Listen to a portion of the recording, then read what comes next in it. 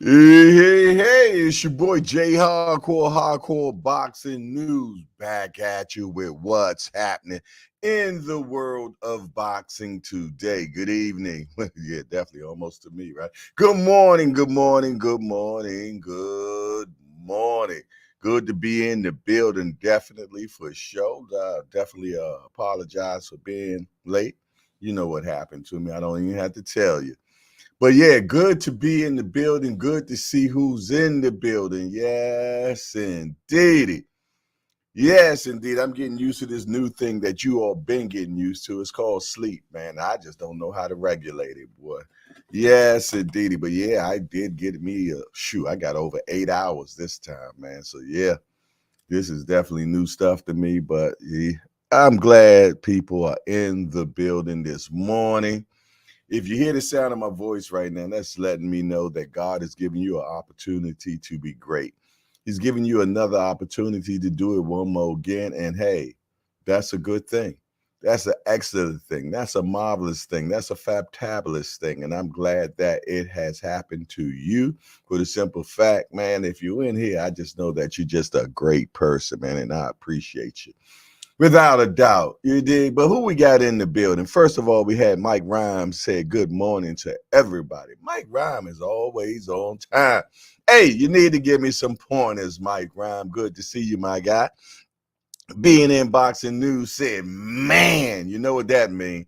Hey, all I can tell being in boxing news is you're right. I am late and I apologize to you, my brother. Yes, indeed. Can't get right. Jay just needs to go on ahead and get a professional show starter for his AM show. And then somebody can wake his ass up. Okay. All right, senior. Oh, good one. Good one. Yeah. What you looking like at 8 o'clock? Seem like you always up. Talk to me. Let me know something, bruh. Yeah. 8 o'clock. Can't look. Can't sing. You don't be my opener. You know when you're a comedian, you always have people that open the show for you. So I get it, sing. You gonna open the show for me? I would appreciate it, man, because you're such a great individual. You're such a great individual, and you up at that time, man. Being in boxing news said, hope all is well, Jay. And to thank you, being in boxing news, man. Yeah. Nah, man, I woke up at 8:07 and my phone was dead. I'm like, I don't know what time it is. I run downstairs in the kitchen because the kids' room, none of their clocks are correct. I go down in the kitchen, it said 8:07. I said, okay, well, let me get it together, man. Let me get it. Look, I couldn't even get a thumbnail. Yeah, I haven't even did a thumbnail. You got my guy Muhammad Ali as the thumbnail, but we'll straighten that up. That's small stuff right there. That's small stuff right there. He said I get up 5 every morning, no alarm, no matter, no what. That's what's up. I used to be like that, senior. But since they put me on this medicine, I ain't like that no more. Yeah, the medicine slams me out. Yeah, I'm still on gabapentin, whatever you call it.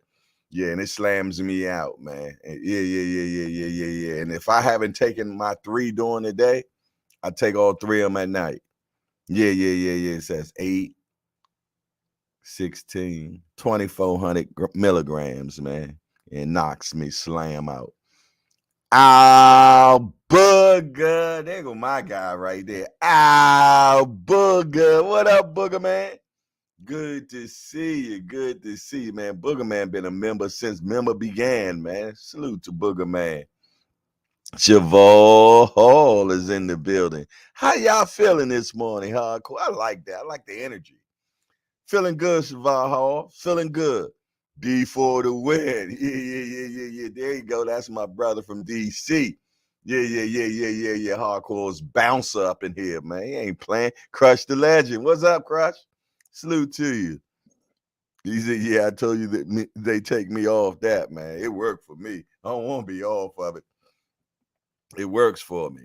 And I ain't gonna lie. I don't get sleep and they give me sleep. You know what I'm saying? So they do work. I gotta set my alarm clock that's across the room that makes crazy noise. because the time on that is wrong too. So yeah, I gotta set that. That's gonna be my job today. I'm gonna get the time correct on my alarm clock, my real alarm clock.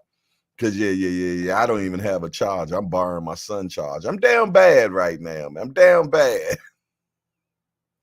Last time I went out, I lost my sun charger. I had it with me, so I went to New York. Matter of fact, my sun charger is in New York, so as soon as I got home, I had to buy him a new charger. You did.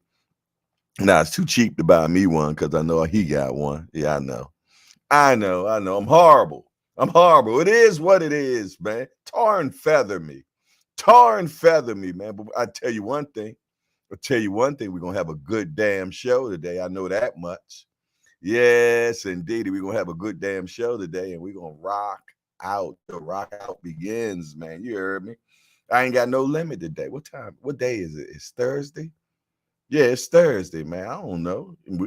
We might get a marathon show. I don't know, but I know one thing. You're definitely gonna get 2 hours. Yes, indeed. You might get three. You might get four. I might go 24/7. I don't know. I might go to my next show. Who knows? We said you going to the Ryan and Devin press conference. They got one in New York. If they got one in New York, you know I'm down. You know I'm down. If they got one in New York. Oh yeah. If they doing that, for sure. Did they send anything out yet? Lonnie Lee, Diggle, my guy. What's up, Lonnie? Did you catch the show last night? Yeah, that was pretty good, man. Yeah. I tell you, yo, hey, Lonnie, the stuff G go through, yo, no man, that man need to be in a therapy, man. He did say he in therapy, but he need to be in more therapy, man, because the brother go through too much, Lonnie. He done been through too much, man. I mean, I will never want to be I don't want to be in nobody's prison system. But one prison system I definitely don't want to be in is the Louisiana prison system. Yeah, because yeah. For one, it ain't the inmates. I mean, it's the inmates, don't get me wrong, because them inmates are crazy in there, especially all them damn booty bandits. I ain't never heard of that many damn booty bandits in one prison, in all prisons in Louisiana. But then you got the jail itself, the wardens, the mini warden, and all his little minions, all of them. They all no good. Yeah, hey, if y'all want to watch a story that's crazy as hell, man, he's at the 6th season of his prison sentence, man. Yo, check out G Street Network, man. I'm gonna tell you, man, it's the best thing out there. I ain't gonna lie, man. It's better than a lot of damn TV shows I don't watch. And what's so funny, obviously, Hollywood feels the same way because they done gave him a movie deal or TV deal, one or the other. That's how amazing it is. Again, it's called G Street Network on YouTube, man. Check it out. Tell them Hardcore sent you. Booger say, I'm trying to hit up that fight now. That is in Brooklyn. Oh, the fight in Brooklyn? They doing it at nah. He said, I'm trying to hit up that fight now. That's in Brooklyn. What are you talking about, Booger? Is Haney and what you call him in the Barclay? Y'all bring me up to date, man. Boxing Dad. What's up, Boxing Dad? Good to see you, man, for sure. Hey, I interviewed your son yesterday, man. Let me tell you something, man. This guy has groomed a young man. Yeah. A well-rounded young man, speaks eloquently, man, and mature. He's a young guy too. Just became pro. I'm talking about Damari Filson, man. Yo, check him out. He's at the Upton Gym, man, and the boy going somewhere. He's 2-0. Yeah, he putting people on their ass, man. A good-looking kid, man. And he got his own business. He has his own art company. You heard me. His own art company, man. Yeah. Got his own merch. He's making all the right moves, man. Y'all make sure y'all go over there to Instagram. Check out Damari Filson. I'm also going to be dropping the interview that I had with him, man, which was amazing. It was about, I believe it was about 30 minutes long. Yeah, about 30 minutes long, 28, 30 minutes long. But it's Boxing Dad, man. And he's one of our guys in the hangout. Y'all know how we support. Y'all know how we get down. So y'all make sure y'all check that youngin' out, man. Catch him now. Oh, yeah, he going to be world champion one day. So you need to catch him now, man. He another part of that crew down at Upton Gym that's just putting people on their assicles, man. You heard me. And I ain't going back and forth with none of y'all about it. So salute to you, Boxing Dad, for sure, man, without a doubt, man. I thought black men don't take care of their cheering. I beg to differ. I got too many proofs up in here. Too many. Shout out, man, to Showtime, the guy, my guy, Pass, another father taking care of their child. Yes, indeed, man. He's a single parent. Yes, indeed. He got a daughter named Jamila. Yeah. He takes care of her. You heard me. Yes, indeed. He's single parent. You know what that means? It's just him and her. Yeah. He does his thing too. Exactly, man. Black men take care of their children. You better believe it, man. Yeah. G Peasy in the building. Another black father. Take care of his children. You heard me? Yeah. Senior all access can't get right. God, take care of his children. Yeah. Remo, take care of his children. You heard me? Being in boxing news, take care of their children. These are the guys that I know that have children. So if you take care of your child, yeah, shout out to you. I just know that they have children. So I don't want to leave nobody. Oh, Jay ain't say nothing about me. Nah, it ain't got nothing to do with that, man. I just don't know because you have not told me that you have children. These guys, I know they have children and they take care of them. Yeah. And they all black men. You dig? Yes, indeed. So I salute them all. He said, Jamila is smiling. She heard your voice. Tell Jamila I said, hey, man. Yes, indeed. I love all the pictures of you and her on Instagram, man. They're just so beautiful, man, for sure. Yes, indeed. Our booger got 3, taking care of his children.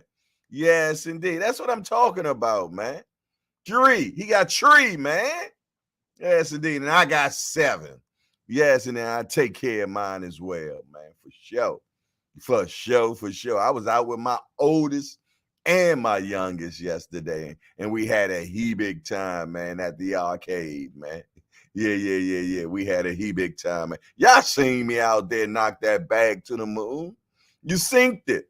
You seen the bag go to the moon, man. I didn't want to embarrass none of the heavyweight champions or anything like that with my score, but you know, it is what it is.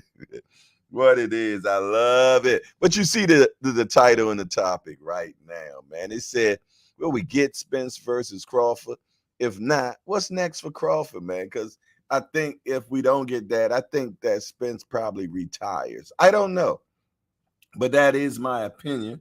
I need to work on getting a thumbnail, man. Okay, I got some text. Arca De La Hoya said, will we be live at the Zone from the Barclays Center promoted by Golden Boy? We will be live on the Zone from Barclays Center promoted. Oh, so they doing it at the Barclay. I see Remo put something in the Apple chat. Senior says, is it a show today? I'm asking for the people that's been waiting since 8 a.m. He's so messy. He's so messy. You're a messy dude, man. Messy dude. Why you ain't drive over here and wake me up, Senior? You know what I mean? That's what a real friend do. Yeah, exactly. Showtime. You seen the bag move, man. The bag was like, weave. The bag hit me with that, man. I should have sued him. I could have hurt myself. Man. The bag moved, man. Mark Art says Spence versus Crawford. Yes, more beating for Spence. Cut that out, Mark. Cut that out, man. You think my man's getting beat again like that? Ain't gonna happen. It ain't gonna happen. My man's, I ain't gonna say my man's gonna lose. I mean, win, but he ain't gonna get beat like that again. Nah, we gonna get the rumble we thought we was gonna get the first time. Yeah, that's what we gonna get. We didn't get a rumble. We didn't get a rumble. I know my man's can rumble, man. So we gonna get a rumble. Appreciate you, Mark Art. Mark Art is in the building, man. Good to see you, my guy. For sure. But I do mean that though. We gonna get a rumble if they do fight. Yeah. Just because of the shit that y'all said about my man's before, man. That's how I know we gonna get a rumble because he done synced it. He done synced it. Yeah. Before look. This time if he get knocked down or knocked out or whatever, trust me, Crawford gonna have a knot on his head. Yeah. Like they had it was a song back in my day, man. Oops, upside your head. Say oops upside your head. Yeah. Say oops up. Yeah, we gonna get a lot of that. We're going to get a lot of that for sure, man. You better believe it. You're going to get some oops upside your head. It ain't going to be none of that shit we seen last time. Nah, I believe he had a rib injury because I seen how he was moving. He was moving funny. Coach Kenny and Calvin was there at the fight, and they said the day before, I think, or something like that Spence was moving funny. Like he had a limp or something. Yeah, they said he was moving funny. They said that before the fight. I trust them guys. I believe them guys. So I know something was wrong with my guy. You heard me. Trust the legend say Bud knows that too. Yeah, he knows it. He knows it. You better hey, station break me because I ain't had no coffee, man. I ain't had no coffee. So if you got something in your cup right now, cups up with your boy Hardcore, man. Oh, yeah. Oh, yeah. Yes. Ooh, yeah. Yeah. Okay. I reloaded. Yes, indeed. The do it fluid is in effect. Yes, indeed. I'm waiting for it to registry in my embodiment. Yes, indeed. Oh, yeah. Oh yeah. What's up, man? Hey, I didn't talk to the mighty warriors yet. Salute to the mighty warriors. You know who you are. The ones that like to watch. Salute to you. Bam, right at you, man. Appreciate you being in the building. Your views count. Yeah. Cups up. Appreciate you there, Showtime, my man. For sure, man. Without a doubt. Yes, indeed. But I tell you what, man. Let's jump into what's happening in the world of boxing today.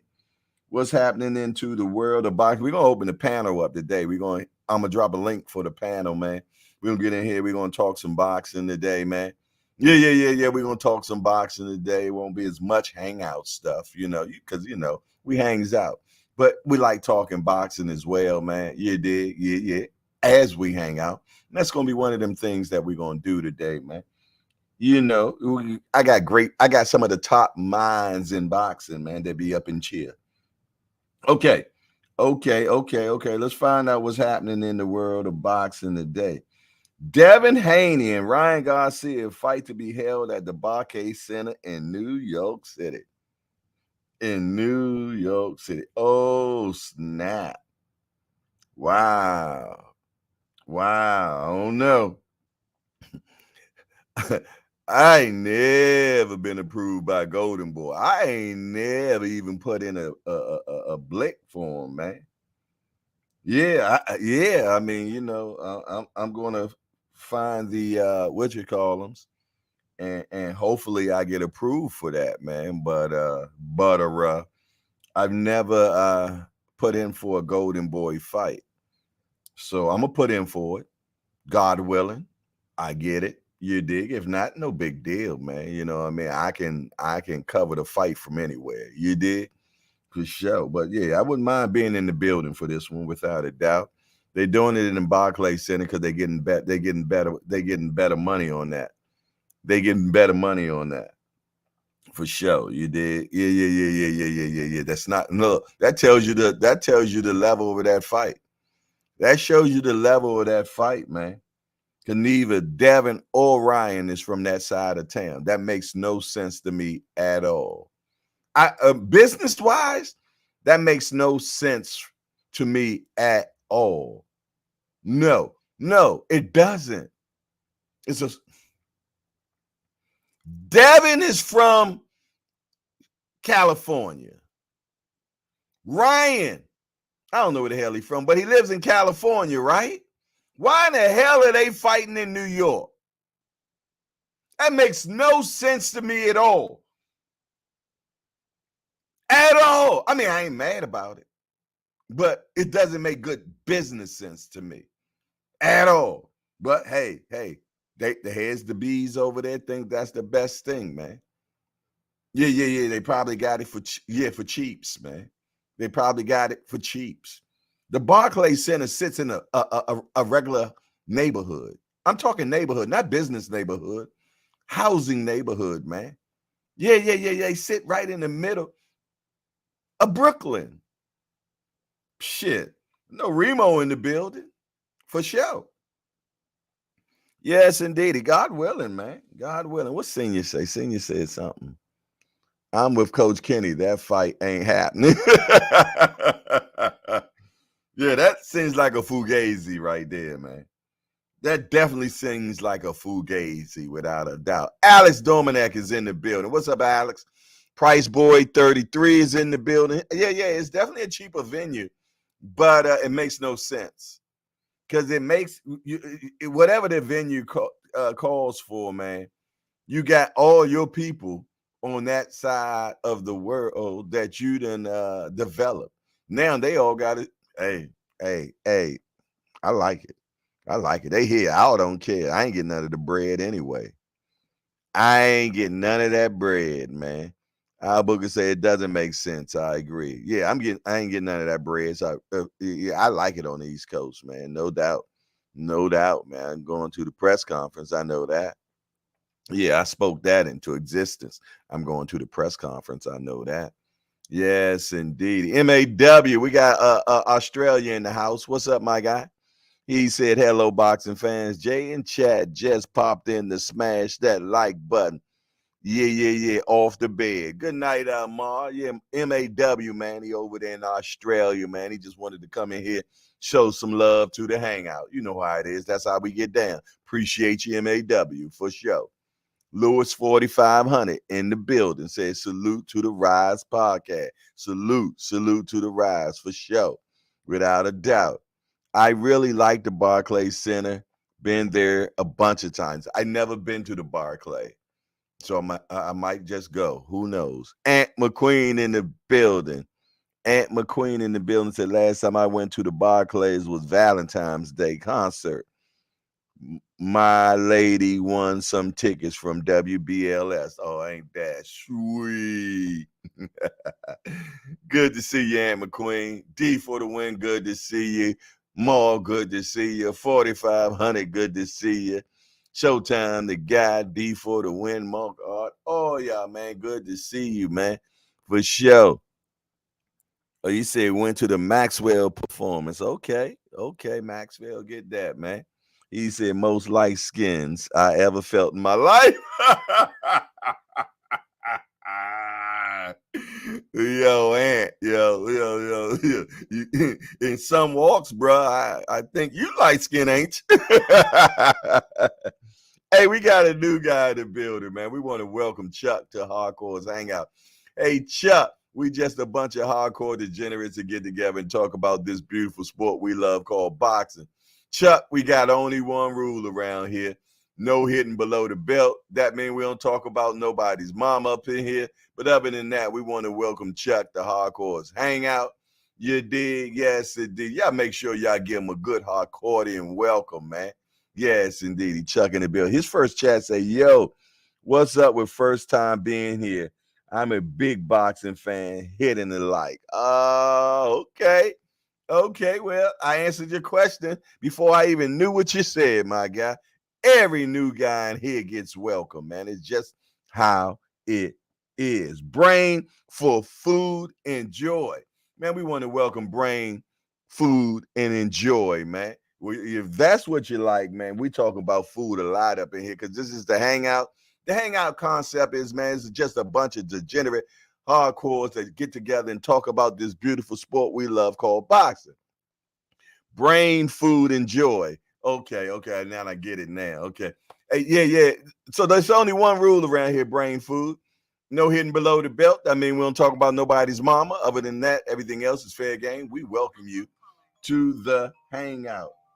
Someone's calling me. Y'all, I have to take this call. Can y'all bear with me one second?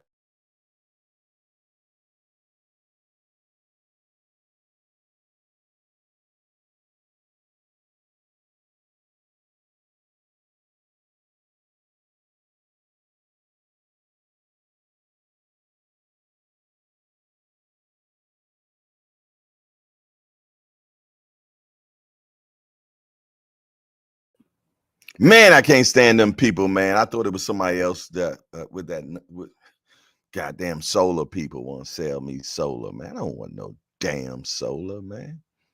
Please forgive me, y'all. Yes, indeedy, man. I appreciate Brain Food for coming into the hangout. Y'all make sure y'all welcome Brain Food for show, man, without a doubt. Got another new guy in the building. Be More 2BK. No, Be More 2BK. I sing before. Welcome back. Be More to 2BK. Welcome, my brother. I ain't forget you. I ain't forget you. He said, "What's up, everybody? Good to see you, man. I seen you before.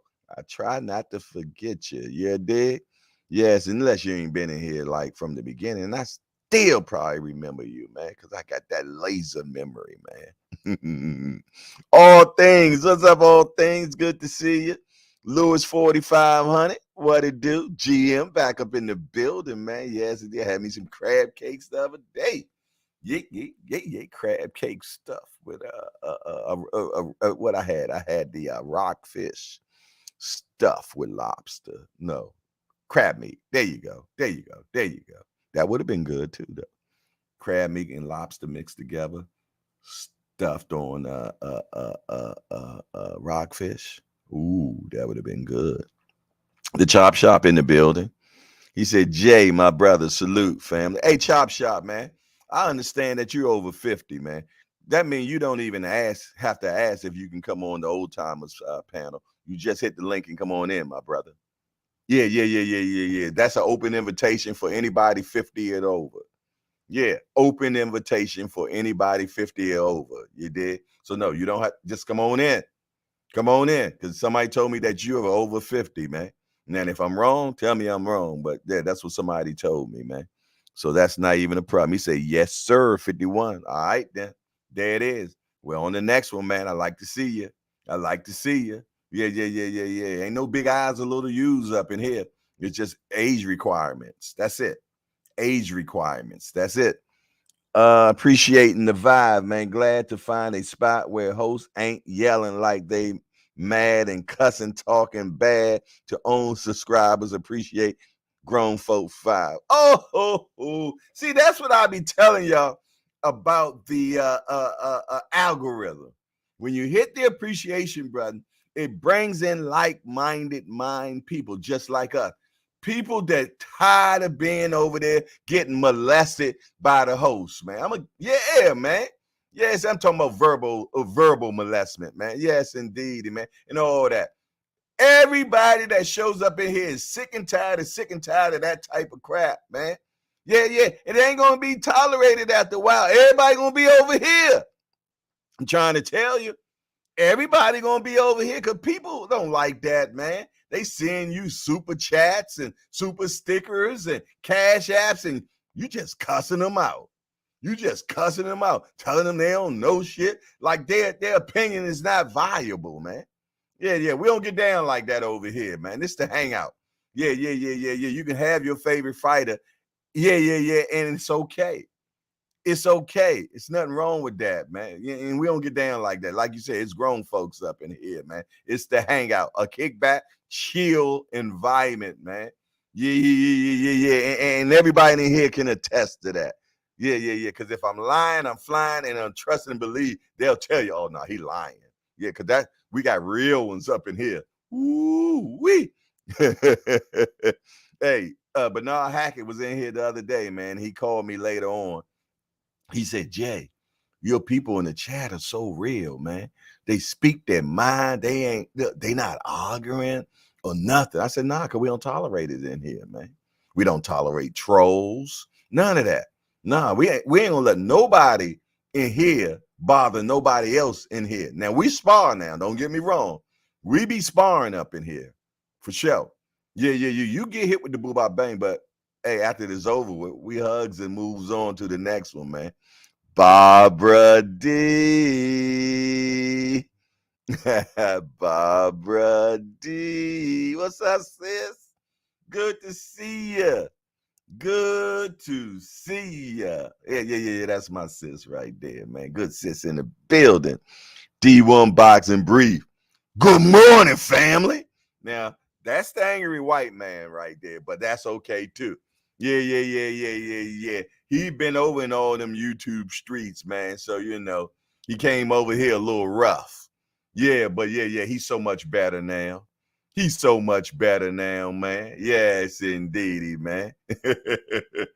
Shout out to D1 Boxing Brief, hashtag JBT, my brother, man. For sure. Good to see him, man. What you laughing at, Tim Layton? Because he know it's true. Tim came in here rough, Jack. I mean, D1 came over here rough, Jack. Yeah, man, we're him old school. We got two angry white men, man, being in them YouTube streets, man. They've been punched all on, and they punch back. They punch back. Trust me.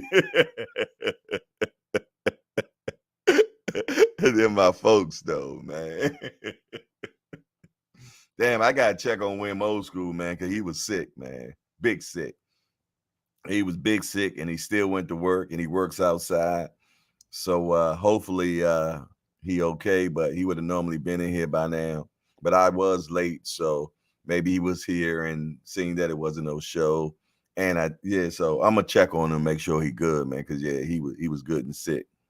Yeah, last night he just came in here and said, yo, not feeling good, going to bed. I hit the like button. And that's the type of people we got. They'll just come in here just to hit the like button, like the guy from Australia. He said, I'm hitting the like button, I'm going to bed. Because there's an 18-hour difference or some crazy enough, something like that. It's nighttime over there. Okay, so at least 12 hours. I don't know, 9, 10, 15. I don't know. You dig? I ain't never been to Australia. I ain't never been to Australia. You know what I mean? But I love me some Crocodile Dundee. I was a Crocodile Dundee fan, Jack. You better believe it. Hey, but the question is, man, do y'all think we get Spence Crawford? And if not, what's next for Crawford? I know what I want next for Crawford. I want Jermell Crawford at 54. Yeah, get all them belts and then fight the winner of Thurman and Zoo for undisputed. Yeah. The winner fights Zoo and Keith for undisputed. You dig? So that's what I would do. Yeah, if Crawford does not get Spence, he should challenge Jermell Charlo for his 3 belts if they ain't took all 3 of them by now. And since Crawford, And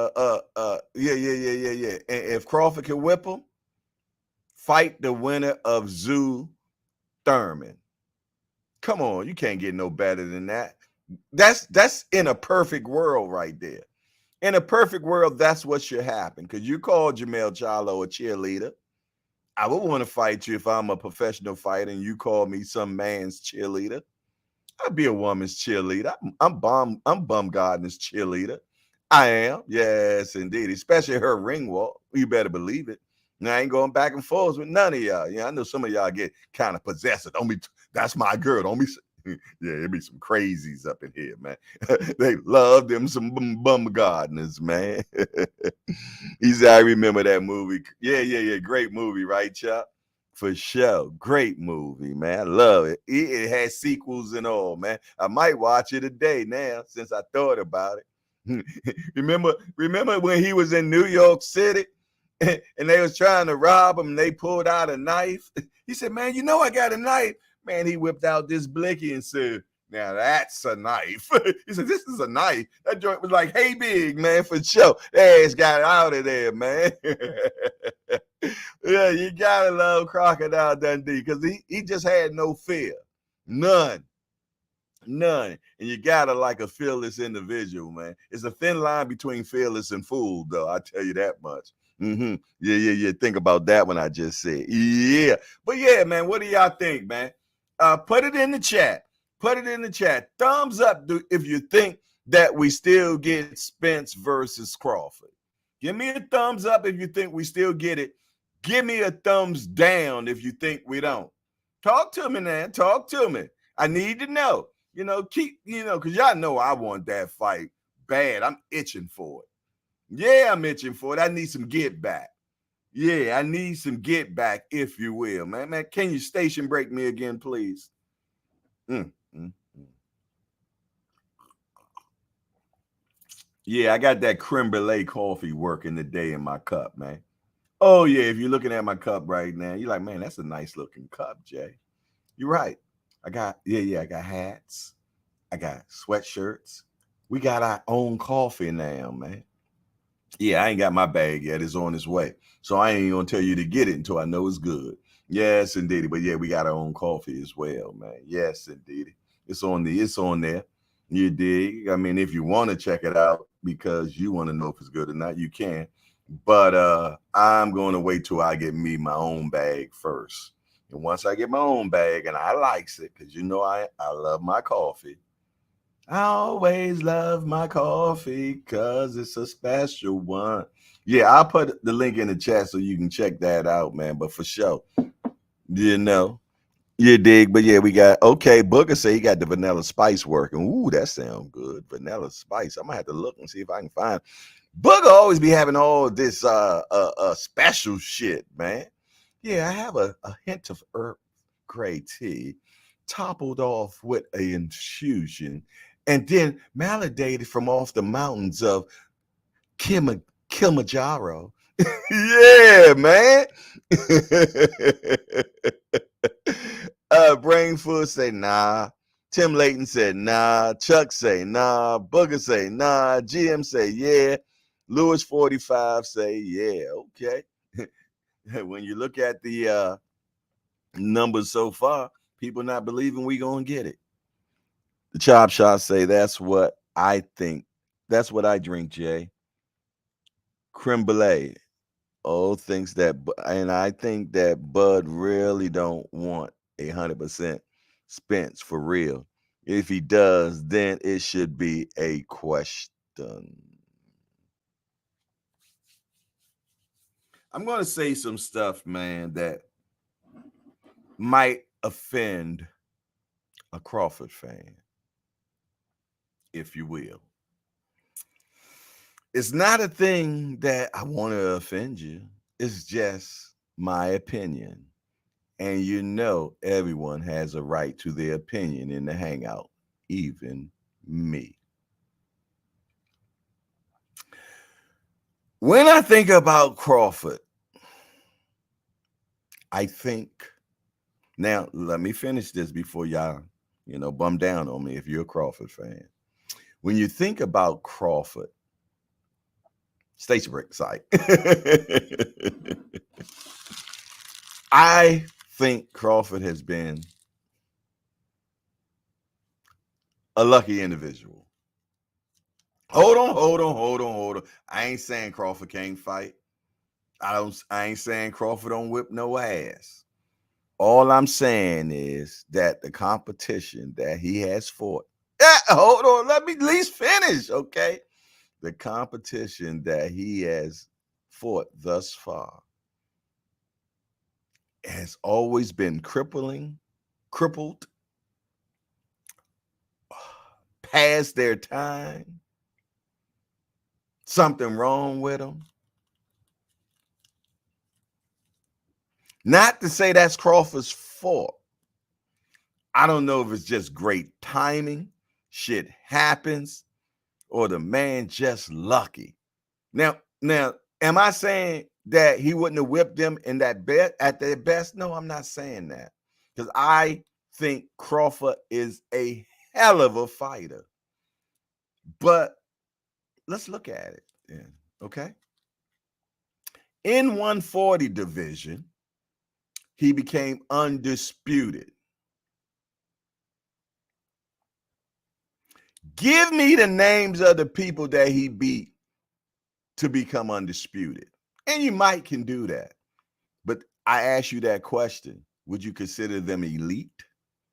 Would you consider them A fighters, B fighters, or C fighters? Because you know there's levels to this. All right, come on now. We the hangout, man. We keeps it real. We keeps it real up in here, man. And I might offend some people. I might lose some people, but that ain't what I'm trying to do. But if y'all don't want me to speak my mind, then we have an issue in here, man. Because I don't get down like that at all. And yeah, oh Jay, you're biased. You're a Spence fan. Mm-mm. Mm-mm. Mm-mm. Mm-mm.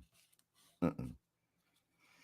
Okay, back at that. Yeah, I'm gonna draw. Look, this time I'm gonna draw some Mighty Warriors out, man, for sure. Watch this.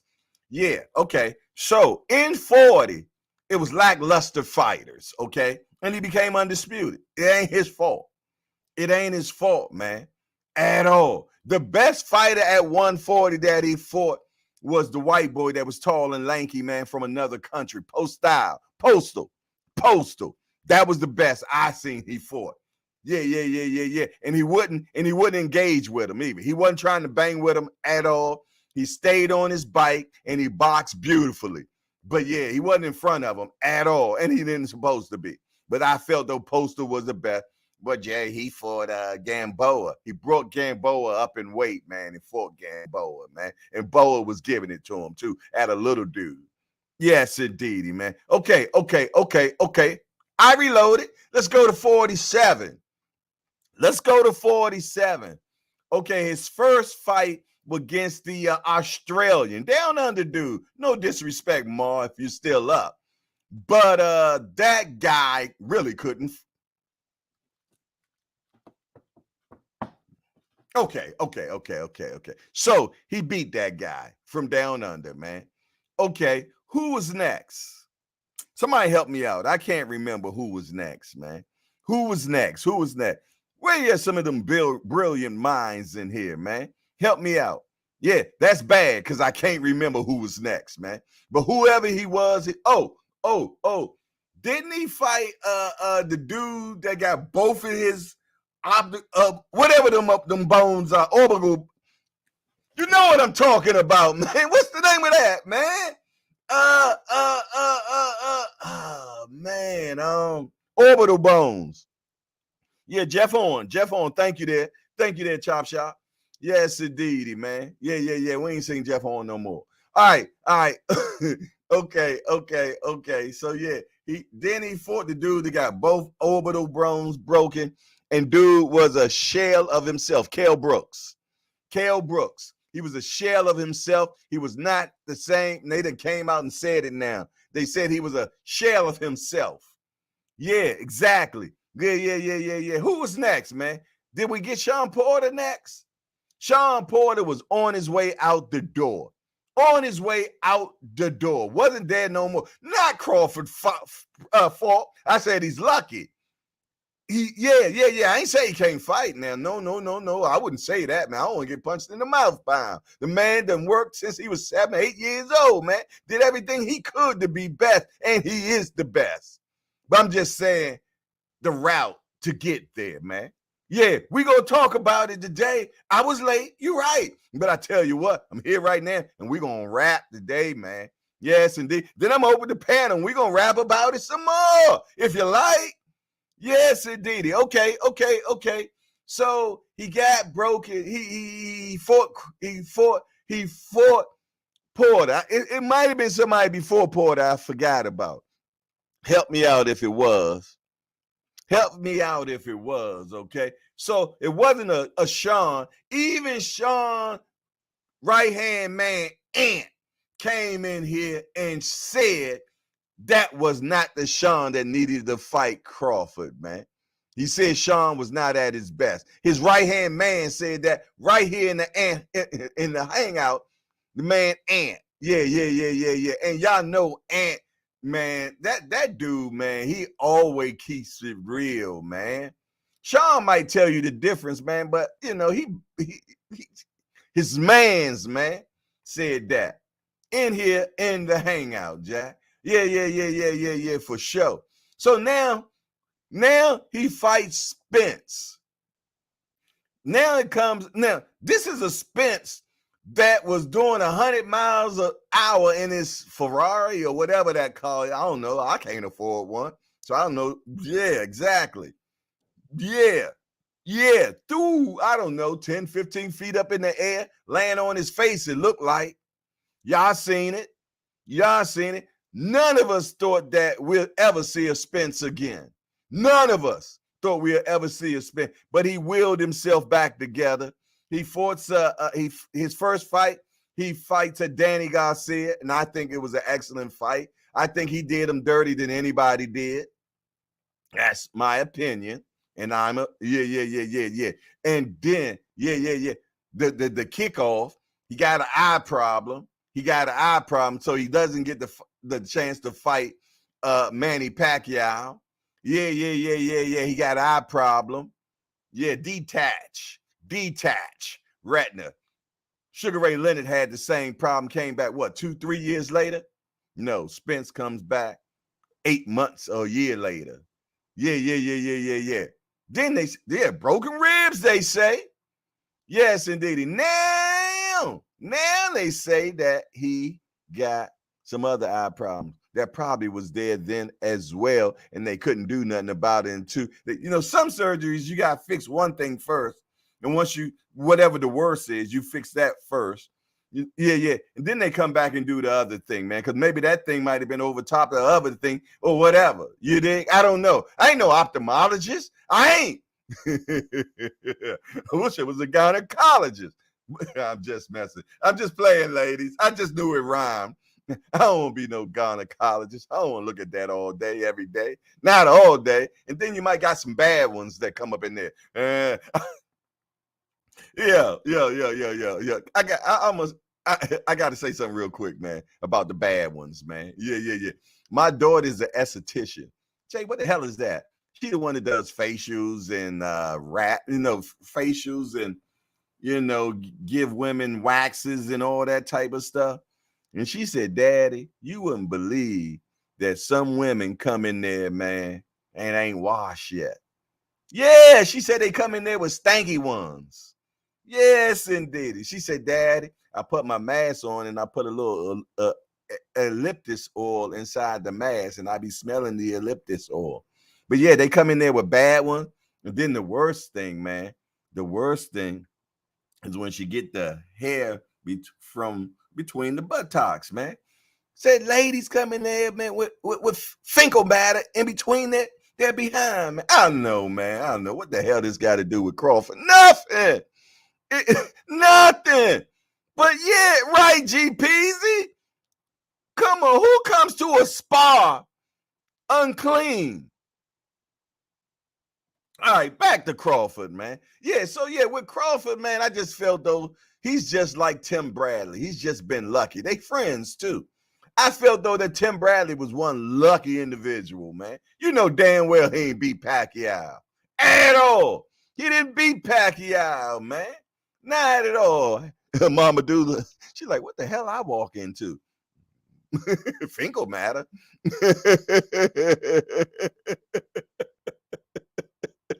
Yeah, I said it. D for win. Is that the wrong word? I don't know, man. Y'all know I'm dysfunctional, man. You know that, man. And y'all still come up in here and mess with me, man. So what did I say about y'all? But yeah, back to Crawford. And I'm gonna go back and read the comments as well, because I see comments from Aunt McQueen and everything. I haven't read them yet, because I say it's like now and laters, man. I love that candy, man. Yeah. I should have got some yesterday when I was at that arcade with the kids, man. But yeah. I love me some now and laters, man. Yeah, the green ones. Yeah. But I'm gonna get some of that. But yeah, man. I just feel though that Crawford has been lucky. Not to say that he can't fight. I don't want y'all to say Jay said that he can't fight, because Crawford fights his ass off. He does the same thing to everybody. He TKOs them. So he does, or knockouts them. So he doesn't play with his food, no matter what the situation is. And I'm not telling y'all that what if those guys were A guys, that the same situation wouldn't happen. That's not what I'm saying. A few people left, but that's not what I'm saying, man. That's not what I'm saying. I'm just telling you what it is. He's been lucky. Exactly. I need 100% Spence to come back. And I don't know if we ever get 100% Spence, man, because he did go in that draft for accident, and I just don't think his body is the same. And I ain't going back and forth with none of y'all about it either. Okay. Let's go back. Let's go back to the chat and see what y'all was saying, man, because I got to hear what y'all say. It ain't a one-sided story up in here. It ain't a one-sided story up in here. But I tell you what I'm going to do before I do that, I'm going to go ahead and link. Hey, go get your coffee. Go get your tea. Go get your weed. Don't go get no crack. Because you're not going to be engaged. And come up, hit the link, man, and let's talk about these type of things, man. You did? Exactly. I done stirred the pot a little bit. I did. But that's how I truly feel inside me, man. That's in me, man. That's how I feel. So I'm going to drop the link. I'm going to drop the link. I'm going to do that. Yeah, I'm going to do that, man. Don't rush me, man. I say I'm going to do it. Hold on. Order. Y'all so hey, B3, what you laughing at, man? Don't be laughing at me, man. That's my guy, though, B3, man, for sure. I mess with him, man. Yeah, I know y'all don't see him, but he probably in here, man. I'm trying to tell you. I just seen B3 laughing. Something on my phone. I don't know, man. I don't know. Hold on, but what I'm going to do. I seen B3 laughing. Something on my phone. All right, let's turn my phone down. Okay. Okay, he laughed. Oh, okay. Now B3 is in the he's on the Apple chat. That's what he is. I guess he laughing at stuff in the Apple chat. All right, let me pin this, man. Y'all know it takes me a minute to get the pin. Okay, there, I got it right on the first time. Okay, the pin is there. Okay, let's look at some of the things people had to say about what I said. Ant with 2 T's. Yeah, exactly. Brain food and joy. He says, in sports, at one point or another, everyone gets a chance to be lucky. The challenge is the years of hard work, consistency to get the chance to be lucky. Salute. Well said. Well said. Exactly. I didn't say that he wasn't ready. Didn't say he wasn't prepared. But this man explained it very well. This what I'm saying. This is what I'm saying right here. It ain't Crawford's fault that he got lucky, but he did the preparation to be in the lucky position. How about that? I like this guy, brain food. Okay, I see why they call you brain food, man. Ain't got nothing to do with food. You just like feeding that cranium up there, man. Yes, indeed. I bet you got a big old head too, don't you? Somebody in here gonna be like, Jay, you know that, you know, the pause community people, man. Yeah. We don't pause up in here. This is a pause-free community. We speak freely. All right. Chop Shop said, you're on fire, Jay. Yeah, I'm on fire, or I'm gonna be in flames, one or the other. Okay. The Chop Shop said, I can see that Ant McQueen. Hold on, what did Ant say? Ant be killing it a little too real sometimes. He does. He does. He said the Chop Shot, a lot of fighters struggle to bounce back after a loss. Psychology is important. Yeah, I agree with that. You know that Ant McQueen, he too damn smart, man. He be taking it to the third power and shit, man. That's why I told you I got brilliant minds in the hangout. Postal was undefeated. Yeah. Postal was my guy, man. I like Postal. Postal won me a lot of money. Yeah, he did. Yeah, because nobody believed he was going to beat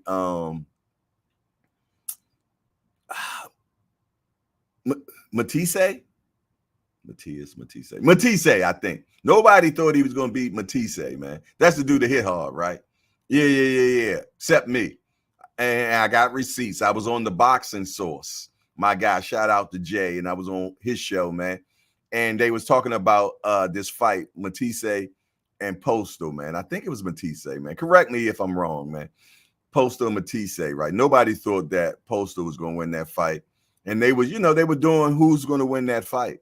So I said Postal was going to win that fight, and I got laughed out the room. I got laughed out the room. Yeah, called me a casual and everything. But I came back next Sunday. Yeah, big chest and all. Yeah. You know what? I didn't say one word. I didn't brag about it or nothing because I didn't have to, because they had to do it for me. You heard me. They had to do it for me. Yeah. I called that fight, man. Yes, indeedy. Mama do say, yes, that is true. Our booger say, ew. What you ewing about?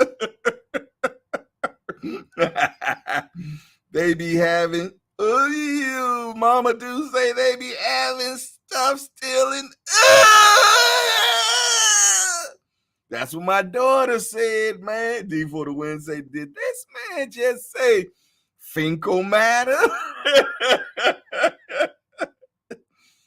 Aunt McQueen say Ndongo was undefeated in unified WBA and IBF. Yeah. Who destroyed him to the body again right after that, man? Was it T.O.? No, Regis. Regis destroyed him too, man. Yeah. We seen what happened to Regis lately, man. Yeah, I know. Okay. What Ndongo did lately?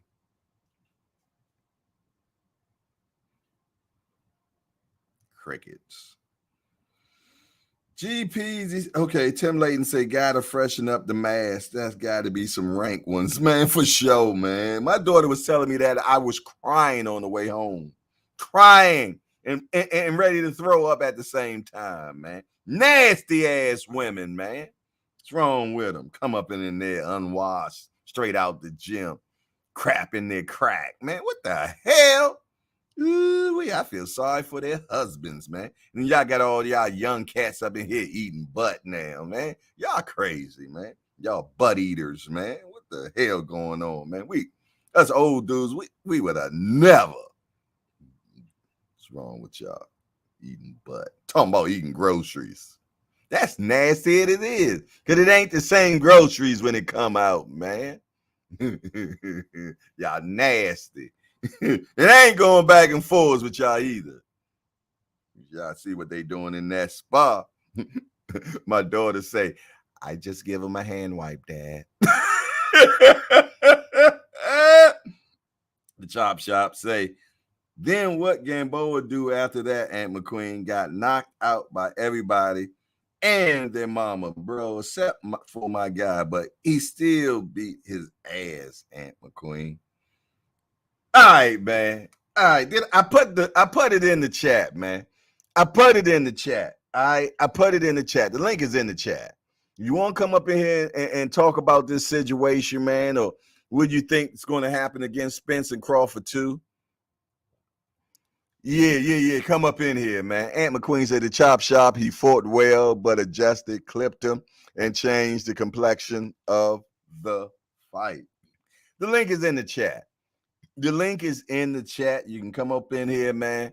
Yeah. Y'all having great conversations in there, man. Aunt McQueen, the chop shop. Let's get up in here and get on the panel, man. Yeah. Don't give your fingers cramps. Don't cramp the fingers at all, man. Yes, indeedy, man. Ooh, the Rise Podcast say, man, if I was your daughter, I would tell them nasties and they need to come leave or go home and wash their nasty ass and then come back. Senior, I told her the same thing. I was like, you better than me, daughter. Yeah, because somebody needs to give them some act right. Because ain't nothing like an embarrassment like that.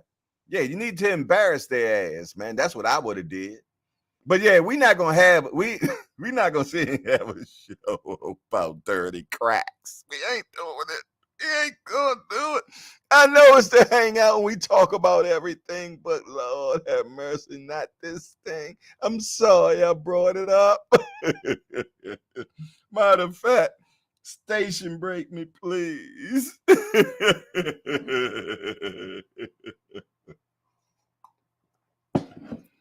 HardcoreBoxingNewsStore.com, something like that, man. I gotta look it up and tell you what it is, man, where you can get this, man. Yeah, I know, Senior. I know. I brought it up. I know. I didn't think it's gonna get this much runway, though. Yeah. I ain't think it's gonna get this much runway. He said my Uncle Elroy voice is the shit on the back of you. Oh my goodness. All right. Let me get oh Lord. I know who about to come up in here, right? My guy, your guy, Mr. All Access. I call him all access senior Cobb. They nasty. They nasty. They need to go home and wash their stinking ass. coming to somebody's place of business with a dirty ass. They gotta go wash their ass. You gotta embarrass them. Let them go wash their ass. What's going on, champ? How you feeling? I just needed to get that out, man. That's like you ready to go get laid and you ain't hit the water. That's some funky shit, man. You know what I mean? You know you ready to bust it wide open. No, you got to tend to that first. I agree. I'm just saying, Jay. Come on, Jay. Imagine a chick coming over your house and you know what I mean? Man. Get up and go wash your funky ass. Look, we don't tell her to leave. We just say, get up, go wash your funky. Oh, because if it's like that, baby, look, check this out. I don't think the day for me and you. I don't think the day, because you know what I mean? Some shit, you know what I mean? You know, little man sensitive. Some shit just, little man be like, man, what the fuck is you doing? Oh my goodness. Look how she just came over here, man. You don't need that, man. If she don't care about how she come over here, think about what else she did. Nah. Yeah, that's so true, Senior. Yeah, that's man. So you know what I mean? So like if you go to somebody's business like that and you don't think to hit the water, nah, you's a filthy creature. Maybe they was Russian, man. I ain't trying to hear that. You got to have some coof. That's like going to the hospital with dirty holy drawers on, man. Oh man. you know what Granny say? Boy, don't wear them drawers out the house. You might be at the hospital. Right. I remember they used to say that. Make sure you got clean drawers. That was a staple in the house. Make sure you got clean drawers. Wash your ass before. These kids don't understand, man. They be walking around with pants sagging, holes in their drawers. Where your grandmother was at? Oh my goodness. All right, man. What do you think about Spence and Crawford, man? No, I ain't call about Spence and Crawford. I call about something else. What you call about? Man, so I guess you didn't see the show last night, but I went to bed. I've been asleep since the show. That's good. Mm-hmm. I was in there though in the beginning. No, you was in there. But now I went to sleep. we got a little bit of information yesterday, and I just don't understand it. Okay, give it to me. Devin versus Ryan at the Barclays Center. Oh yeah, that's what we talked about that earlier. Yeah, I'm with Coach Kenny, man. I don't think that fight happened. It don't make sense because both of them are from the West Coast. They both from the West Coast. I don't get that. I don't understand the brilliant minds of what they think about, what they thinking. It doesn't make sense to me. But that's the face of boxing. Who? That's last time I was told Devin was the face of boxing. You need to get around them people. Get away from them people that told you that. You sure? Get away from them. Run. Run. That's the face of boxing, man. Man, whoever told you that got Finkel matter, man. Run. In their mouth. People that bought plane tickets, booked hotel rooms already. Yeah, I wouldn't do it. And you just switch it. I know people that booked flights and rooms. People was fussing last night on the show. But I know people personally that booked tickets. You know what I mean? That was gonna go. And you change it up on them like that? Come on. Something ain't adding up. Talk to me, Jay. Business-wise, that don't make sense to me. It's nothing I can say because it doesn't make sense to me. So, it's a question I have no understanding of, and I already stressed that it makes no sense for it to happen in the East Coast. I like it that it's happening over the East Coast because I don't give a damn because I ain't getting none of the money anyway. Right. No, no. I You mean, know what I mean? And it's up the street from me. You know what I mean? 2 hours and 45 minutes. So, you know, I've never applied for a Golden Boy fight. I don't know if we're going to get approved for it, but I will put in for it. we're gonna have to make some calls for that one. Yeah, maybe because you know Oscar know I don't fool with him. So you know, No, ma'am, I'm fine.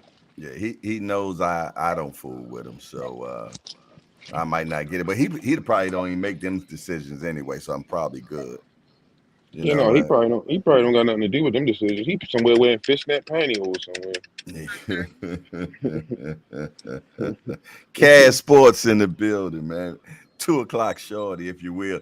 Have they put it in the chat yet? Aunt McQueen in the Appreciate you. Thank you building. so much. You have a great day. Breakdown shorty, what up? Loaded, man. I felt like I was trapped with some shit, man. I feel like the little circle spinning on the screen. Hold on, let me disconnect to my AirPods. There we go. That's my guy right there, Mr. International All Access. Any day I get to be on a joint with you, man, it's an honor and a pleasure. Just do boxing. I greatly need you, brother. appreciate Come that. on up in here, man. Cause we gotta talk about this. Just do. We gotta talk about, man. What do you, I need your opinion on what I said, man, about Crawford, man, being lucky, man. You know, I need because I could be wrong. I just feel though that he's lucky, man. But just to say he's lucky, I'm not saying that he can't fight. That ain't what I'm saying. That's not what I'm saying. You know, but I like what Brain Food said, man. Brain Food said that, you know, he's been doing all the necessary things to put him in the position that he's in. You did, but I just felt though that the fights that he's been in, man, they've been handicapped well, man, and it ain't their fault, but it did happen. Give me something, man. Well, if anything, I should say this about Terrence Crawford, right? He typifies the importance of staying ready and living a certain lifestyle. If all of these people have been afflicted by this, that, and the third, you know, you got to stay ready. It ain't nobody else's responsibility but your own to make sure. Well, how about the guy that got punched in both optical bones, man, orbital bones, man? You know, he who say, well, you know, he didn't. They yeah, well, not a good. He's not a good person to use as this argument, man. But he smoked his crack, didn't he? You know, my man indulged. You know, he indulged in a little bit of that. You know, like to What's treat his that nose a you little bit. putting in your nose? Is that where all your money goes? The rhythm of addiction flows. Pop life. Everybody needs a thrill. Damn. R.I.P. Prince. R.I.P. Prince. R.I.P. R.I.P. Prince. There you To the go. symbol. Artists Yeah. formerly know that. To the as the symbol. Exactly, man. That Yes, man but he didn't even that's man. That's the one thing that has really changed for me over the years with Terrence Crawford is just like my appreciation for his just like his readiness, man, and his discipline. Because a lot of the guys that I really admire, like a lot of the fighters, I be looking at them in between fights and guys was blowing up. We got Senior up here, Rise Podcast. Shout out to Tank Davis. You see the way Tank look now in comparison to like when he was at like 130? He seemed like he just hit that mark where he was just like, yo, I'm gonna just keep myself in shape. he I realized ain't he gonna was blow up in him. between the fights no more. Exactly. That shit goes a long way. And that's what happens with a lot of these fighters, man. Guys be having to cut crazy weight. And Mm-hmm. then they screaming My about guy. being drained and all that stuff. It's like, nah, just keep your shit right in between fights, man.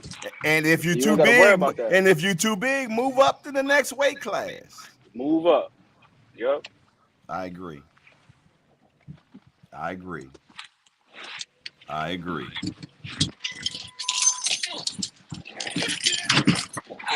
But I don't necessarily look at it as him being lucky. Because a lot of them guys, man, the psychology of a fighter is, the psychology of anybody is, it can be very fickle. It's like the moment you have that revelation and you feel like, damn, I'm not everything I thought I was or I said I was, and sometimes it could be downhill after that. Because a lot of them guys that he fought, them dudes was either undefeated or they had one loss on their record that was like a decision or something like that. It wasn't like they got beat the fuck up and then now, but then they face him. It's just different after that.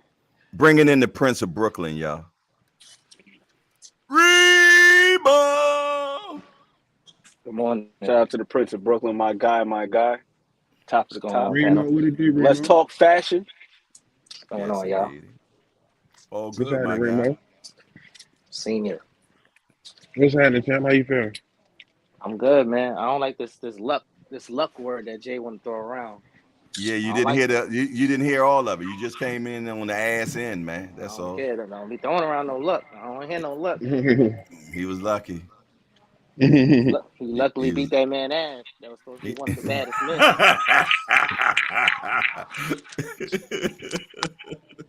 He was It was lucky. luck. It was luck. Nah. Now I ain't taking that away from him. I ain't say it was luck. He was lucky. This is different. What I'm saying is, man, everybody pretty much that he has fought, man, somehow, some way, some fashion has been impaired, man.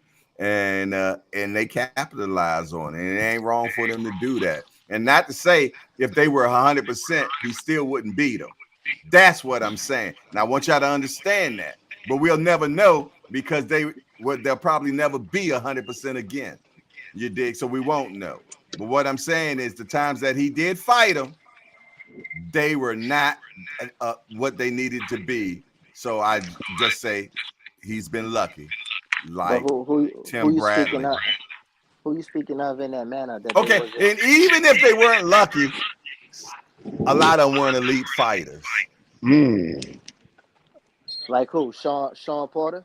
Sean Porter on his way, 1 foot out, 1 foot in. His own man said Sean was not at top of his game. Sean said he was at the top of his game, but your man's ain't be keeping it real, too real sometimes, you dig? And he don't care about Sean being mad about him keeping it real. Sean Daddy said Sean wasn't right. But who fault would that be? Oh, I just said that Bud was lucky. That's all. I ain't gonna say lucky. It's just that Bud, like Ant said, he don't fool around. Listen, if I'm coming to a fight, I'm coming in the best shape I could be in, regardless of who's in front of me. I'm gonna be taking care of my end, which is my body. Hold on, I'm pulling up his box right. That's all you can do, Remo. That's all you can do. If you come in and you're not right, you're not in shape, you're not prepared, and you get your ass whooped, that's on you. Okay, I can't argue with that. Terrence Crawford, let's pull him up. Or what I could say, because I don't know the history of all of that other shit, but I tell you one thing: everybody who was supposed to be that guy at and around that weight class, one was getting injured, one was having babies. The other one, Garcia, he opening up barbershops, worried about being a businessman. I'm a businessman. So in between that, they got one dude. Who was opening up a barbershop? Danny Garcia. Garcia. He didn't fight Bud. No, I'm saying, like I said, all the fighters in between those weight classes was up to a lot of shit in between that time. Oh, okay. So they was falling off to their own. All right. Let's look at let's talk about it, man. Hey, Ann, can I send this to you and you put it up? Or grab it? Can you grab it one way or another? I can send it to you. I just stepped out. When I get back in the house. Okay, that's cool. In the house in a few seconds. So okay, I'm gonna send it to you anyway. We'll send it to you right now. If I put it up, can I grab it? It's crazy. That's crazy. Yeah. See, that's what's wrong with these young folks, man. They got gutter minds, man. Gutter minds. That's just the. That was just your no. Your mind just dirty and filthy, and it needs to be cleansed. Senior, did you hear how that came? You need holy oil, because that's how your mind perceived it, not mine. Shout out to my guy Remo. He not having that shit. It came out of my mind clean and came out of yours dirty, man. It came out of your mouth dirty. It came out of your mouth dirty. No. It came out of my mind because it had to come out of my mind first. It came out of mine and then came out of, y'all just wild. Yeah, y'all just some freaked out dudes, man. That's what's wrong with y'all freaked out dudes, man. Yeah, y'all freaked out, man. I don't know how y'all freaked out around men though, but hey, that's another story, man. But moving on. Move on. Okay, here go his competition. All right, now in the panel, I want you to give me the class. I want y'all to be 100% honest. If this guy was an A fighter, B fighter, C fighter, okay? Deary Jean. Bubblegum. I know what that is. Go ahead. Okay. I give him a C. Hank Lundy. He was all right. He was a C. C fighter. Ant McQueen. Hank Lundy. Hank Lundy, I'll give him about a C plus B minus. I'm around there. Okay. Remo. I guess I go with them. Okay. So But C, but if you say the name out loud, the name don't sound terrible. Well, that's the whole object of having the fight because it's the known name. But I'm talking about skills now. We're not talking about popularity contests now. Oh, if you're talking skills, and I say he's around a B minus. I say he's around a B minus. We just talking about skills. Yeah. We talking skills. That's it. Hank Lundy got skills. Okay. So you have him as a B fighter. Okay, that's what I'm talking. We're gonna be honest about this. B minus. B minus. Okay, so that's a C plus. Okay. Victor Postal. I'll give him a B. I would give him undefeated Victor Postal. I give him about a B plus. B plus. Okay, I like that. I gave him a B. Was he the champion when he beat him? No, he wasn't a champion. I don't think so. He was undefeated. He was 28-0. All right, yeah, he a B plus. I give him a B also. I like Victor Postal, man. Yes, indeed. All right, John Molina Jr. C for me. Senior. I'll go with a C. Okay. Ant McQueen. I'll give him a C plus. C plus. I never watched that man. Okay. Felix Diaz, now Olympic gold medalist from DR. What was his record? 19-1 when he fought Crawford. I'll give him a C. Remo. I don't know him either. Okay. Get to the meat and potatoes, man. I'll give him a B. That's a what's name? Olympic gold medalist. You don't make it that far without being good. Exactly. I agree with you, Remo. Yeah, but I was at a B, but he's still a Dominican fighter, so that's what dropped me down to a C. You know, once they come to the States, they don't really do all that good. Okay, this is the 140 division we talking now. All righty. Julius Ndongo, undefeated, 20-0. 22-0. Julius Ndongo, senior. C. Remo. And Dongo's like a B plus, B minus. Like a B. I'll go with a B. Oh wow. Okay. Ant McQueen. I'll give him a B minus for the time. We talking about the time when he fought him, right?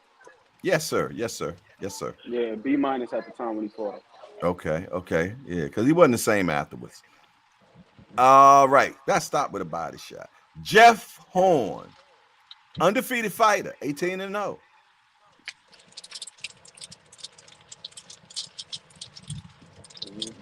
Jeff Horn, C plus. I was gonna give him a C plus as well. Jeff Horn, C plus. I could go with a C plus. Remo. Them white boys don't be holding up. What you got? Yeah, C minus. Okay. Jose Benavidez Jr. Undefeated. Number C. Okay. Remo. Yeah, after that gunshot, he had a dead leg, and that was close to him when he was shot as well. Great point. Aunt McQueen. Shit, Bud been shot before too. He been shot in the head. Remember? No, I'm saying, but that leg is dead. And Whatever they height he also had, said, that the bullet that Bud must have a hard head because it didn't penetrate through. Shut up, crazy. Remo. Listen. You said it. I ain't say it. I ain't going Yeah, with you. because I just know how you get down, man. I just know you now, man. All right. Blame me. Yes, I have to. Got to have somebody to blame. That ain't gonna get mad. Aunt McQueen. That's around a C plus B minus for me. It's around Okay. there. Okay. At the What you give him? time when Hold on, what you give him? that's what I'm Jay? about to say. At the time when he got, in that fight, man, I would have to, even with the bum leg, he gave Crawford problems. So I'm gonna give him a B minus. But another guy that was crippled. Okay, let's have some fun now. Amir Khan.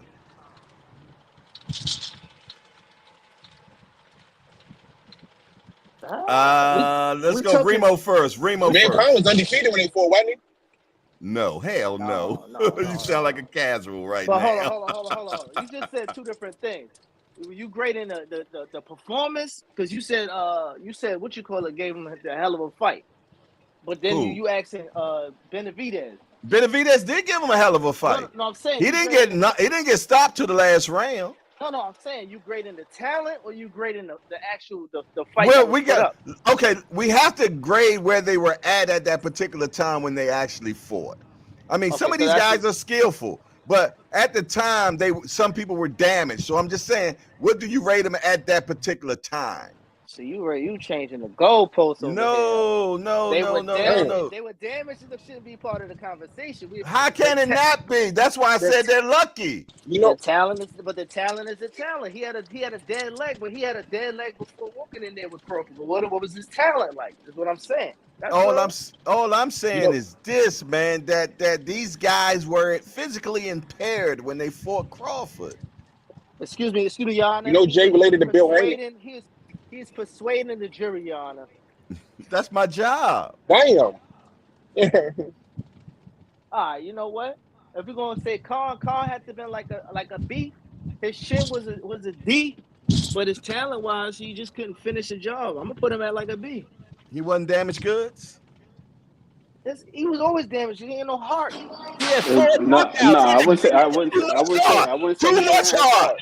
Too much heart. His Amir chin Khan didn't has have heart. none. His chin didn't have no heart. It don't hold up. It don't Hold hold on. up. Somebody else coming in here, man. Hold on, man.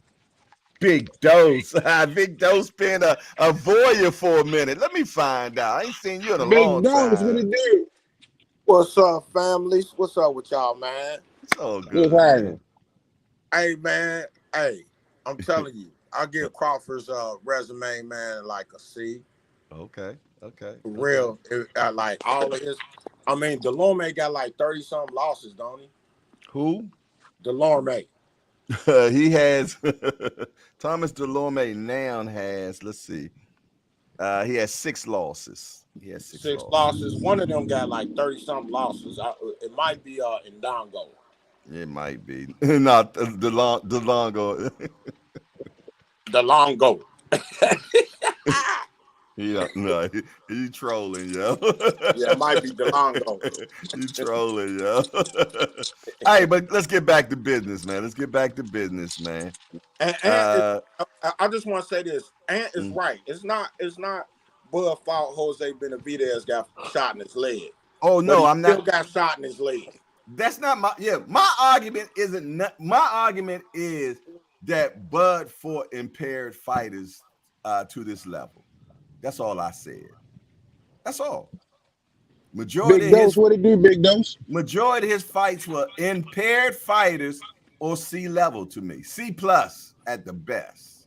Yeah. Fighters. Except Ndongo. I mean, not Ndongo. Postal. I like Postal. Sean Porter. But now let's get it. We ain't finished yet. Let's finish. Okay. Hold on. Hold Before on. we go further though, big homie, let me say this. Okay. A lot of these fighters got things going on with them going into fights. The difference It's, is with Bud, he done knocked all these fucking guys out, so we don't never know what's going on with him. did I not say that earlier in the conversation? I said that he treated I him. don't know. I missed that part. But what I'm Yeah, and saying that's what is, I'm saying. I said, everybody goes into some to the fight with something. yeah, they always say all fighters go in there. No fighter goes in there 100%. But what I'm saying, these Yeah. are major impairments, man. Or Amir they Khan's not a just, major impairment. Amir Khan's always been who he's been. yeah, his chin The man's chin is suspect, but the yeah, he skills chin are him it. there, like Remo was saying. Yeah, Yeah, he was whipping that Canelo's chin is ass. tender, man. It's falling off the bone. You know what I Exactly. mean? But So at that point, but the skill is there though. yeah. When Amir You want to Khan talk gets about the in, talent? okay, let me ask you a question. When Amir Khan gets in the fight, what's the first thing you say about that's going to happen in this fight? I hope he don't get hit Why? because of his chin. But that's not an impairment. That's not Bud Crawford's fault. His Even with chin. that chin, It's never he still Bud fought some Crawford's pretty fight. damn good. It's never Bud's He fight. still beat some damn good fighters. Man, Connor's a former champion, bad chin and all shit. What's my guy's name? The Klitschko. Vladimir Klitschko didn't really have a chin like that. Yeah, he used the Still jab to became a get better. champion. Yeah, because he established the jab. But his chin is not an impairment. No, you could say that's a deficiency, but it ain't an impairment. Impairment is like you had some shit going on with you, like prior to, like Yeah, his something chin. that affected you irrespective of, you know what I mean? It ain't like he just got Okay, clipped I'll one tell day. you No, what. his chin been that. Even when For he fought, what's my guy? People talk about Canelo, but Danny started the chinament. and Breeders' Prescott wasn't even like a crazy Oh yeah, fight. British Prescott. I forgot about him, the UK dude. Yeah, he started it. He started the chinament, right? He started playing that sweet chin music. Yes, indeed. Woo-wee. But I tell you what, we all okay. For the sake of argument, and you are correct. Okay, Kell Brooks that fought Crawford, Remo. Are we talking the talent again, or are we talking at the moment of when they fought? At the moment when they fought, because that's all that counts. He might have been at that point. He was probably like a C, because he was more worried about the eye than anything. Yeah. So that means he was what you call him then? Okay, that one I'll give you. I'll give you. Okay, I appreciate That it. was more. That Thank might you. have been a payday fight for Brooke more than anything. Okay, big dose 513, man. Kell Brooks. Yeah. Oh, wait a minute. We forgot somebody. Kavaliskas. Remo. We missed Kavaliskas.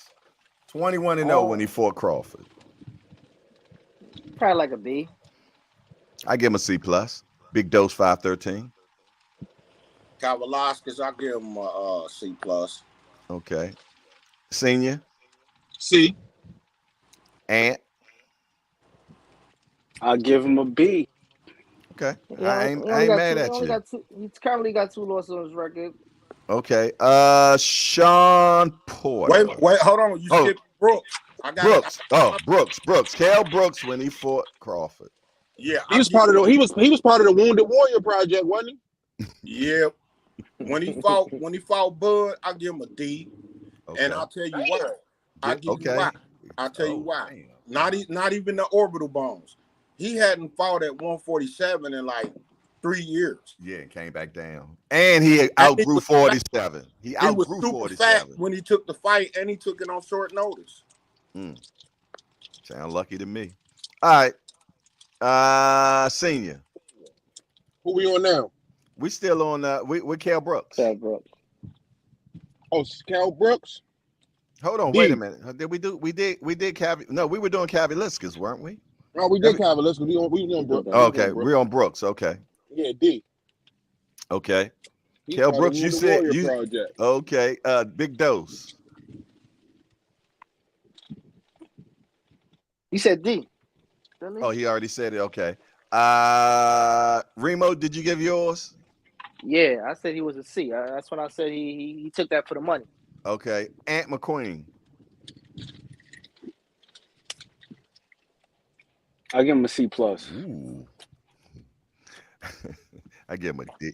Nah, I agree with Big. I agree with Big Dose is saying as far as like him going, and I think that's what messed him up more than his eyes. That fluctuation in weight, because your man went up to 160, came back down to 147, then he went to 154, and I think he was actually undefeated at 154. So that's why I would give him a C plus, because he won a couple fights before getting back in the ring at 147. Matchmaking.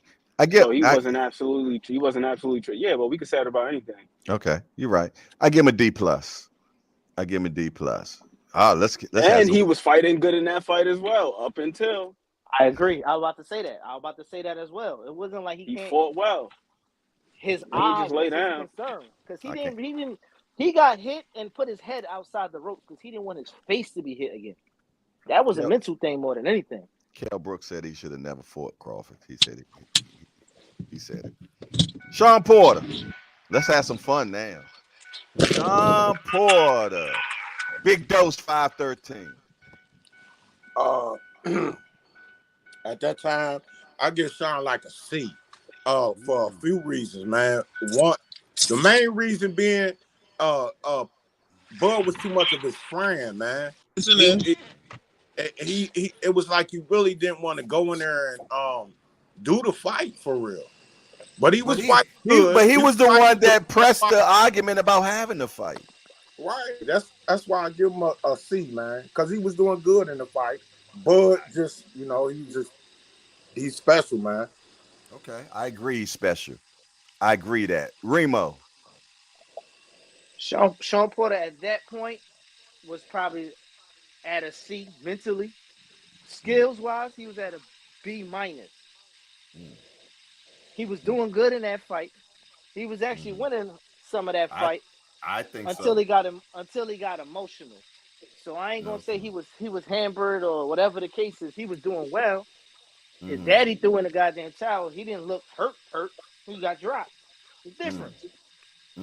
So I ain't gonna say that.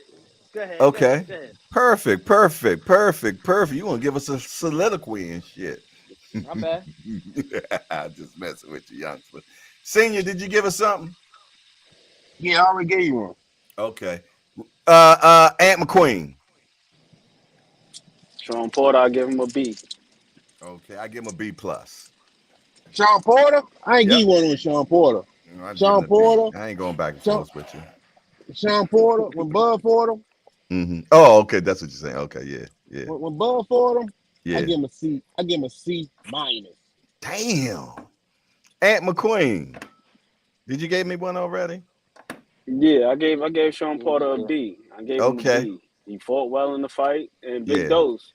What you said is pretty much the story in a lot of these fights. The guy was fighting good until. Okay. After that until, then we got all these reasons why that until happened. Okay. You know what else? You know what else about that fight though, Aaron? Even Porter and his pops admitted Porter didn't train like he should have trained. That's all him, but we rating him. We rating Sean. We ain't rating Bud. Yeah, no. I said no. See, that's why I say nobody understand what I've been saying from the beginning. What I said from the beginning, that Bud has been lucky because every time it's always something about his opponent didn't do up until then. And that's not his fault, though. That's not his fault. Did I say it was his fault? Luck is never your fault. Luck is never your fault. When you hit the lottery, well, it's kind of your fault a little bit because you had to buy a ticket. You had to buy the ticket. Hey, listen Just because I'm a bad motherfucker and I don't play around with my food, don't make me lucky, baby. You starting to holler at me, Jay. You starting to holler and scream at me. You getting like the rest of these YouTube channels. No. But you see how he acting with another fighter that's just like him. That's a gym rat. How he acting with Boots. He don't want no parts of him. Okay, let's get to we got two more, y'all. We got two more, and then we can have all type of conversation. David Asnesian. Remo. I've never watched him prior to that fight alone. I never heard of him to that fight. I give him an M. But what he did, with he could get an NA, non-applicable. I give him an M But for the money. Ant McQueen, I give him a C plus, C plus. big dose. A F minus. Damn. I give him a C. Who I is? give him an M. Senior gives him an M. Last but not least, Earl Spence Jr. Damn, y'all don't want to have to do this, man. Who you want Go to ahead. go? We'll let you be first, Senior. Damn, yo. Since you don't want to, we're gonna let you get it over quick. I gotta give him a D. See, this is some crooked shit right here. This is what I'm talking about.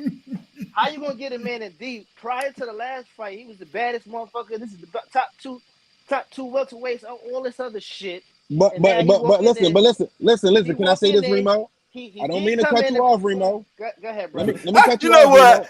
People kill me No. with that though. Let me get this, Jay. You I don't mean to said cut when you Crawford. off. Yes, you do mean it. I don't mean to cut you off, but I'm gonna cut you off. All right, well, listen. Let me tell you why I get my grade. Because I believe everybody on this panel unanimously can look at the ring walk before Earl Spence got in the ring, and we all asked ourselves, what the fuck is wrong with Spence? Before the ring walk for me. You see what I'm saying? All So right, everybody looked right. at it and said, what's wrong? Something's not right. Before he even made it to the ring. But as Earl Spence fans, we still kept hope alive. You yelling. Because I'm trying to get my point across.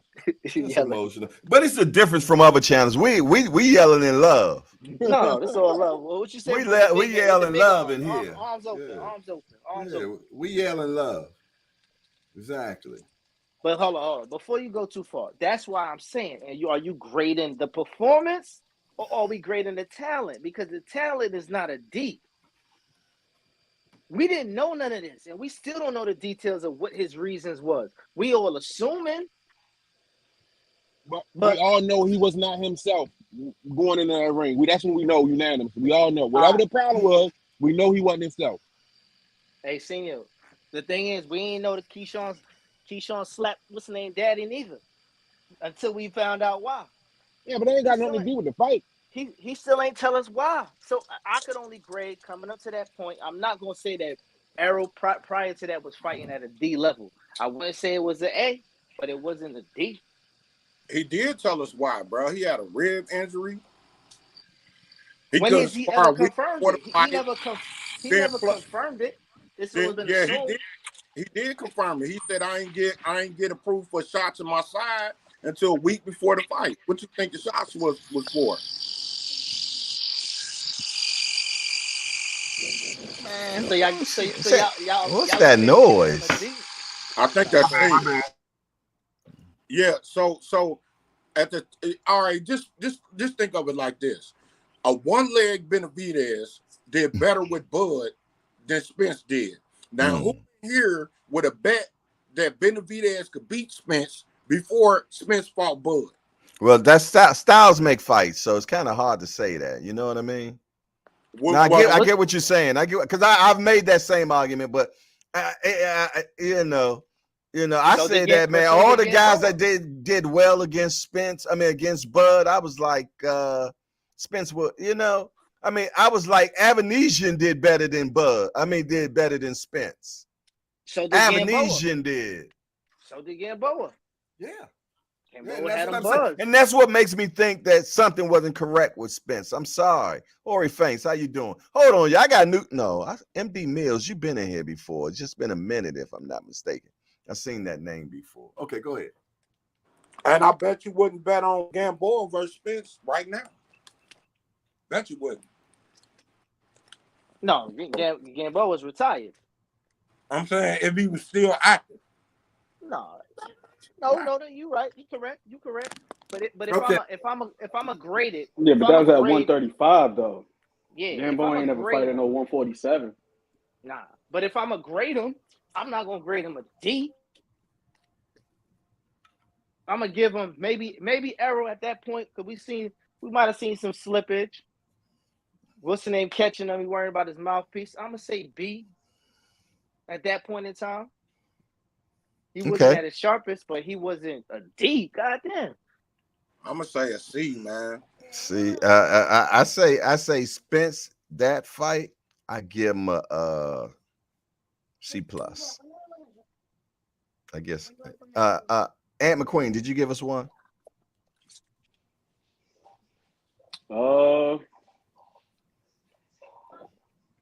I would still give him at least a B plus at the least, because shit, he had a similar performance against Ugas. Similar performance. Shout out to my guy, Boxing Gems. He got a whole video because Ugas came out with a statement that wasn't the same Spence that fought me. Had all of these clips side by side of him doing the same exact things, employing the same tactics. That shit just didn't work that night. And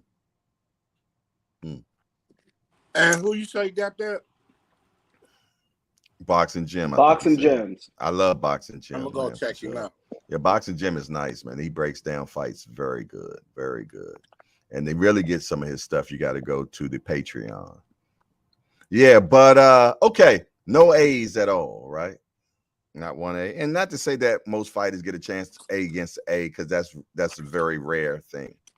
But majority of these fighters that he fought was C fighters at the best, if we do the average of what we're saying, and impaired fighters. And that's why I was saying about the luck. That's all. Had nothing to do with Crawford, because I think Crawford would whip their asses even if they were B pluses and A's. I'm gonna be honest. Even Earl. I think that he's a more talented fighter than Earl. Okay. All right. That's cool. Yeah. And Earl's my guy. That's his question. How many A fighters do we truly have in this day and age? Hold on, wait a minute. Hold on. Did I not see y'all not listening, man? I said, when is the chance that we normally get an A fighter against an A fighter? And normally we don't get it. I said that already, fellas. Don't do that to me. No. I was asking you, how many do we truly have? How many A fighters do we really have? Not that many. That's why I said that, is we don't have. You're right. Yes. I think Brook was an A when he fought Spence. They both was A's. Nah, he didn't he already have one eye broken already? He had an orbital bone broken. Yes, he did. But he still was fighting good. He was in there fighting real good. He was healthy. He was a champion. All right. Let's look at this. But he who's an A fighter? That, though? Is Crawford an A fighter? Yes, sir. Yes, absolutely. I think so too. I think Crawford's an A fighter. Is Spence an A fighter? Yes, he is. Aunt McQueen?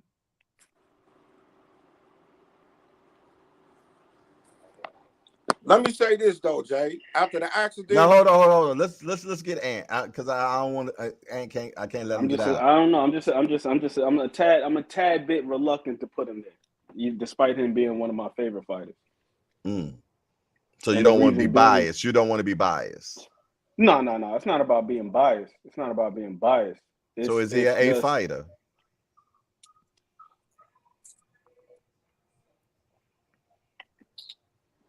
B plus A minus. I can't give him like a solid A. Remo? I can't. No longer. Was he before the fight? Oh no. Okay. Spence before accident. Let's go there. Is he an A?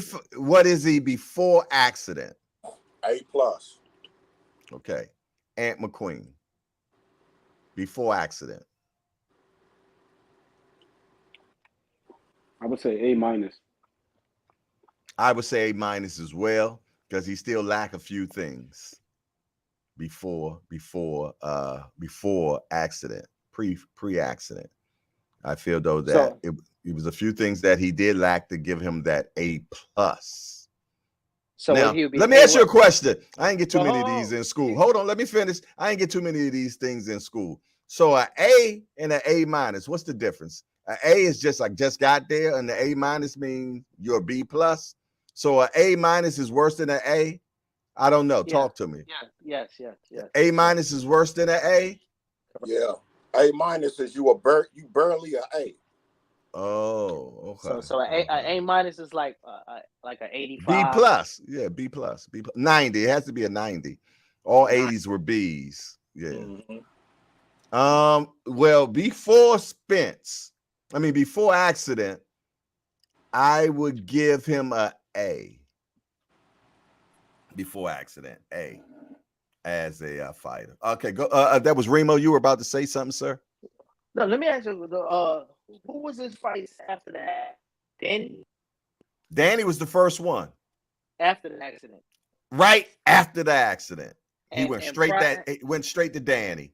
And prior to the accident, who was his fight prior to the accident? I'm pulling it up as we speak. Sean Porter. Was it Sean Porter? All right. Sean Porter. He had 2 accidents before Danny. Remember? Yeah, he had that. He had that one where I thought that was the second one. It was after. That was after Danny. No, before, because they had to postpone Danny because of that accident. Damn, and he hurt his leg in that one. Maybe that's why he was limping, because Coach Calvin and Kenny said he was limping at that fight. All right. If I had to grade him post before any accident.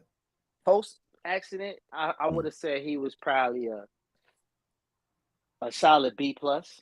Okay. And I'm gonna say that. You need a soliloquy or nah? Y'all give me a soliloquy. Because I just didn't want a soliloquy in between the answers. That's all. Him and Porter did go tooth and nails at that. It wasn't like a clear cut separation of talent there. He just had a pressure. Beautiful and fight. He caught him on the chin. Mm-hmm. And then like that was your difference right there. His standout moment. Who was winning before that fight? At that fight before he caught Porter. In your mind, it was real close. It could have went either way. It could have been a draw. It could have been either way. I couldn't say that like anybody Big Dose stood apart from each other. Big Dose. Who won? Okay, and I actually had Errol winning before the knockdown. I thought that Errol did the cleaner work. Here's the thing about Sean, man, that frustrated me in that fight. I thought that he was effective, but he wasn't necessarily efficient. GP. I felt he was effective, but not necessarily efficient. Like he was like there were moments where he was able to turn them to the ropes and all that stuff. But with Sean, it's like, the way he be smothering his work and stuff. So I thought he was effective, but not as efficient. So I thought Spence was ahead. Before the knockdown, I would have had it at a draw or Sean winning. G Peasy. Yo. I got a stop. I got a whole headache over here. Not a whole headache. Yo, Sean Porter in that fight. Old school. And his capabilities, he was an A. Mm-hmm. He was an A. Sean Porter. He came in the fight ready. Hold up, I'm talking. I've been listening. Y'all gave me. Excuse me, sir. Y'all gave me a head. Look, I don't want a messed up haircut. Go for it. He was A ready. He was A ready. He just lost. He was A ready. I get what you're saying. 1 foot in, 1 foot out. But he came to the fight ready.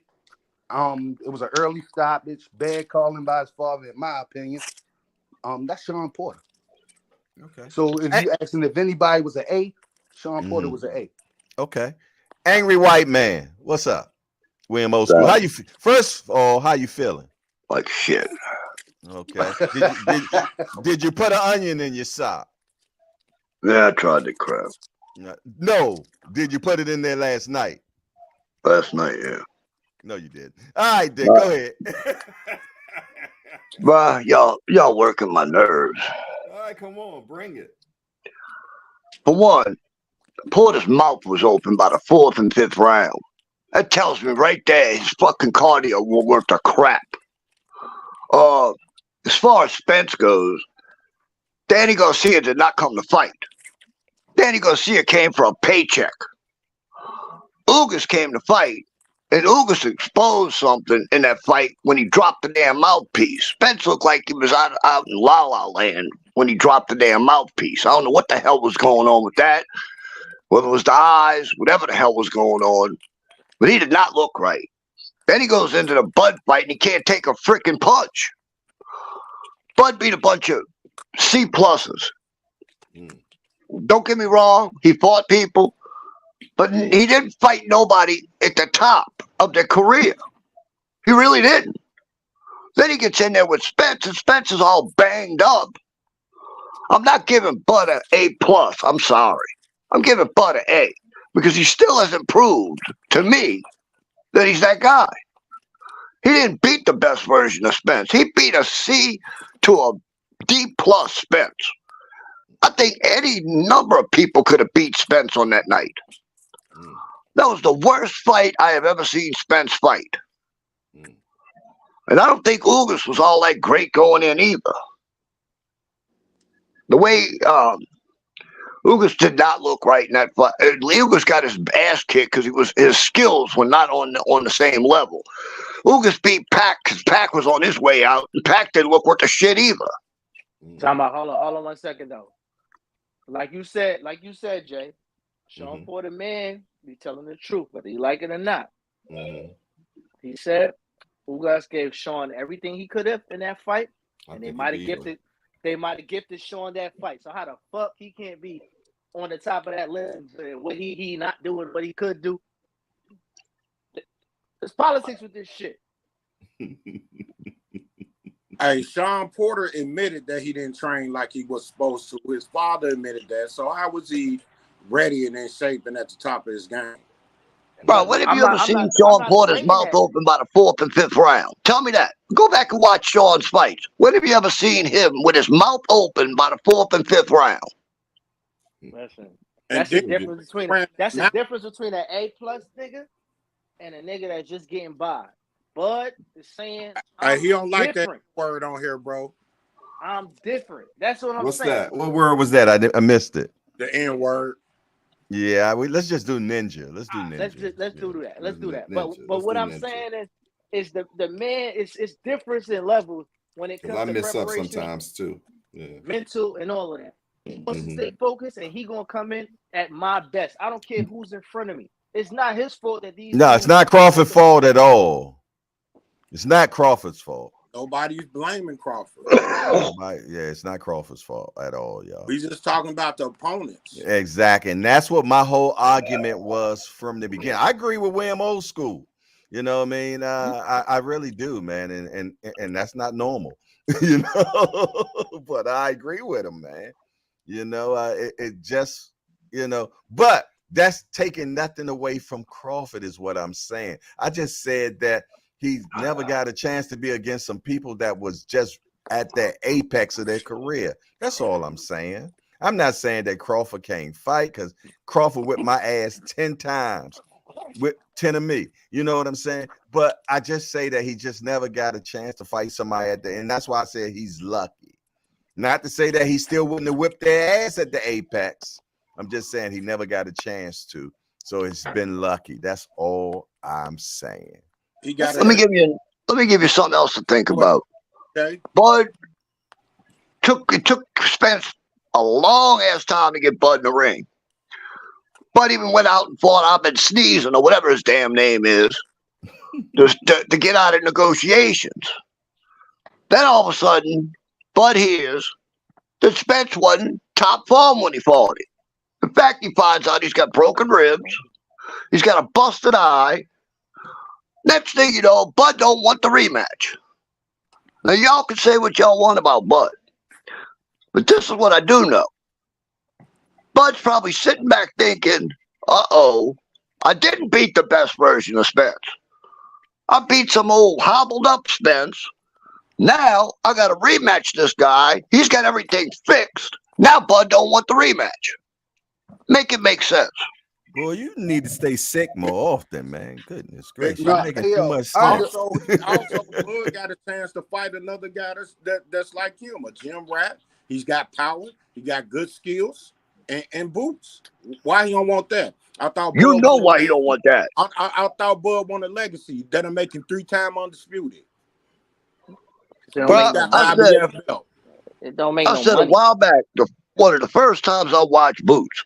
Boots reminds me of a cross, like if Roy Jones and Sugar Ray Robinson could have had a baby together, it would have been Boots.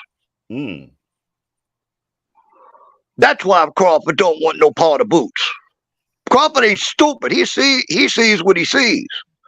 They watch film, just like they watched every little bit of film on Spence. They watch Boots. They know what the hell Boots is. That's why they don't I'm want gonna to be fight honest. for Boots. I think the best chance for Crawford beating Boots is right now. Don't wait another year. Don't wait to fight Boots in another year. Because if you wait to fight Boots in another year, man, you're gonna you ain't gonna have a damn chance whatsoever. Because you're getting too old. You'll be 37, and he's just getting better. You know, it's just like how I wanted Spence to get Crawford as soon as he walked into 47. That Spence that fought I think he would have beat Crawford as soon as Crawford had got in 47. I wish he had fought him right then, but he didn't. Can I ask a question? Always. All right. So why right now should Tank fight Keyshawn Davis?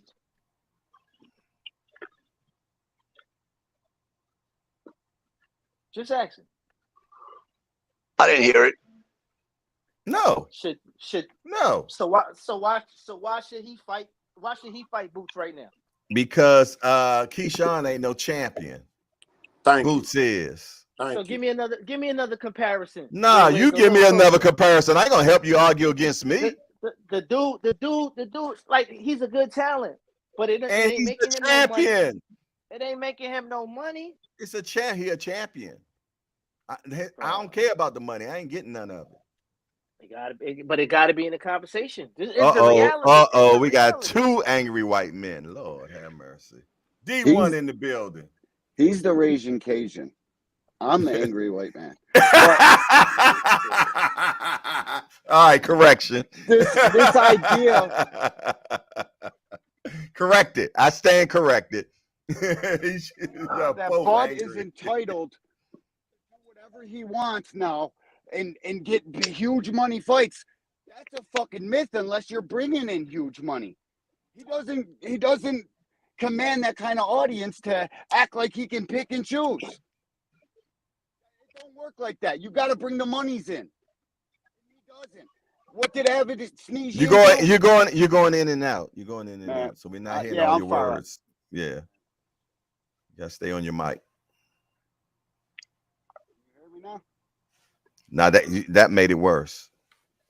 All right, I'll call back. No. This you sound good now. This idea that Crawford is entitled to take big money fights and big money fights only. Guess what has to happen for that to happen? You have to bring in big money by yourself. He does not do that. We just seen him do that with BLK Prime. He sold 6,000 buys. This idea that Crawford's entitled to some huge money fights is crazy. Yep. He doesn't bring in that kind of money to pick and choose like Canelo or somebody that brings in a lot of money.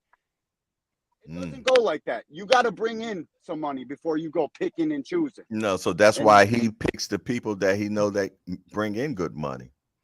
It's not him that's bringing in the good money. So him by himself just going to fight this big money, where is it at? That's what he should do. I got to go back to work. Love y'all. Peace. Love you too, man. The angry white man right there, man. He got it straight. That's right. William Old School is the raging Cajun, man. Right. All righty. I got one thing to say to that, though. Okay, while you do that, I'm gonna go get some more coffee because it looks like it's gonna be a long I just got me some right here. That's what I got. I think that as fans, we kind of overstate what fighters bring in, and understate the importance of their affiliation. You look at some of these guys that have, enjoyed great commercial success. Look at who they connected to. It's not just, these guys are just so great. Their teams have done a fantastic job of putting them in position to do so, to enjoy this commercial success. And I think that's the one thing that Bud hasn't had. A lot of those guys on Top Rank, if we're being honest, Top Rank, they do a fantastic job of scouting talent. You see the guys that they're able to sign. But when it comes to turning these guys into household names. Like we talk about knockouts, right? Like that's how you sell. The motherfucker got 31 knockouts in 40 fights. So if you can't sell him,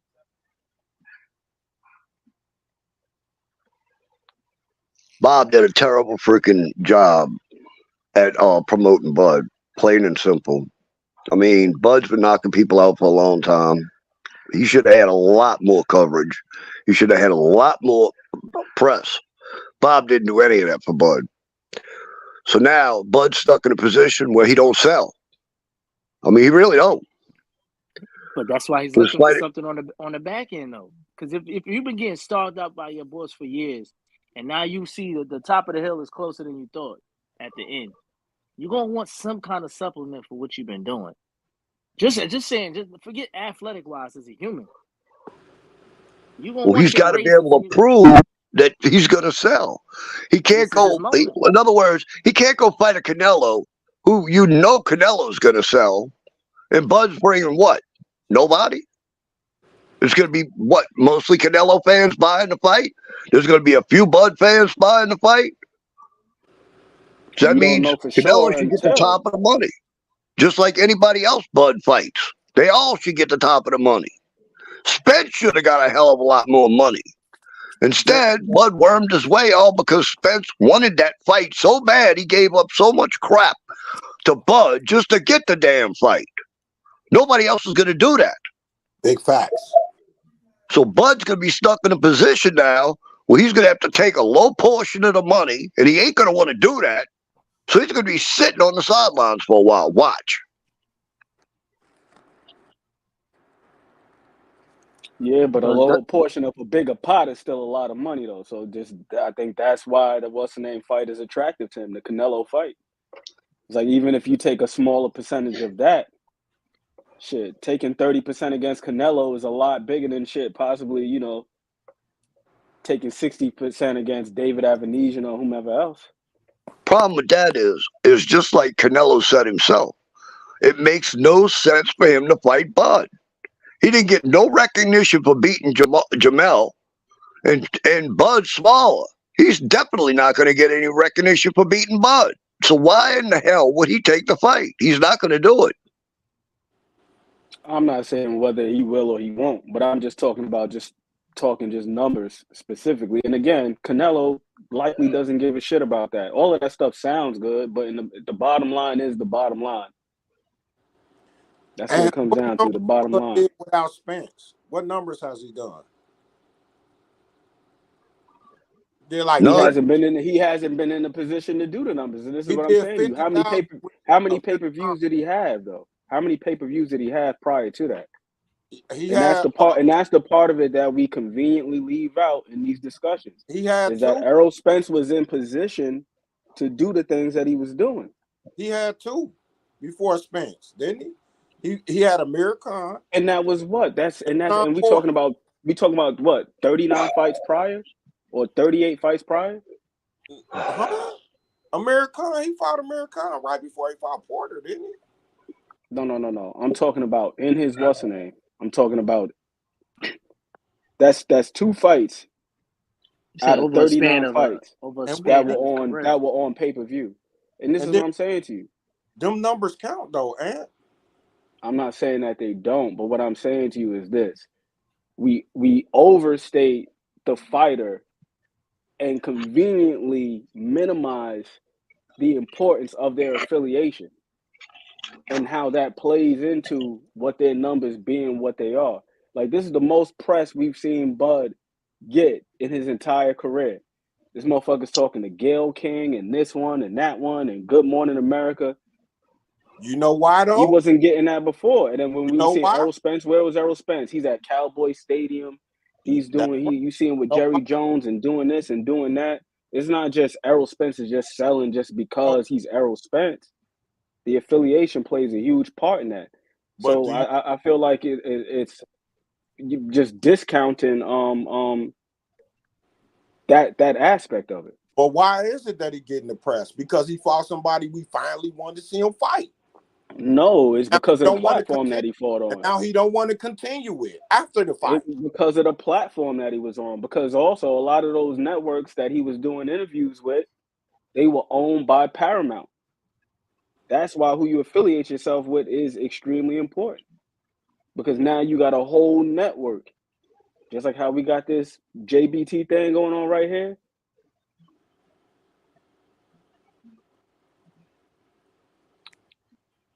Listen, I'm an Errol Spence fan just like you. It ain't just the press looking for Errol Spence. It's because of who he's affiliated with. Because if his ass was fighting on fucking Telemundo or Univision or elsewhere, we wouldn't even be knowing about it.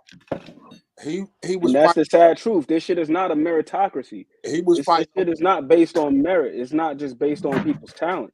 He was Your fighting affiliations, all of that shit matters. in sports, bro. ESPN. Yeah, y'all been playing fair up in here, man. Yeah, you already know. Oh yeah. Okay. Now here's the crazy thing. Just a little friendly. Bud is starting to get press. He's starting to go get interviews, all this shit, right? Now, Bud's watching, knows, all right, I might have to rematch a healthy Errol Spence. I could lose all of this if I fight Errol again, and I'll lose because Errol's going to be healthy this time. This is why Bud's not going to give him the rematch. MD Mills, well, stock in that. MD Mills, welcome to the platform, my guy. What you got for me? Man, I appreciate you having me, brother. Appreciate you. Jab, straight left hand because of 7 pounds. No, he's not going to be able to do that. Listen, man, one thing that when we talk about this boxing stuff, man, it's both a business and it's a profession of skill, right? So the thing is, man, if you look at what Bud is talking about, first of all, we can't psychologize people. We don't know what these guys are thinking. We can only go by what we see and what we hear. Now, what we do know is that Crawford was contractually obligated to have a rematch by the end of December. That was in their contract. That's very well known, right? Mm-hmm. So it went past December because Bud felt like he owed Spence that time. He was like, all right, man, he looked out for me. He gave me this opportunity. I'm going to wait for him. And you know what happens in that time? Spence comes out of wherever he's been. He gets an eye surgery, and that's going to put him on the shelf for an even longer period of time. Now, you're talking about a guy who's already 36 years old. He'll be 37 at the end of this year. Is he supposed to just wait another 6 months for Spence's eye to heal up so he can be ready to fight? Nah, man, you can't expect people to do that. Not at that age. The guy wants to be active. Got to fight. That's exactly what he's. That's exactly what he's expected. That's exactly what he's expected to do.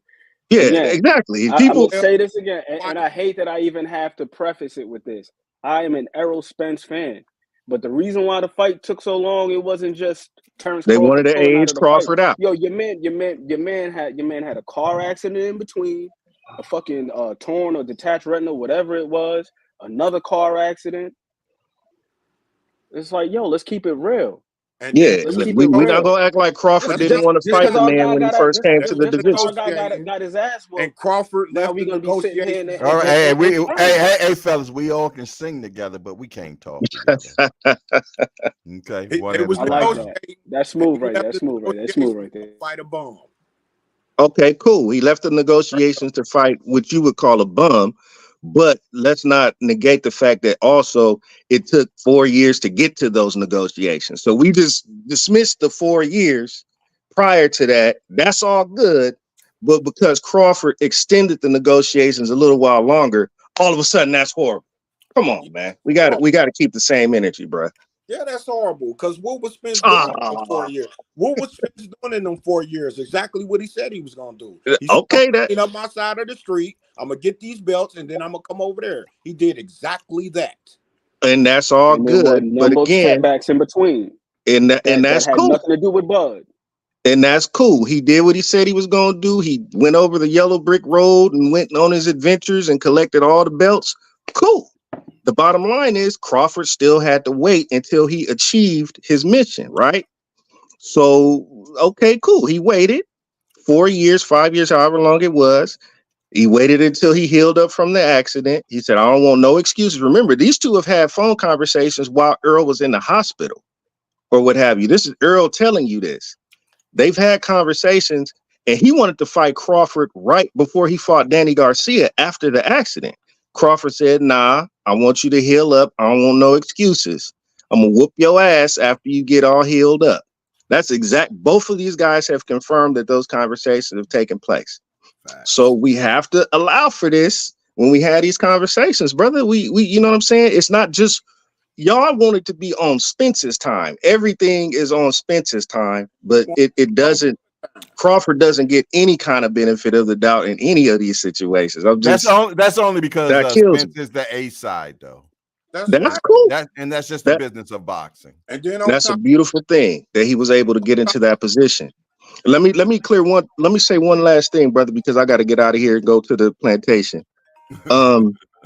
With regards to the pay-per-views, let's look at this, man. Ain't nobody really doing huge pay-per-views like that anymore. Outside of Canelo Alvarez on his own, nobody's doing that. All these guys at one point in time have had to have that dance partner to get them over the hump. Errol Spence did no pay-per-views. They pulled Mikey Garcia up, got him on pay-per-view. Boom, they did over 400K. Prior to the Ryan Garcia fight, and this is all documented, Tank, and this came out of Steven Garcia's mouth, Tank's highest pay-per-view was with Rolly Romero, and they barely touched 300K. Prior to that, he was doing 150K, 199, a little bit over 200K. Ryan Garcia, boom, Ryan Garcia had never been on pay-per-view. All of a sudden, they get the right dance partner, they do 1.2 million. So who's responsible for the majority of the 1.2 million? The guy who only did a little bit over 200K, or the guy who never had a pay-per-view in his life? Perfect Crawford, right. Crawford by himself he did 150K with Amir Khan. He did 130 whatever with Sean Porter. Those are, in today's pay-per-view market, those are solid numbers. We can all, mourn what has happened to boxing and why pay-per-views, all the theft and all of that. But 150K is solid pay-per-view numbers in today's pay-per-view market. So to say Crawford brought nothing to the table is asinine, because prior to that, Earl's best dance partner in pay-per-view was Mikey Garcia. They did 400K. Earl links up with Bud. They do, some people say 700,000, some people say 600,000, but it was more than he's ever done before because he had a dance partner. So Crawford brought something to the table that Earl didn't have prior to that, and Earl brought something to the table that Bud didn't have prior to that. So it's a symbiotic relationship. We can't just go ahead, brother. I'm sorry. Earl did 300 plus with Sean Porter. Bud did 150. I don't know about that Sean Porter one, bro. He did all these pay-per-view numbers. You know how that goes, man. Some people say it's this, and other people say it's that. Showtime don't really put out some with the. Yeah, but if you're going to use that in your argument, you can't come back and double back and say that. Right. Exactly. That's fair. Okay, that's fair. So this is my thing. You talked about what Spence did, while Bud was waiting on him. But then when they get into negotiations, because what Spence did while Bud was waiting don't got nothing to do with Bud. But Spence and Bud being in negotiations, that has everything to do with Spence and Bud. Spence breaking those negotiations to go fight a bomb had everything to do with Spence. So you can't sit here and say, it ain't had nothing to do with Spence. I'm not sure what do you mean by that, bro? You said what Spence did while Bud was waiting. You was talking about what Spence did while Bud was waiting. And like that equates to what Bud did in the negotiations with Spence. That them two don't gel together though. That's what I'm saying. I mean, I don't know, man, because the negotiations, they started what was it, like June of 2022 or whatever. I don't remember when they started the negotiations, but it lasted all the way until I think Bud walked away in October. And then all of a sudden we got the Avenesian fight. So boom, we had a few months of negotiations. It fell through because whatever reason, Bud say they wasn't saying what he wanted to hear. They say Bud was asking for too much, whatever. He wanted too much transparent, whatever it was. He walks away, gets the Avenesian fight. They fight. Him and Earl end up fighting in July of 2023. So the fight ended up happening within a year's time frame anyway, or a little bit over that. You know what I'm saying? Well, actually, if you really, they said that, yeah, okay, over a little bit over a year. That's when they finally started to fight. So I don't even really see what the problem is when he fought taking the Avenesian fight. You know what I'm saying? Like, what was the issue with that? They negotiated the first time, it didn't work out, and then boom, they got the fight going within 7 months of that negotiation. You know what I'm saying? So what was the issue? I think Crawford took that fight because he believes in tune-ups, you know, and that was his biggest problem right there, is that he had been on a year layoff, and he wanted to get a tune-up before he fought his biggest competitor against him all of the whole time. That was his biggest fight, and I would want to tune up too if I'd been out for a year. I believe in tune-up. I believe that it gets you back sharp. You know what I'm saying? So I think that was a smart move on his behalf. And I think Spence should have done the same thing. I said it back then. I said when Crawford took that tune-up, Spence should have took one too, but he didn't. You know what I mean? That was his fault. Spence should have fought Thurman. Somebody. While he was waiting. Somebody. Remember, that's what they wanted him to do. But pride, man. And after pride comes destruction. And that's what happened. Because that puts actually Thurman wasn't even training at the time, so it wouldn't have been Thurman. No, Thurman was training. Thurman been training I just got that confirmed by the PBC guy. He said Thurman been training all this time because he thought he was going to get the Spence fight because he was the mandatory for Spence. Yeah. So he was training. He was training. We did hear that. Yeah, there was some training videos. As a matter of fact, at that time. Yeah. Fact. The boxing voice. Yeah. And we got training footage. Now we don't know when that footage was had, but it made us believe that he was training. Yeah, that's true, man. That's true. But anyway, fellas, man, great talking to you. You know, I told you hardcore boxing, man. Every time I come through and drop in on the platform, man, you always keep the positive energy. I love the fact that all you brothers were on here. You listen to each other talk. Then you don't walk over each other while you talk. Man, I really appreciate it because, you know, this YouTube boxing can be a toxic community at times, man, you know. So I really appreciate the energy that all you brothers have brought, man. I really do. And we appreciate you coming on. We appreciate you coming on. Hey, man, I need you to come in more often, man. You know for sure. I know you're busy. But, you know, stop in on us once a week, man. I enjoy your conversation, man. For sure, man. For sure. You know, I follow so many different boxing platforms, man. And you know what I mean? So this the best one, though. It's the best one, though. For sure. And when you see all this stuff pop up at the top of your feed, man, it's hard to keep track of everything, but I just happen to your topic happened to catch my eye this morning. I said, I ain't checked in on my bro in a while, man. Let me see what's going on over here. Appreciate you. I appreciate it, man. Take care, y'all. God bless. Hey Jay, this is my question. If Bud don't give Spence the rematch, who is he gonna fight? I want him to fight Jermell Charlo. So if he don't I don't think PBC gives him the fight if he don't rematch Bud. Because if you don't rematch Spence, don't do no big numbers. It's not. It ain't gonna do the type of numbers that PBC is looking for. What does? I want him to fight Tim Tszyu and Thurman. I think a rematch was okay, but then he gotta wait. He gotta wait. So what do he do while he wait? Cause they about to fight. Why not fight a Jermell? So when Tszyu and Thurman finish, they can fight for undisputed. He still got three. That.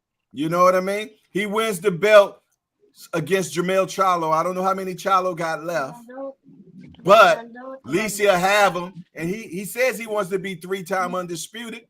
That's a great plan to get there. Even though it came out of my mind, it's still a great plan. I agree with that, Jay, but I just don't think PBC is gonna give Jamel number one. And number two, he can be 3-time undisputed without Jamel. Give me the road plan to get there. Boots got the IBF, he got the other 3 belts. He beat Boots, he 3-time undisputed. Yeah, with that comes complications. Real easy. You're right. Yeah, but I think what the OG was saying is more so not just 3 times undisputed, but also 3 different divisions, because then it would be 140, 147, and then possibly 154. Bingo. Bingo. I can see that, Ant, for sure. I can understand that. Please forgive me, y'all, but I haven't eaten, so man, I gotta get it in me, man, for sure. For sure. Jamel still has 2 of the belts. I'm looking at BoxRec right now. He still got the WBA and the WBC. Okay, so the other belt is open. Unified. So, I gotta track down this IBF, see who got the IBF. Boost do. No, I'm talking about 154. Oh, at 54. It got to be an 54. open belt then. It got to be an open belt. We about to see right now who got the. Nobody fought for it, and I ain't hearing nobody got gifted. Question is, will Bud price himself out? Oh, for sure. Of course. Oh, for sure. Of course. Without a doubt. Supposed to do. Without a doubt. Get that Nigga, like without a doubt. Everybody ain't gonna go for that. But price himself out against who though? Jamel. Anybody that's a PBC. But but take for instance. Okay. Who makes more money, Jamel or Crawford now? Who's the biggest breadwinner so far? I think they're about even. Well, who's the bigger name right now? At 54. If Jamel. Bud walks in at 54, right now, I would probably go with Bud. that's what I'm saying. So who the bigger name at 54? Yeah, walking in right now. Yeah, he's saying if Bud goes up to 54 right now. Who's a bigger name than Bud? We just talking about notoriety. Bud. I think that fight against Canelo diminished some of Jamel's star power, man. Hey, you know what I seen on here? I was looking on BoxRec, and BoxRec gives the top names followed on BoxRec. You know who was in number 3 position? Crawford. I believe Canelo and then Fury. So yeah. Those are the top 3 names on BoxRec. I was surprised that the most followed is those 3 guys. And I was surprised Crawford was number 3 in that bunch. I just seen it on BoxRec. Yeah, but I'm looking at that right now. You see it? Who is 1 and 2, Ant? Who is 1 and 2? Number 1 is Canelo. Number 2 is Fury. And then you got Bud. Triple G is 4th. Anthony Joshua is 5th. Loma is 6th. Tank is 7th. Wow. Usyk is 8th. Wow. Inoue is 9th. And Triple G. Wilder rounds out the top 10. That's what diminished it for me. Yep. That put right out the freaking window when you said that. But it is what it is. That's just analytics. It's just on BoxRec though. That's what's just on BoxRec. I'm out, bro. I'm going lay back down. Yeah, hey, go home, lay down, and put that onion in your sock, man.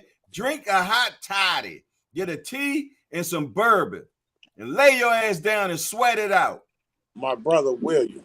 Oh, yeah, I got to do something, bro. I feel terrible. I should have never went yesterday. And stop. Yeah, I told you that. And stop saying I'm sick.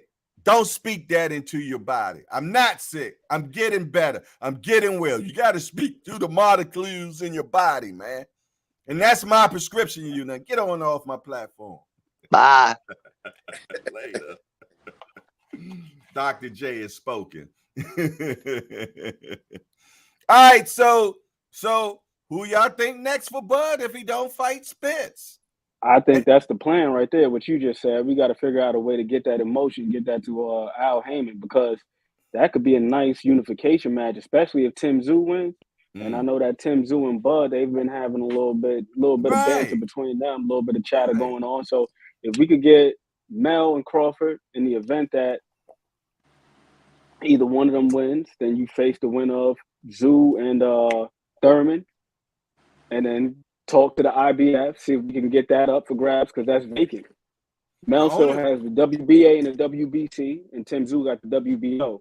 Mm-hmm. The only free belt did is you the find that other IBF. belt? Yeah, so the where IBF is is the only that? one that's free. So that's the only one that's free. Okay, and we don't That's know vacant. where. So okay, so it's vacant. Okay, that's what they're doing. Are they doing it? So somebody got to fight for it. So why don't they put that belt in there as to fight for it and make it undisputed? Can they do that?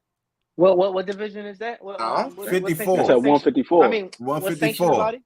Sanctioned The IBF. IBF. So can they? They already got the 3 belts. I wonder, can they just throw the 4th belt in to fight for, and it becomes undisputed? They likely can, because I've seen situations they can do what they want. Had a fighter that had. I've seen situations where you had one fighter that already had a belt, and then there was a vacant one, and they threw that one in the mix too, and then that was a unification match, and then they would even be more inclined to do so in the event that the winners of those 2 fights were to fight, because sanctioning fees, that's big money. That's a lot. It's a lot different than having just 2 guys fight for it, like having like Lubin and Jack Colkay fight for that IBF strap. If you throw that in the mix with like a Tim Zoo, Terrence Crawford, 3% of that fight is a lot bigger than 3% of Brian Mendoza versus Josh Kelly or somebody like that. You know what I mean? So I think it makes more sense for them business wise. I heard Danny Garcia said his name was in the running for that Tim Zoo fight as well prior to them announcing Thurman. So I don't know where he falls in as far as rankings and shit like that. But Danny don't even fall for me no more, man. I'm gonna be honest, man. I like Danny, but he should not be conversation no more, man. I'm gonna be honest, man. He's right now. It's just all just taking care of the nest egg. That's a nest. All his fights are nest egg fights right now, man. He can never be champion again. You know what I'm saying? And that's just how I feel about it. So he's not relevant, I think, in this conversation. Didn't Danny win his last fight though? He might have, but matchmaking is good, man. Yeah. Matchmaking is good. Man. And you're right about he's a name. He's a name. People use the up and coming guys now to make a name off of him, off themselves, man. You know the game of boxing. You all are all hardcores. You've seen it over and over again. Up and coming fighter fights a former champion, got a good name, man, still can punch, and they make the fight, man. But do they really expect for him to win? Not really. Not really. You know what I'm saying? I mean, he's always been a limited fighter. I mean, he's flat-footed. You know what I'm saying? And now he has a hell of a chin.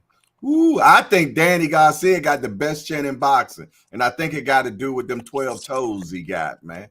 You dig? I think the 12 toes keep him just, man, well planted. You dig? But in his day, man, at 140 and everything, Danny was doing his thing, man.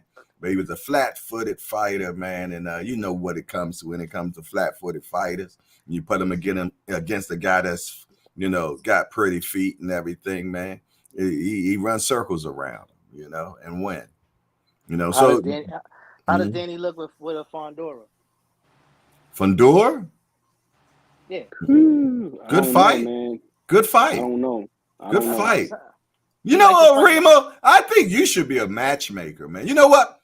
I'm gonna tell y'all what I'm gonna do, man. I'm speaking. I'm gonna open me up a promotional company. And Remo, you're gonna be my matchmaker because you be putting together some good matchmaking. I'm having all y'all in my promotional company. We're gonna have the best promotional company out here, man. I just gotta pay for to get that license, man. But I wouldn't mind having a promotional company because damn, Remo be making some good ass matchmaking, man. Like I said, for this cat to be a past casual, because we gave him we already deemed him hardcore, man. Hey, man, you do your thing, man. Salute to your ass, man, out of there in Brooklyn. Appreciate it. But I Oh, think you ain't got no problem with me saying salute your ass, huh? it's my ass. It's my. Hey Jay, I'm about to get up out of here, bro. Salute. Appreciate you. Hey, and you another. I'm gonna get on you right now. You another one, man. Don't be hanging around a lot lately, man. We be missing you. What's up? I be sleep, man. Nah, I see you on the other streets, man. That's doing like 7. You know what I'm saying? But in the morning, just letting you know we miss you, man. We appreciate you, man. So yeah, I got an evening show at 8 p.m. Yeah, I'll be in there. Okay. That's a senior show, right? No, my show. I got a show at 8 in the No, morning and I'm talking 8 in the about evening. 50 and over show. That's only on Sundays. Sunday. Oh, Sunday. okay. Yeah, okay. So you just had it mixed up. Yeah, that's only on Sundays. Okay, I got you, big bro. I'll be around more often, man. There you go, man. It ain't easy for a grown man to tell another man he miss him now. Yeah, hey, for sure, man. You right about that. All right, now. Hey, much love to everybody on the panel, everybody in the chat too, man. Salute to you, my guy. Hold it down, big dose. Hold it down. All righty. And now it's 3. Yes, indeed. So, I say that what's the name?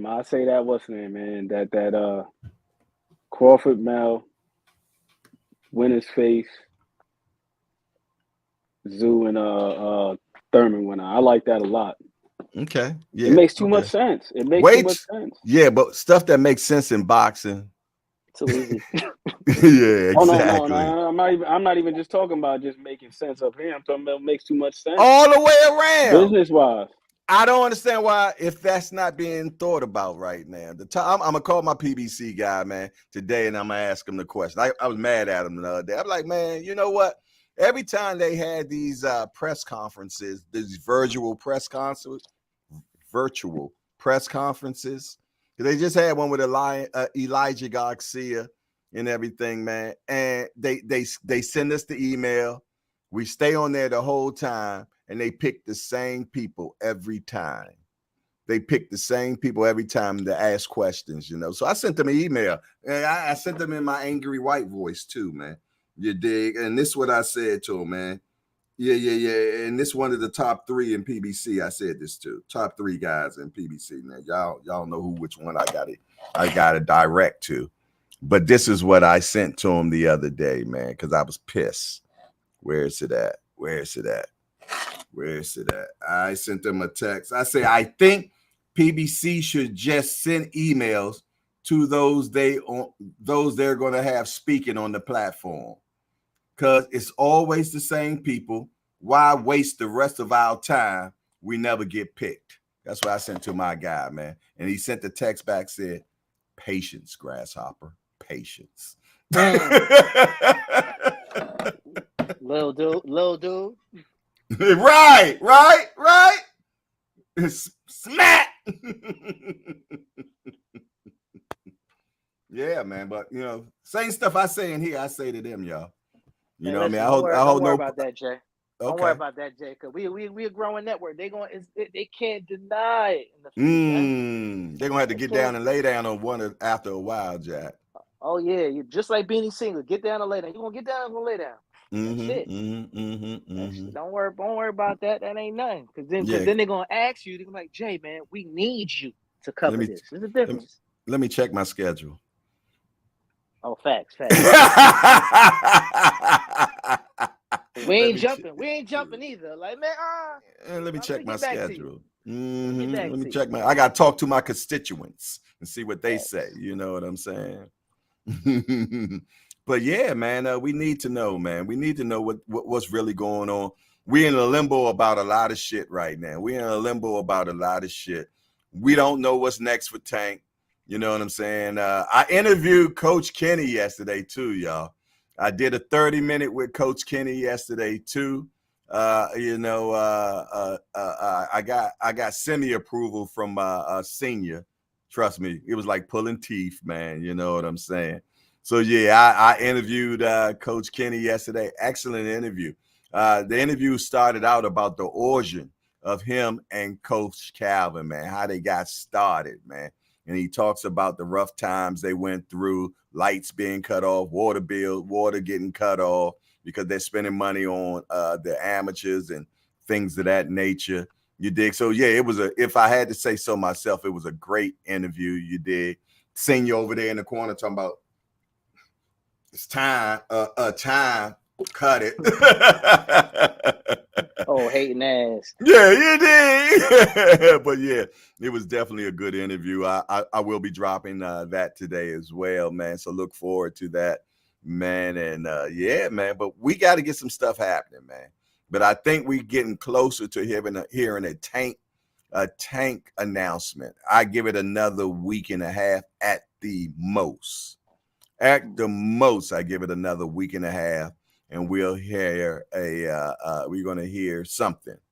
You dig? That's what I think, man. Because we in limbo a lot. Because I'm gonna tell you, when the top people have not made their decision, it hampers all the other decisions that have to be made in boxing. For the simple fact, undercard. So people waiting to be on that undercard. You dig? Sanctioning crew. They making decisions on if they're going to mandate something. And so everything is held up by Crawford and Spence and Tank and Canelo.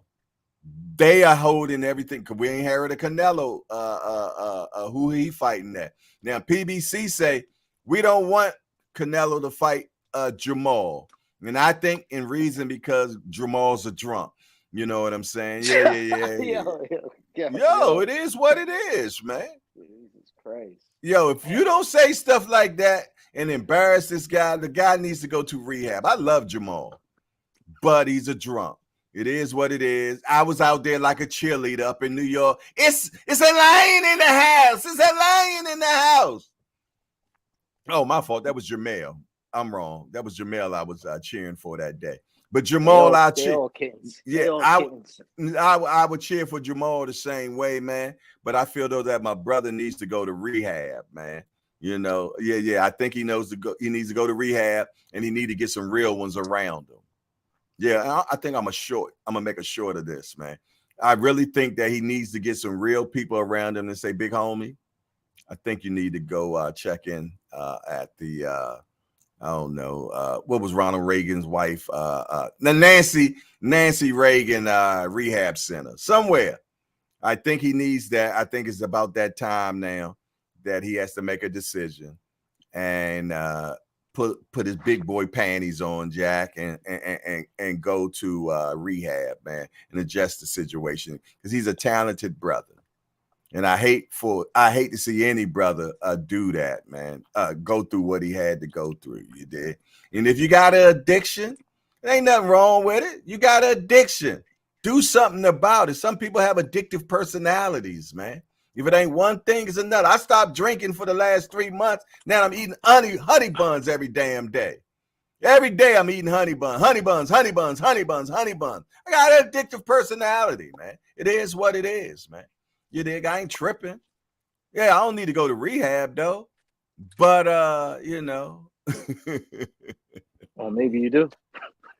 Boom. Send me the Honey Buns Anonymous, man. You dig? Yeah. I'll go there. That's what I'm addicted to right now, man. Honey buns, Jack. And I enjoy them. The ice ones, though. That white icing. Ooh-wee. I had one before I went to bed last night, man. But hey, Remo, if you could be the guy that makes the decision on who Bud fight next, what would that fight be? All right, give me 2 minutes. You gotta give me 2 minutes to think because this one matters. Okay, Senior, you in here? Senior. All right, Aunt McQueen. Jamel Charlo. I second that. People in the chat, if you were the matchmaker and they say, hey, you get the chance to make the decision who Bud fights next, put it in the chat who it is, man. Who y'all want to see Bud fight right now next? You had to say so. Tim Layton said, watch your sugar, brother. I know, man. I hit the highest number I've ever hit before the other day, man. I hit a 445, and that's not good, man. So, yeah, I do need to cut back on. You see, but I got brothers around me that's going to say that to me. You know, now Senior probably tell me eat 2 honey buns a day. You dig? But my brother from another mother say, watch your sugar, brother. You know what I mean? You need people like that care about you, man. That's going to say the things you don't want to hear. You dig? And that it is what it is. All right, so C. Irvin the Wiz say that he like Crawford to fight Boots next, man. Naeem, the Shine Cock Boxer Pro. That's a heavy name, Jack. 2027. That man in the future. Boots, who piss in boots from the movie. Okay. I think you meant to say Puss in Boots. Who? I think you meant to say Puss in Boots. Yeah, that's the name of the movie. Shrek. Yeah. Okay, Cash Sports say, did he put it in the chat yet? Oh, that's funny. That's funny. Yeah, epic moment for sure. We need a sound bite. I want to get me one of those soundboards, man, where I can make all those funny noises and shit. I'm gonna put that in my. I sent that in the universe. You got the good brother on the screen right there. Oh, ain't got all them little soundboards and you got soundboard, Ant? I don't know about soundboard. I got an MPC and shit right here. Look, What's that? I don't know what that is. That's what they use. That's what Look they at use. No, this is a drum machine. Oh, yeah. I see you got a turntable right there. Yeah, I got records and shit over here. The guy used to do the podcast with. Got my little microphone. He used to do on that. I love your life, Ant. I'm gonna be honest, man. I really don't understand what you do for a living. You know what I'm saying? But whatever it is, it must be working because you're able to stay home. So salute to what you do. You make music, right? Yeah. Okay. Make music. Talk to y'all about boxing. Yeah, but you don't get paid for talking to us. You don't get paid for talking to us, though. You know I do. It enriches my soul. See, I'm you know what I mean? That's where the true wealth comes from. It helps. Slap. I want to see I want to see Jamel Charlo, man, because I feel like they just got too much history not to at this point. Jamel Charlo, to the fight. Yeah, the lead up to that fight, man. Okay. Mike Rhymes says Charlo also. I'm back. I'm ready. Yeah, okay. Give it to us. I think the best fight, money wise, name wise, would be Charlo. Mm-hmm. If you want to get him, okay. That's the fight. That's the fight. I don't know if he'll take it, but if I don't know how much damage this guy took, but I think if he wants to tiptoe into it, he's been out the ring for a little bit. I will see what Brian Castano got left. Enter him into the division. You know, Charlo beat him, but it took him a second time, and you know what I'm saying. So you can compare those two. If you want to common opponent. Okay. Yeah, if you want to build up that Charlo talk, and then they could go right into that next. Give Charlo a little soft touch or something like that to see where his mental is at. Mm-hmm. And it's already built up. The storyline is there. Mm-hmm. And you can go with that, and then you could go with the Tim Tszyu after that. Let Tim Tszyu build up his name a little bit more. Now you got a mega fight between them two. Well, that's if Thurman on. So you don't think if Tim Tszyu smashes Thurman that's a good bit enough? Oh, if he smashes him, yeah, for sure. Okay. If he smashes them. Okay, Cash Sports say, y'all ever seen Charlie Burgley, the Murder Row fights? That's who Boots makes me think of. Wow, yeah, I have heard of him. Woo. Yeah, man, but we got to get something, man. We got to get something. Some decisions need to be made with Canelo. Decision need to be made with Crawford and Spence. Decision need to be made with Tank. Those decisions need to be made, man. We need to, and that will unclog boxing right now. Other fights can be made if these guys make their decision on who they fight next. It will open up what's happening in boxing right now. Because right now, we're bottled up. We're bottled up, man. And until those make a decision, man, We sound like somebody loading a gun. Goodness gracious, man. Who somebody got going on? Ain't nobody about to, you know. My bad. Oh damn.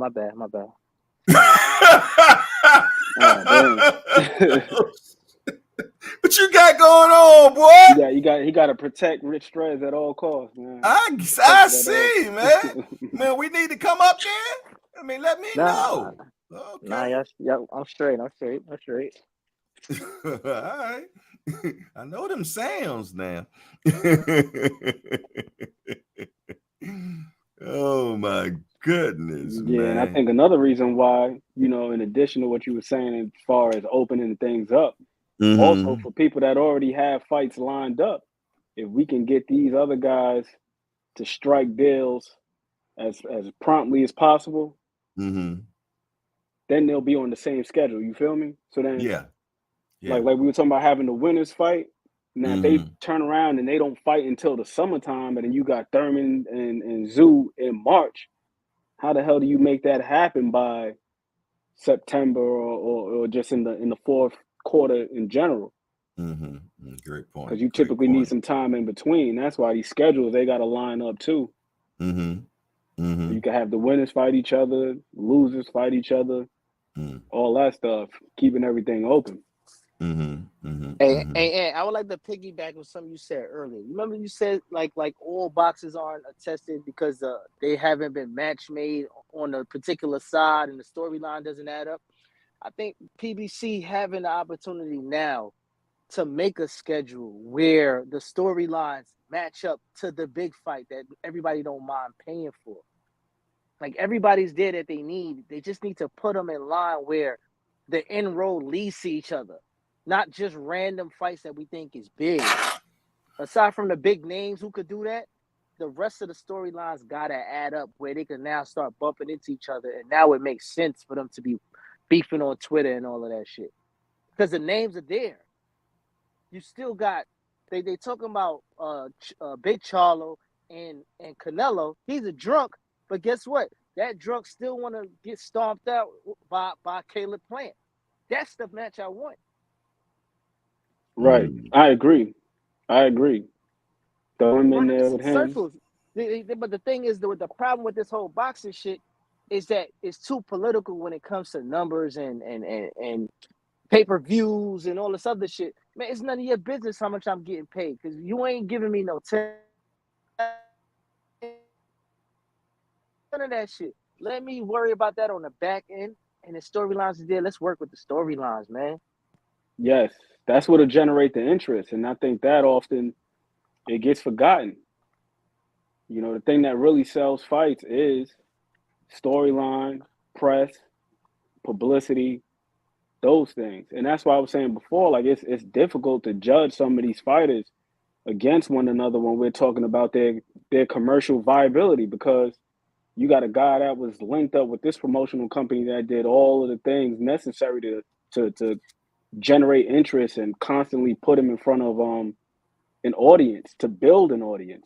And then you got the other guy who's just a damn good fighter.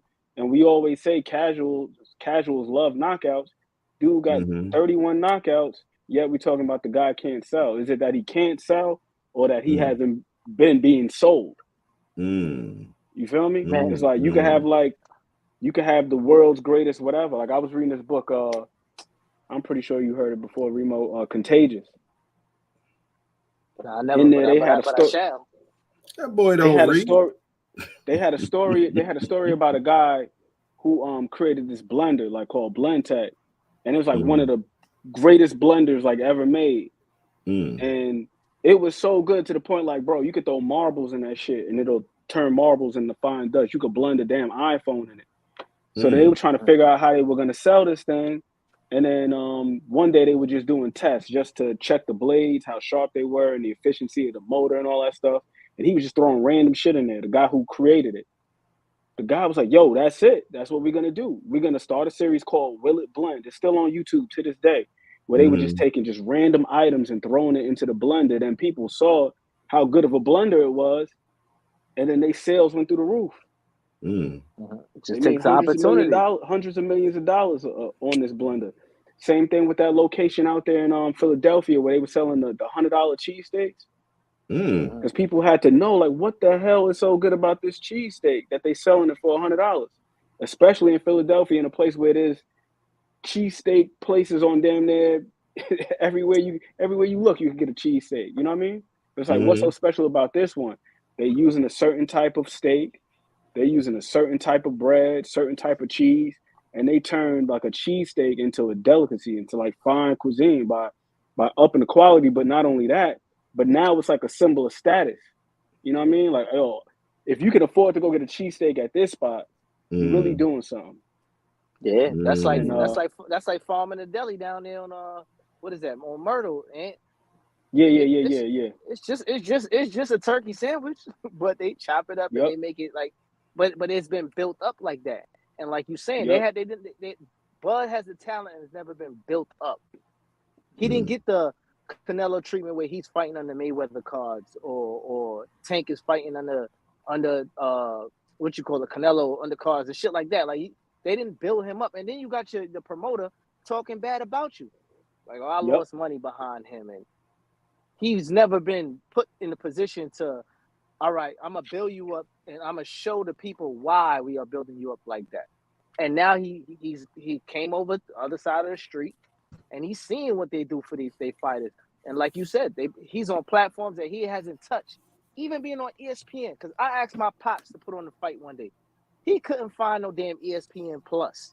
And it's so hard to find boxing on the ESPN app for a casual. I'm glad you said that, Remo. You know what I mean? Just to cut in real quick. Like, we like to talk about the BLK Prime debacle, right? But to your point, how many people do you know have BLK Prime? Like, who the hell is subscribed to that? So for him, that was just a quick lick. Like, yo, let me get this bag real quick. They offering the money. Yeah, I'm gonna bleed him dry. I'm gonna bleed him dry. He didn't care, but he didn't even know how to cut a promo for them. He didn't give a shit. He just knew the money was going to hit. The money was there. That's all he cared about. But realistically, it's very hard to be a casual to find boxing on ESPN, which is the biggest platform. Casuals like to point and click, and it's there. You got to go through this and that and log in on this, and I'm like, and I got it, and I think I'm a cool nerd, but it'd be hard for me to find fights. He said it. So when y'all hear me say it, y'all know I ain't lying. Go ahead. I'm just saying, it's hard to find this shit. It's like, it's not just like, you see how like you get PBC fights on Showtime. It's on the Showtime channel. It's not Showtime 2, 3, 4, none of that. The Portes, none of that. You got to make it easy for these people to find you, and they never made it easy for this guy to be found. And that's why I think BLK numbers did so bad, because damn, we never heard of them for one. And for two, Jack, they just came out of nowhere, you dig? So 6,000, man. If that's what they did, wow, that's crazy. See, they lost big money. Big money. That too. Because with new platforms, especially things that you could download on your phone, we be real worried as black people just downloading random shit. You know that. Everything, does it have some firmware behind it that can give me a virus? You put your credit card information and all that. Their best bet was to come in with a partnership with like a DAZN. For the broadcasters. So you have your trusted audience, and then you have those that really want to see Crawford, and then they went on the back end because they don't really have a U.S. market like that.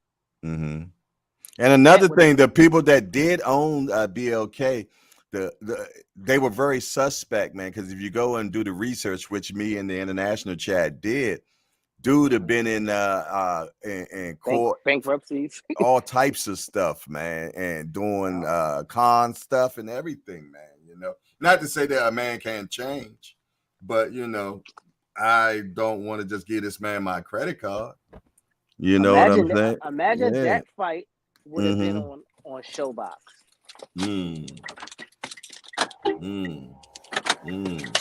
Showbox. That would have. That's the one that comes on every other Wednesday. Is Showbox? Yeah, something like that on Friday nights and stuff like that. Yeah, that's ProBox. Yeah, ProBox. Oh, you talking about ProBox? Okay. If they Showbox was the ProBox is the up and coming fighters on Friday night. Okay, I'm talking pro box. If they gave pro box the opportunity to air that, and the way that they invest their money in former fighters and Hall of Famers and shit like that, that would have been a kickoff spot for them right there. But I just think BLK Prime was not the location that he could have benefited at all, and he didn't. Hey, I normally don't do this, man. I'm gonna do it tonight because I know this guy is solid. All right. I never tell you all who the guest's going to be for when I do interviews. Okay. And the reason why I never do it, I never put them on my thumbnail or anything like that, because people in this boxing world, you know, they do no shows. But this guy, he's like a brother to me, man. And he always, if he tell me he going to do something, he going to do it, man. So tonight's guest is going to be this guy, my man, Boog, man, from Creed 3. He's going to be our guest tonight at 8 o'clock, man. So make sure that y'all come in, man. I think I'm going to bring him in at 8:30, you know, after we finish everything and we got the height of the most people in the building. But Boog from Creed 3 will be the guest tonight, man. So if you can make it tonight, make sure y'all come up in the building, man. Because Boog always gives us a good, unbiased approach to what's happening in the world of boxing, man. All right, sorry about that, fellas. Go ahead. Who was talking? Remo. I can't remember about the platform, which I agree. No, you were saying, Remo, you were saying that wasn't the right platform for it. How do I get rid of this? I knew, and then the whole thing with people not believing in them.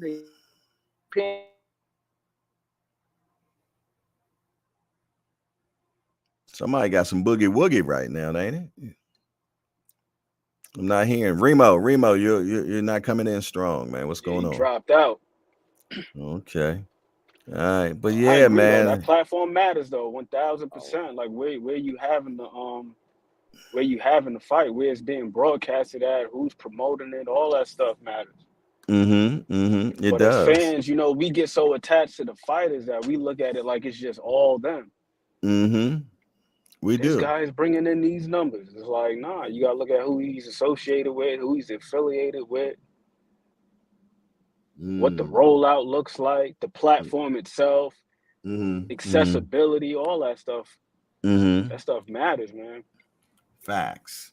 All that matters, man. So much matters, man. You do behind the scenes stuff that we don't see. That's why I don't understand this. I love it because it's up the street. But why is Ryan and Devin fighting at the Barclays, since this is the biggest fight in boxing? They say that's a mistake. It's a mistake. What do you mean? You think they made a mistake and it's supposed to be in Vegas, but they saying it's in Brooklyn? They made a mistake on telling you what. That fight should not be out here at all.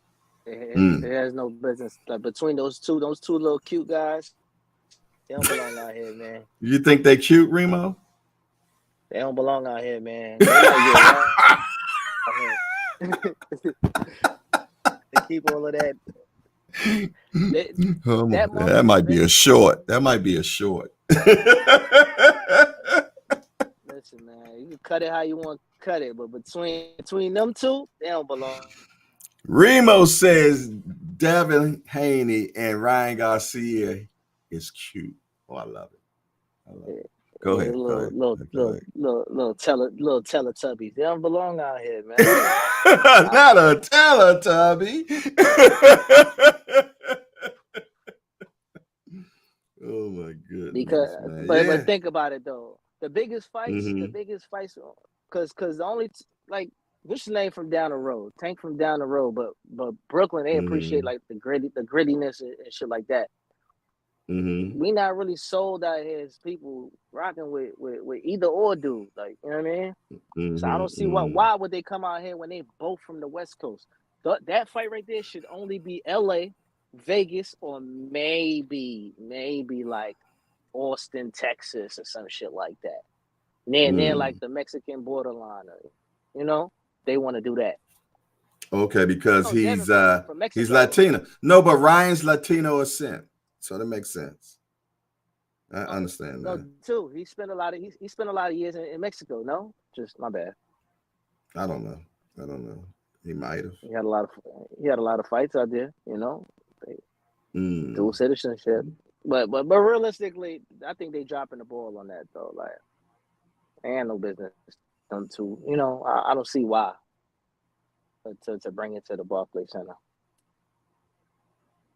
I think it remains to be seen. They might surprise some people, you know, might mess around and have a good turnout. And I think it could also be Eddie Hearn looking to because this is Matchroom, right? Matchroom, Golden Boy collaboration or whatever.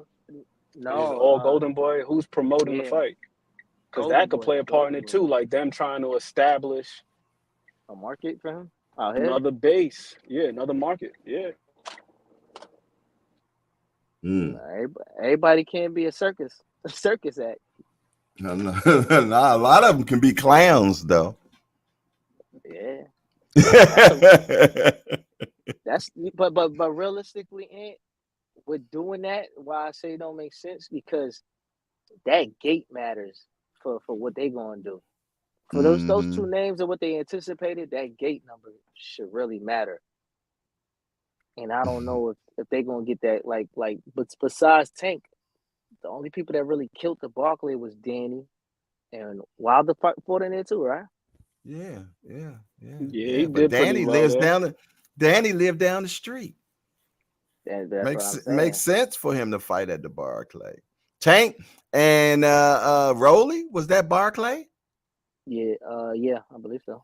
All right. If I'm not mistaken, Errol Spence and Lamont Peterson might have been there too, if I'm not mistaken. Ooh, makes sense. Lamont from DC, up the street. Yeah, but I don't really know too many Lamont Peterson fans, and there's no disrespect to him. He was a really good fighter. Him and his brother Anthony. I think that is. I think it might be one of those. But they just felt. I guess they felt though it wasn't an attraction in itself. Yeah, I guess they're saying that it's not a Vegas fight. They felt though that it wasn't a Vegas fight, and Spence would have had the home court advantage at Texas. You know what I mean? So I guess that's why. And I guess Spence don't even give a damn. So he ain't had no problem coming to the East Coast because he felt though he was going to win regardless. But I have no understanding at all on why Devin Haney and Ryan Garcia is fighting at the Barclay. Hopefully someone gives me understanding of this. I hope that we get this fight, man, and much success to the winner. Yeah, I just did that one for a shorts, y'all. That's what that was.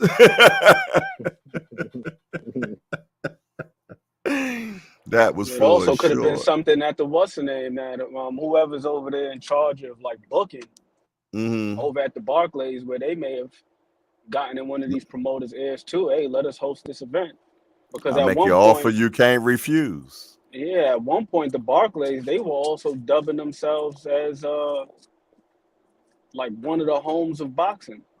They had like the whole little tagline and everything. Yo, I tell you what, maybe if we that could be a meet and greet, man. Depending on how much them tickets are. The Barclay is a perfect location for boxing versus Atlantic City. I like it at Atlantic City better though. I hate Atlantic City. I hate driving. That's why. Yeah. See, now Atlantic City, we're gonna have more to do. What else we gonna do up into the fight if we come the day before or anything like that? Oh, the Flatbush. I got you. Come on now. I know you do, but I'm just saying for everybody though. At least if you're in Atlantic City, you can gamble, you can go to a show. Even if you want to gamble, there's a casino not too far from there. You have right on the Belt Parkway. You could be right there, Queens, Resort World. See, talk to him, man. Who want to drive? Who want to drive? Somebody drunk. Why I want to drive? I want to just go downstairs. You could even take the train. Talk to him, man. Yo, now you want to get me robbed. I ain't messing with y'all, man. I ain't messing. Y'all live in New York and don't ride the train. And they got shuttles too. They got shuttles too that could take Tell you him, to man. Resorts World. And Oh, how many casinos you want to go to? You go right there to Yonkers, to the racetrack. come on. It's Short always little something. 30-minute drive. I could be on It's always something boardwalk to and do. I could be on boardwalk and see some ugly stuff though and have fun and laughing about it. Cause I ain't gonna lie, yo. The last time I went to Atlantic City, man, I thought I landed on Mars, man. I took pictures of it, man, because I couldn't believe it. One of the pictures I put in the Apple chat messing with Senior. But man, the last time I went to, I'm gonna load some of these pictures up because I really thought I was on Mars, man. It wasn't the Atlantic City of yesterday. Pretty women up and down the boardwalk and everybody having fun. Man, I kid you not, man. What I seen, and I'm scrolling to try to get a few of these pictures. I'm gonna just pull the top three. When I was in Atlantic City, man, for a press conference, man, and it was horrible. And I was a guy that went to Atlantic City all the time. I mean, I was in the building all the time. But it's scary there now. I ain't gonna lie. Bro, It's a that little let me scary.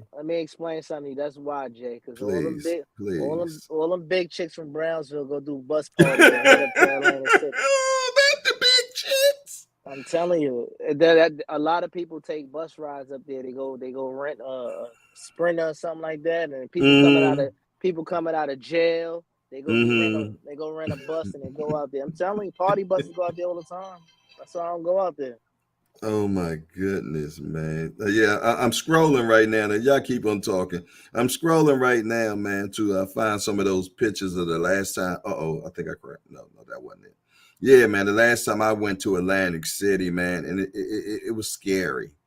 It was scary. And this is in the daytime. I can only imagine how things were at night because I definitely wasn't out there at night, man, because Atlantic City was the spot. And if you know the history of Atlantic City, man, it is just an intriguing place, man. But because a lot of stuff happened in Atlantic City. Have you ever heard of Onin Mahoney?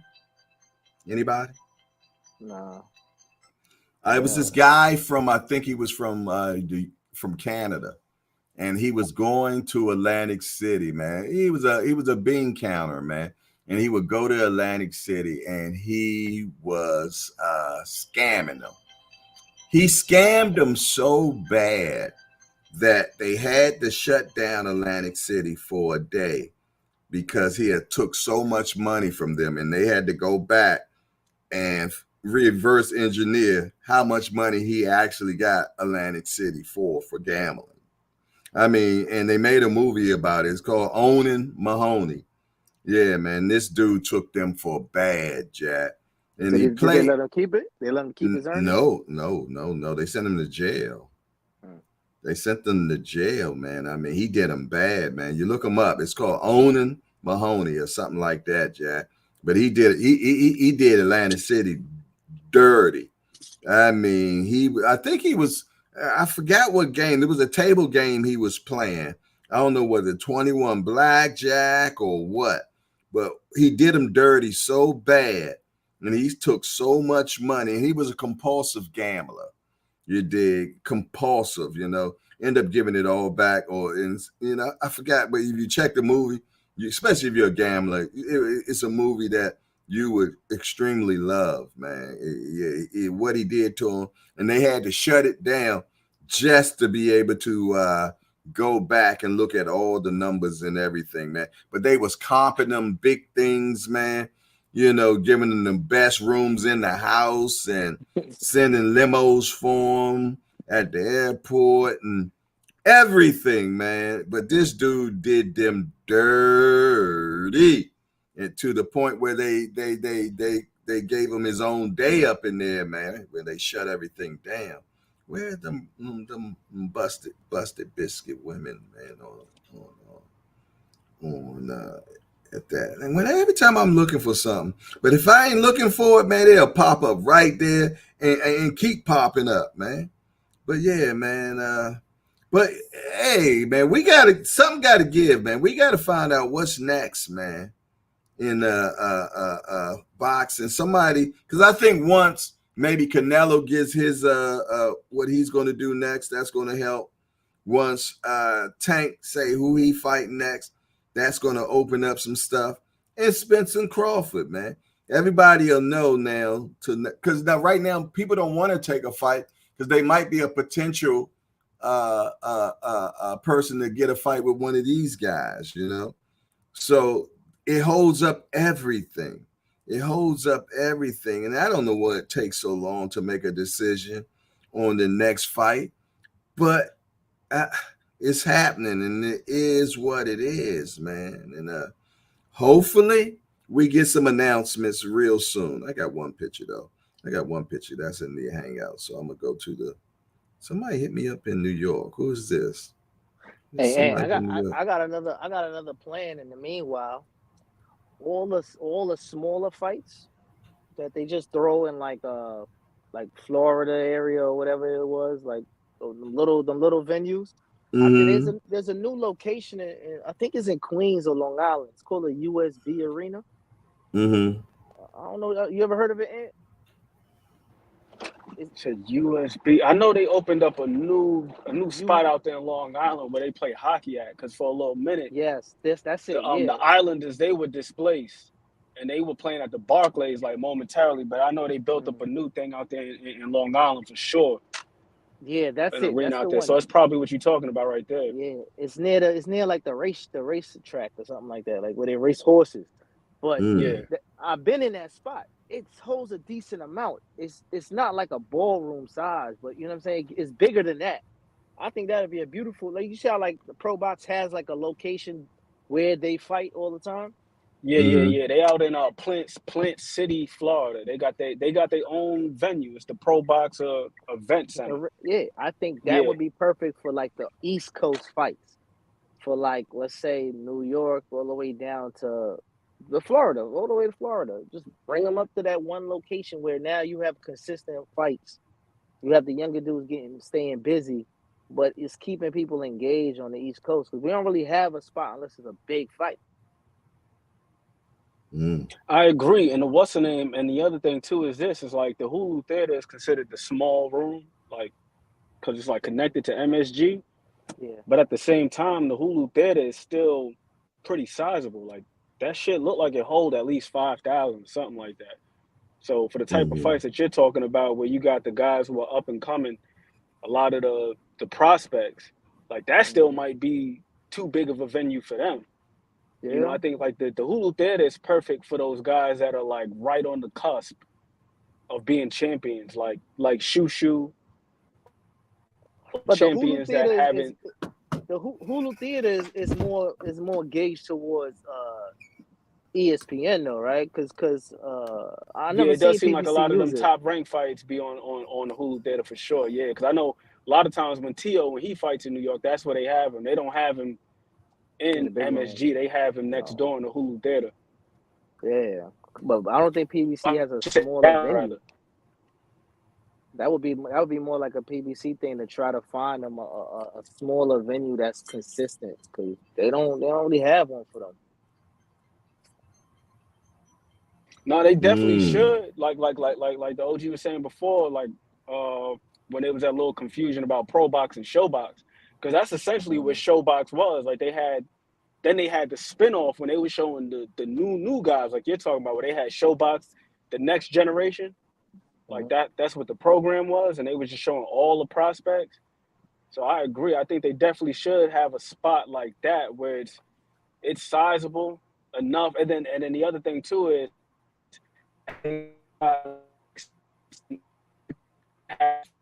so they're not just going from head, because that's one of the things that we always talk about, right? When these guys are taking their step-up fights, we don't know what it's going to be like for them. They're fighting against a guy who's been in big-ass arenas. So to go from like a club-level fight to now you fighting against a guy who's been on a big stage, he's fought at the Barclays, and there's like 17,000 people in there, you might get a little bit spooked when you see all them damn people in there. So to take them from a spot like the one in Long Island that you're talking about, where it's like it's not a huge venue, but it's a big enough crowd to where like you got to be able to manage your nerves up in there. You're not just fighting against people in a little smoked out ballroom or on like a gymnasium somewhere. Like this is a sizable place. because that matters too, as much as getting the experience in the ring, but being able to be in front of a big crowd and handling media and all that stuff. We always talk about the big stage, you know, and that's essentially what it is. Imagine them giving the opportunity to like a dude like Crawford Moulton. He could be that driving factor for the young guys. I agree, because for them that's their big stage. You know what I'm saying? For them, that's their big stage. Similar to what they do like with the NBA, like the G League, like with the Knicks, the Westchester Knicks. They don't play at the Garden; they play at whatever that venue is, and it's not quite the same as being at the Knicks, but you know, it's a step. It's a step in that direction. So I think with boxing, it should be the same thing. You know, getting these guys prepared to fight in front of more people. So I agree. I think that would be a great thing to do, especially for PBC, because that's one of the things that we're missing with them, right? Like as a fan base, you know, we're just so accustomed to it being like pay-per-view or nothing at this point. That's what it seemed like. Like, damn, it's like everything's pay-per-view, pay-per-view, pay-per-view. Whereas in the past, we used to have platforms like that, Showbox, the Next Generation, where we could see some of these guys. Like, shit, Devin Haney even fought on Showbox before he went over to DAZN. Like, he fought on Showbox. Errol Spence fought on Showbox. I think Terrence Crawford fought on there. A lot of guys fought on there. And then that's how you build up that familiarity too. So it don't seem like, yo, who the fuck is this guy? He just came out of nowhere. That's often the problem with a lot of these fighters. When we see them get in the ring with a guy, and then you like for example, what's my guy's name? Artem that just fought against Frank Martin. You looking at it like, yo, Frank was out here struggling with this bum. Meanwhile, Artem is a solid fighter, but the problem is we judge quality with we weigh it against notoriety. Like, we don't know who the hell this guy is. And we're not looking at the caliber of fighter he is. And then, but if they had something like you were talking about, Remo, where we can see a guy like Artem, you're like, oh shit, we seen him before in that Showbox joint. Like, oh, he was actually pretty good on that. Even if they call it like PBC Proving Grounds or something like that. Like, oh man, we seen him. He was solid. Then by the time you see him on the big stage, it's not a mystery. Like, yo, who the fuck is this guy? You know what I mean? I think they should do that for sure. Imagine they lend that a smaller venue, consistent venue to, let's say you have Moulton, the dude that knocked down Rolly in sparring, that's under Floyd. He said he just signed to Floyd as well. And then you put Jaleel on there. Now you because you got all of that good talent, but we don't ever see them on TV. They don't even get a chance to be on TV. Hell no. The shit be after the fight, like with Crawford Moulton. Yeah. They have him fight after the main event, and then you might see a clip or two on Twitter. Yeah. We know more about him through sparring clips than we do, you know, his professional career thus far. So I agree. Like, put him in a position to where he can be a headliner in this space, and then just allow them to just grow up. Like, be the big fish in a smaller pond, and then as they grow, you increase the size of the pond. Okay, but I tell you what, if you want to come to Atlantic City, I want y'all to be looking. This is what you get a chance to look forward to right here, man. Yes, indeedy, man. That's the boardwalk, baby. Yes, indeedy, man. So, you know, look forward to coming to Atlantic City. You dig? And you're gonna get all the good optics and everything, man. You dig? Oh, by the way, man, that's Sally and her sister, man. They her senior was in Atlantic City at the time. But no, y'all continue on, fellas. Y'all continue. Oh man, yeah, I know y'all was so excited. And you can get that too if you go to East New York, go down to Alabama Avenue. There's a lot of that walking around on the back streets. Not on the back streets. That's the boardwalk there. You don't even have to go looking for it. That's what I'm saying. You don't need to look for it on Alabama Avenue either. It's right there in the open. Okay, I just put in my credentials for the press conference for next Tuesday. So the Devin Haney And Ryan Garcia press conference is next Tuesday. I just put in my my credentials with Magna Media. Anybody that's a channel that wants to apply for it, they need to apply with Magna Media to be able to check that fight out, man. So yeah. Check that out with Magna Media, y'all. Yeah. I just put it in. I just put in for it. Heather Yes, E said there are a lot of street merchants out there in Atlantic City, Heather E, and they exchange flesh for cash. Ladies of the it's night, a if lot you of will. helpers in Atlantic City. Yes, indeed. Yo. Hey, that was That was daytime. Huh? I just was dropping off my wife just now to her car. That's why I was on mute when you posted that bullshit. I told you. Hey, you said East New York, Alabama. Yeah, I'll put it back up just in case you missed it, man. Yeah, that came off of Mother Gaskin right there. Come on now, brother. And then if you want to, right after you leave Alabama Ave, you can go right around the corner over there on Pennsylvania you see the and Flatlands and get you some good jerk chicken from the brother that's over there. Facts. You can even get your seedless watermelon. Can you get that? These things look seedless too. And then in the event that you happen to indulge with one of these ladies of the night, and then you need they were in the daytime. Like that was daytime. There's the what's the name? There's the little spot right there on the corner of Pennsylvania and Atlantic. Little health center right there. Yeah. Because you're gonna need some penicillin or something. Something you're gonna need after that. Jay, I ain't never going back to Atlantic City. I don't care what you say. That ain't it right there, man. But you know, to what you were saying, you see how Shushu now getting his recognition off of one viral moment. But he said that was his first time on actual TV, correct? No. He'd been on TV before, but he's not on the top 3 card. he's normally on the undercard. On the televised portion? No, you're right. No, he's normally not right, exactly. But we do get a chance to see it on the replay on YouTube and stuff like that.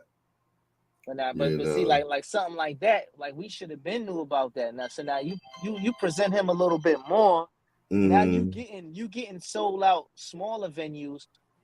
That's unanticipated finances right there alone. Because unanticipated finances. When Brooklyn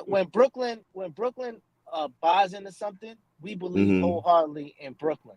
Like when what's this guy's name? Sebastian Telfair, he was the king of Brooklyn at some point in time. I've never seen a high school finals game at PSAL at Madison Square Garden flooded like that to support a high school kid. But that's what Brooklyn does for its own. Shushu's from Brooklyn. He's from Brownsville. Brownsville is very prideful. It's a very prideful place in Brooklyn. They missing out right there with that young dude. What they missing out in Atlantic I'm gonna tell City? you this though, Remo. I'm gonna tell you this. I was at that fight the other night, and that shit was at the Hulu Theater. It was deep in there. It was a lot of people from Brownsville, just Brooklyn in general. Exactly. It was crazy. It was people walking around in them damn New York City sweatsuits. I'm like, damn, how many of those? Yeah.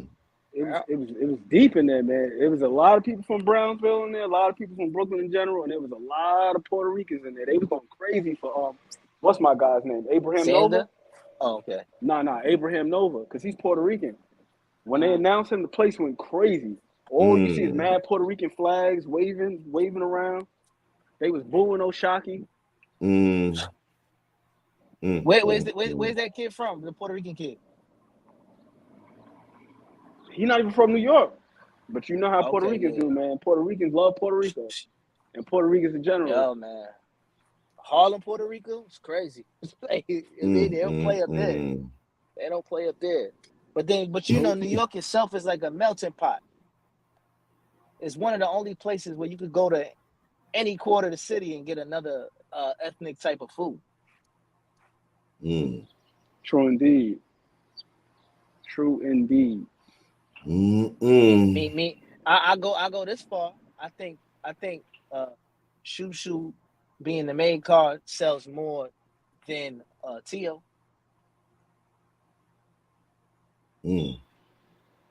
Tio struggles in New York for sales. I wonder why. Because we never claimed him. And I keep telling y'all that. We never claimed that man. Well, y'all not claiming that man's, man. Crazy. He talk, I think part of it might have to. I think part of it might have to do with the way his career panned out, like his career arc. He was like in the Golden Gloves and all that stuff. So people got to see him like really grow up, even as an amateur out here. Whereas Tio was like elsewhere. You know what I'm saying? Like he was elsewhere doing this thing. Same thing with like Tank down in Baltimore. People got to see him grow up out there. I don't think that's the case with Tio. I had a question. Well, that I learned from with Cass, right? A lot of the old time fighters, they had very few amateur fights. Now in the modern time, you hearing 70 plus, 100 plus. Does that take away from the grit of the fighter, in y'all opinion? No, or is that an attribute that they hang their hat on? You know, I had 100 plus amateur fights. I think the more amateur fights, man, the better the fighter. I really do, man. I think that makes a better fighter, man, because it allows them to see all types of styles, man. So I think when they get that, man, it helps them so much more in the pros. I think it's a good thing. I think it's a good thing. I think keeping them too long in the amateurs, I think it works against us sometimes, man. Because these kids but be they're too young. familiar with each other. They're young. Yeah, but though, they be too familiar with each other. That everybody friendly. They didn't travel tournaments together and all of this crap. Hey, y'all. Go ahead. No. It had nothing to do with that. Go ahead, finish. Just back in the day, like even when we used to hoop, like we used to like look at the magazines and hear about such and such doing something in North Carolina, or you know, and then you might play a tournament and y'all don't know, y'all just might meet each other that day, and that's before you go wherever your destination is further down the line. But these dudes fighting 4 or 5 times in the amateurs, you know if somebody like that, you're gonna stay away from them coming to the pros, and that's why I think we ain't getting a lot of them fights either, because some of them know such and such is like that. Yeah. True. And I've been around that. That's true. And that's where a lot of ducking come around from, because of the amateurs. You're right. That is so true. And sparring. And that sparring. You be hearing about that sparring sessions that be taking place.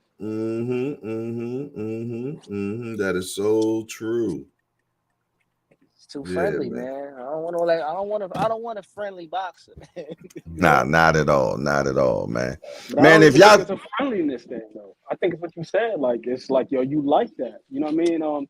Yo, OG, I was watching something the other day, and it was Teddy Atlas. He was talking about the psychology of a fighter, and he meant to bring up yeah, you can eat it in the car.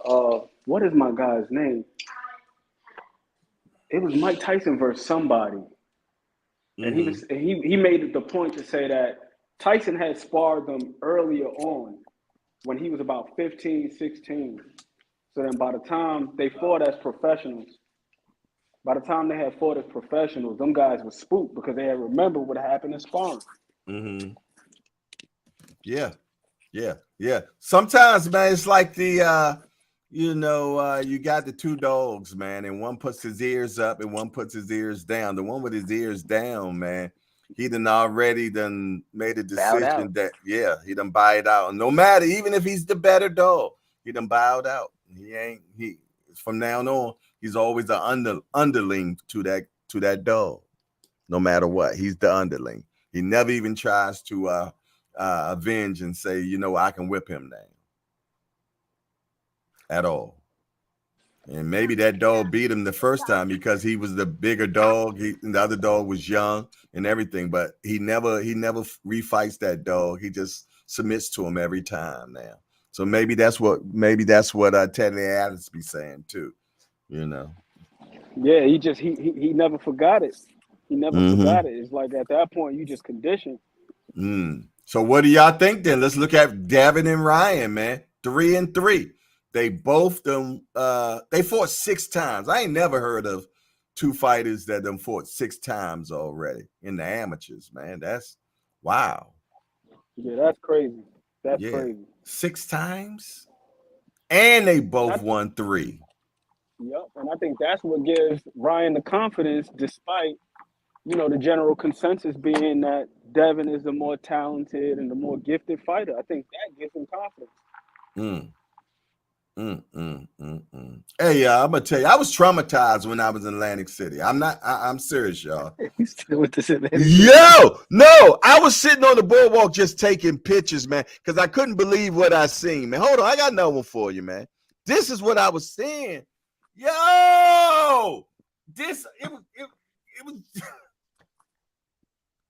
I couldn't believe what was going on, man. Look at this guy pants, man. Look at this. I mean, when you go to a place like that, you normally dress up, right? Put my good fits on and everything. Yo, this dude looked like he came from up underneath a car. You wrong. That's Atlantic City for you, man. He said I'm wrong. Okay, all right. I told you, man, before, don't be up there, man. Yo, I was on the phone with my bros, man. I'm like, yo, because we used to go to Atlantic City a lot. And I'm like, yo, what the hell done happened to Atlantic City? But all right, but in the same sense, when you was going to Atlantic City, you was going there, and it was more reasonment, man. Like realistically, who's really holding it down to say you gonna go to Atlantic City? Boots. Boots. That I was up there for a Boots event. Yeah, Boots boring ass. He ain't bringing them out. How Boots boring? I ain't talking about his fight. I'm talking about his personality. Oh, okay. You ain't gonna get the stragglers to go come watch Boots. Boots so timid ass. He talk all nice and hey, how you doing? Nah, they want the ignorance. The ignorance bring out the ladies, man. Okay. Tell you, Boots go get some tattoos and some braids. Oh, he's lit. He got the tank starter kit. It's over. Not this tank starter kit. Devin tried. Devin got some leg tattoos and all that. He trying. I guess. Whatever. I think with Boots, man, his team got to figure out a way to promote him online or something. Up his profile that way. His social media team. Start making some montages, him knocking people out, doing wait a minute. I hate to be ignorant. What is montages? A collection of like videos or collection of videos, all that stuff, like a compilation essentially. And he say I don't read. See that? I told you I never claimed to be smart. That's why I asked. Nah, but I feel you. But realistically, I think his best bet is to sign a 3-fight deal with Eddie. Let him go bash some brains out over there. Somebody, that'll be the montage right there. Montage. And then Eddie, he got 28 KOs in 31 fights. I think he got enough source material for sure. All you gotta do is piece it together. How much been on TV? All right, realistically, how much of those been on TV?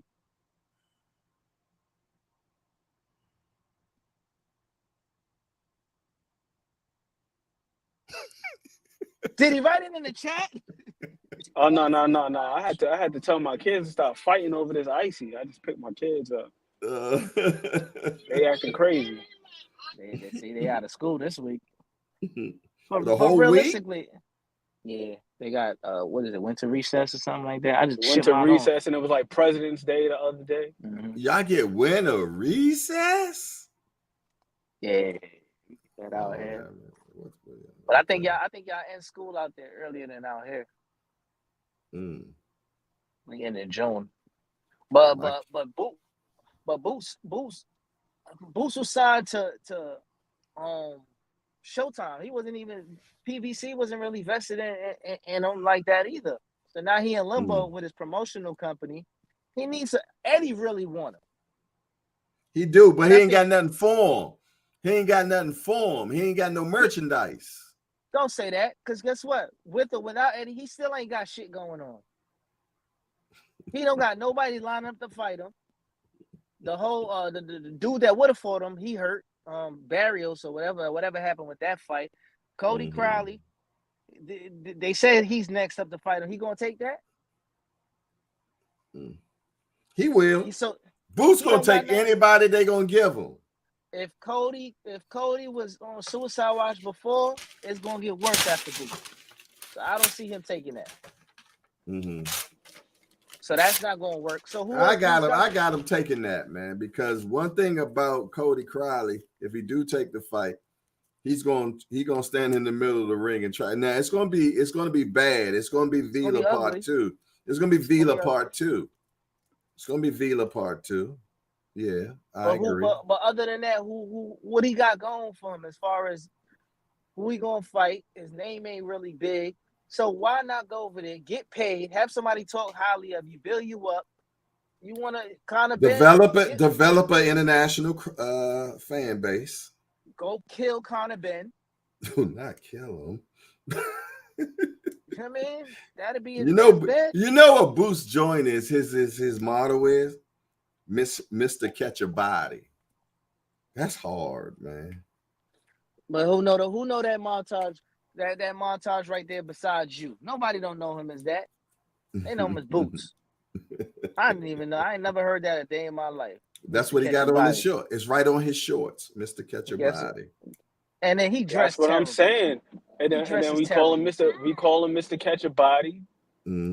Put a whole bunch of content together of him catching said bodies and doing spectacular things in the ring. He showed up to the press footage and all that stuff. He showed up at the press conference with a black suit on before the Vila fight. There we go. That's a video in itself. Yeah. Before and after. I asked him why you got a black suit on. I never seen you come to a press conference, and he wouldn't answer it. Then, like 1 o'clock in the morning, it hit me like a goddamn I don't know, with a sledgehammer. Jay, he's going to a funeral. I felt stupid. I didn't get it until the 1 o'clock in the morning. He's going to a funeral. Jay, it's okay. You know what? I'm slow. Because when he came to the ring, he had that stupid ass chicken outfit on. He said chicken outfit. He always wearing something with fur and come on now. Oh yeah, okay, I get it. You gotta have an appeal in the ring, out the ring, especially if he's a young guy. That's why I do Let's Talk Fashion. Like you want us talking to you around everywhere. Every part of the anything that has anything to do with Boots should be spoken about right now. He's a young guy. How old is he now? 20 what? Boots 25 probably. I think he's 25. He's right in that cusp where the kids are gonna believe in him or not. It's a small window. It's a very small window where kids attract to you. Kids ain't attracted or ain't finding themselves following behind Crawford and Arrow. They're older at this point in time. The teeny boppers ain't running behind them. He's at that point right now. He's at a make or break situation. If he's going to be a star, give himself the best opportunity and have somebody that really believes in him. He didn't do himself any favors by handling his own situation by not being on that Tank card. Because if he was doing all that high stepping and all that on the Ryan card with Tank, everybody would have known him. But he declined that offer and he took himself out to the boardwalk where you see all the people that you just posted. That's what was out there. I'm just saying. Yeah, you got it damn bad for Boots, man. I like the kid. I like dudes with talent, but so he just needs the better publicity. The platform matters, man. The platform matters. It does. But let's say this argument. If Boots stays what he is today, right?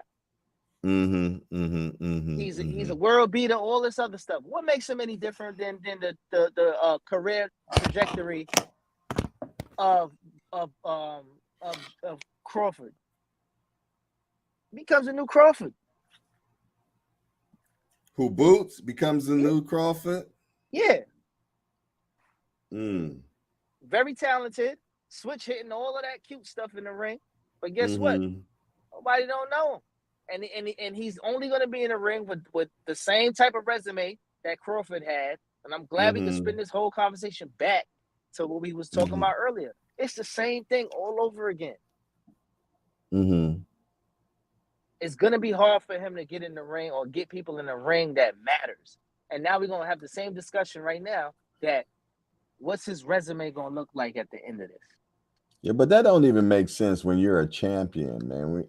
Normally once you got the championship belt, you know, that's when people started willing to fight you, man, because you got that belt now, you know, and people are like, oh, okay, all right, I'll fight him now because he got the belt.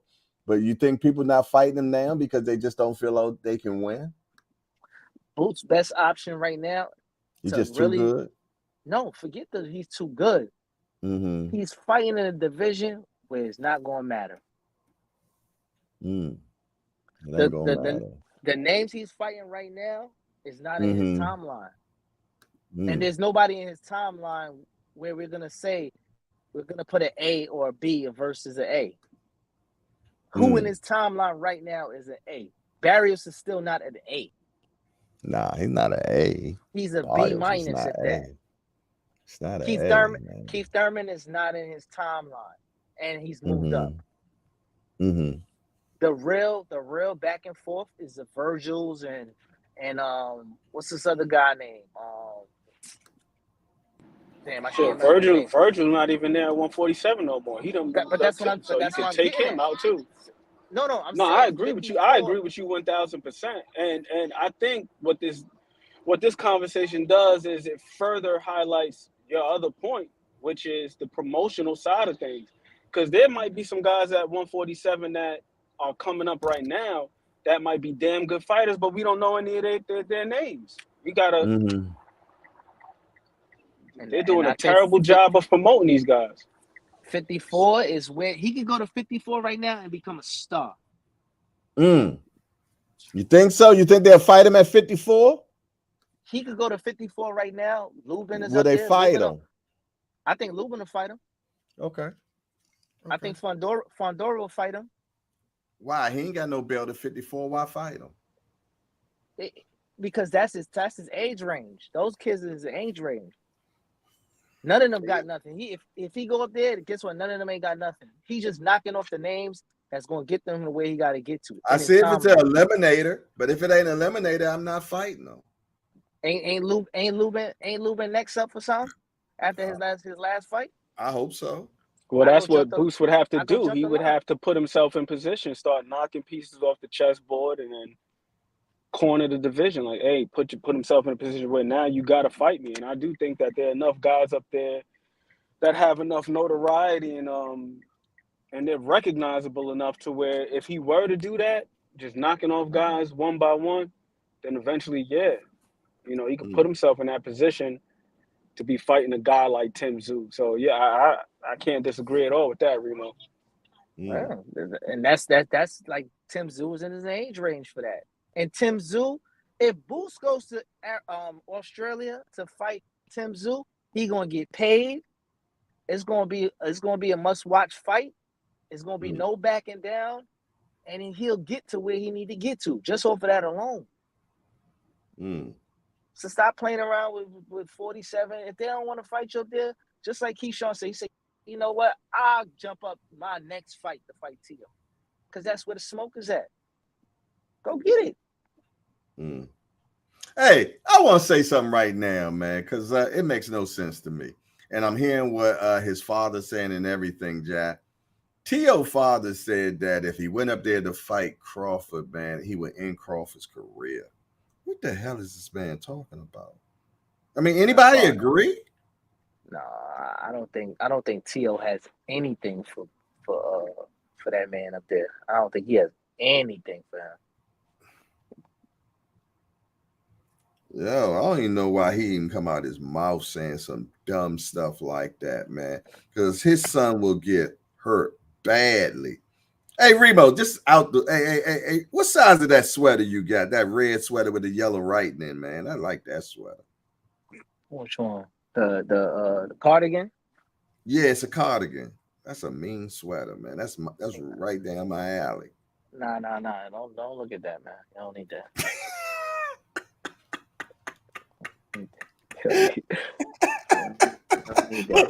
Yo, I can't say what size. You know what's next. Put your feet next to my feet. I might have to knock you up. Oh, speaking of that, y'all. Anybody wear size 12 a shoe in here right now? I got some boots, man, that I don't wear size 12. Somebody bought them for me. I don't know why they thought I was a size 12. I know they think I'm a big guy. But anybody wear size 12? Anybody in the chat? Anywhere? Anybody? Size 12 cats. Ain't seen you a 12, I think he said. I know he said his grandmama wears size 12 or 13. I don't know about senior. I ain't coming at him. He said that. He said that. I was looking at anybody in the chat wear God damn. See Irvin the Weird say 15 over here. Now your shoes got to be specially made, son. Goodness, he got that boy wear planks. You gotta go to Burlington shoe, right? Burlington Coat Factory. Boy, Fanks wears a 12. Hold on, man. I got some boots, man. That's brand spanking new.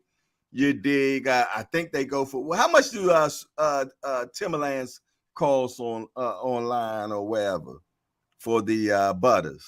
We call them. They up there now. They probably like 180, 200, something like that. 180, something like that. Hold on. Nah, let me tell you, man, Tim's in a size 12 is wow. Brand spanking, brand new Tim's, size 12, butters, Timberland. I can't fit them. I don't wear it. I wear a 10. You dig? But they brand spanking new, size 12. You want to buy them? Cash at me $75, man. They not, hold on. They not butt naked though, right? Nah, hell no. I'll show you the soul. I'll show you the soul. Nobody gonna give me nothing like that. Nah, size 12, $75. They definitely that's less than what 50% of because normally they would like 180 minimum. You know what I mean? So that would be 180, that's $90. So I give them to you for 75. Just send it to my Cash App and I will mail them out to you. Plus shipping. You gotta put shipping in there, but yeah. Size 12 dudes, Jorge Franks. If that's what you want, send me that. I'll put my Cash App. Where is my Cash App, man? Where it is. You know, because I can't do nothing with them, man, and they just sitting around, man. You know, but you know, everybody loves Tim's. Everybody loves. You know what's crazy? What? I don't wear Tim's. You don't? Nope. Wow. There it is. That's my Cash App right there, man. For these butters, brand spanking new. Ain't nobody ever worn. Tim's. Yeah, with the double sole, bubblegum sole, however you want to call it. You know what I'm saying? Fully dressed too, because you got the leather up there. Yeah, them butt nakeds is crazy. I ain't gonna lie. I had a pair of those. Yeah, I had a pair of those one time, man. I've worn them since like 2-3 times and like never again. Oh, they'll joan you out for wearing them. Leather uppers and everything, man. So all you gotta do is Cash App me 75 plus what you think shipping is? $10, $12? Because they heavy as hell. Like $12. Let's say $12. Where that person live at? That matters. Yeah, let's just say $12 for sake of argument, man. So whatever that comes up to, 12 and 75. What's that? 87. Send me 87. And 90 bucks. Clear $90, man, and you get yourself a brand new pair of Timberlands, man. You won't have to pay 180 for them because that's how much. That's half price then. $90, 180, half price. Send me $90. and I'll mail them out to you. I'll mail them out to you, whoever it is, man. Yes, indeed. Quentin say he wear 13, man. Oh, man, you can still wear these then. Just gotta, wear light socks. Put some dress socks on. Put the dress socks on, man, and they'll fit you well. He said, damn, Tim's at 12 too big. He said, damn, just wear double socks. Put some double socks on, man, D for the win say, damn, I weigh 11. Oh, definitely put the construction socks on, man. You're good. You're good, man. Come on, don't act like you ain't never wore a shoe that was too big for you, man. Just put on double socks, man. Put them thick socks on and you're good. $90 and they're yours, man. Yeah. I get them in the mail to you today. You probably have them in 3 days, depending where you live at. Yeah, but that's enough of that station break, man, for sure. But yeah, man. What you laughing at, Remo? That's just crazy. This streaming all over the place. I like it. What'd you say? I didn't hear you. What'd you say? I said this stream been all over the place, but I like it. Oh yeah, we all over the place for sure, man. You did. Now he said something, and I forgot what triggered me, man, because I was like, damn. I seen these yesterday, man, when I was over there dealing with the girls, man, and I'm like, man, shit, man, I done had these. You won't believe how long I done had these. I kid you not, probably 2 or 3 years. 2 or 3 years. They just been sitting in my basement, man.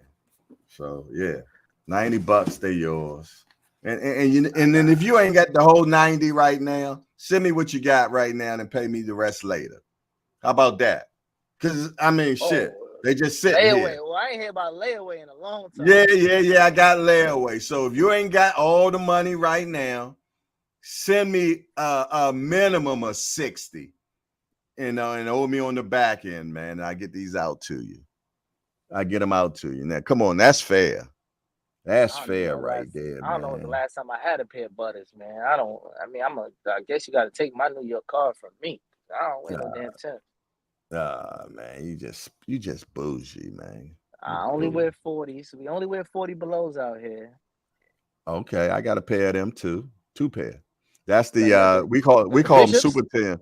We call them Super Tims. Super boots. Yep. Yeah, we call them Super Tims. Yeah. We call them Tupacs. Oh, okay. Yeah. Tupac did wear them back in the day. Yeah, did. Yep, and Juice. Yeah, he came to DC and seen us all wearing them, and then he started wearing them. Oh man, we just had this discussion, man. Yeah. Everything starts in DC. Exactly. No, it starts in New York. Y'all just don't put it on right, and then we show you how to do it. No. We show y'all how to do it. We show y'all how to do it, and then y'all still don't act right, and still y'all continue on wearing it the way y'all do, man. But that's another story, man. Jamal Brooks, right, he said you buy them a size smaller anyway. Okay, yeah. So Quentin, these are perfect for you if you wear 13s. These are perfect. Have the E, what you laughing about? The queen is in the building too, y'all. I didn't get a chance to acknowledge the beautiful queen, man. She is in the building. Salute to the Heather E. Yes, and the Mama Dude was in the building. Y'all keep Miss Joette in y'all prayers, man. She going through it. She's in mourning right now. Her aunt passed away. You dig? Yeah. He said, good afternoon, sis. GPs, he say, man. For sure, man. But yeah, man, we got to get these fights happening. We got to get these fights happening, man, because they got us just sitting still right now.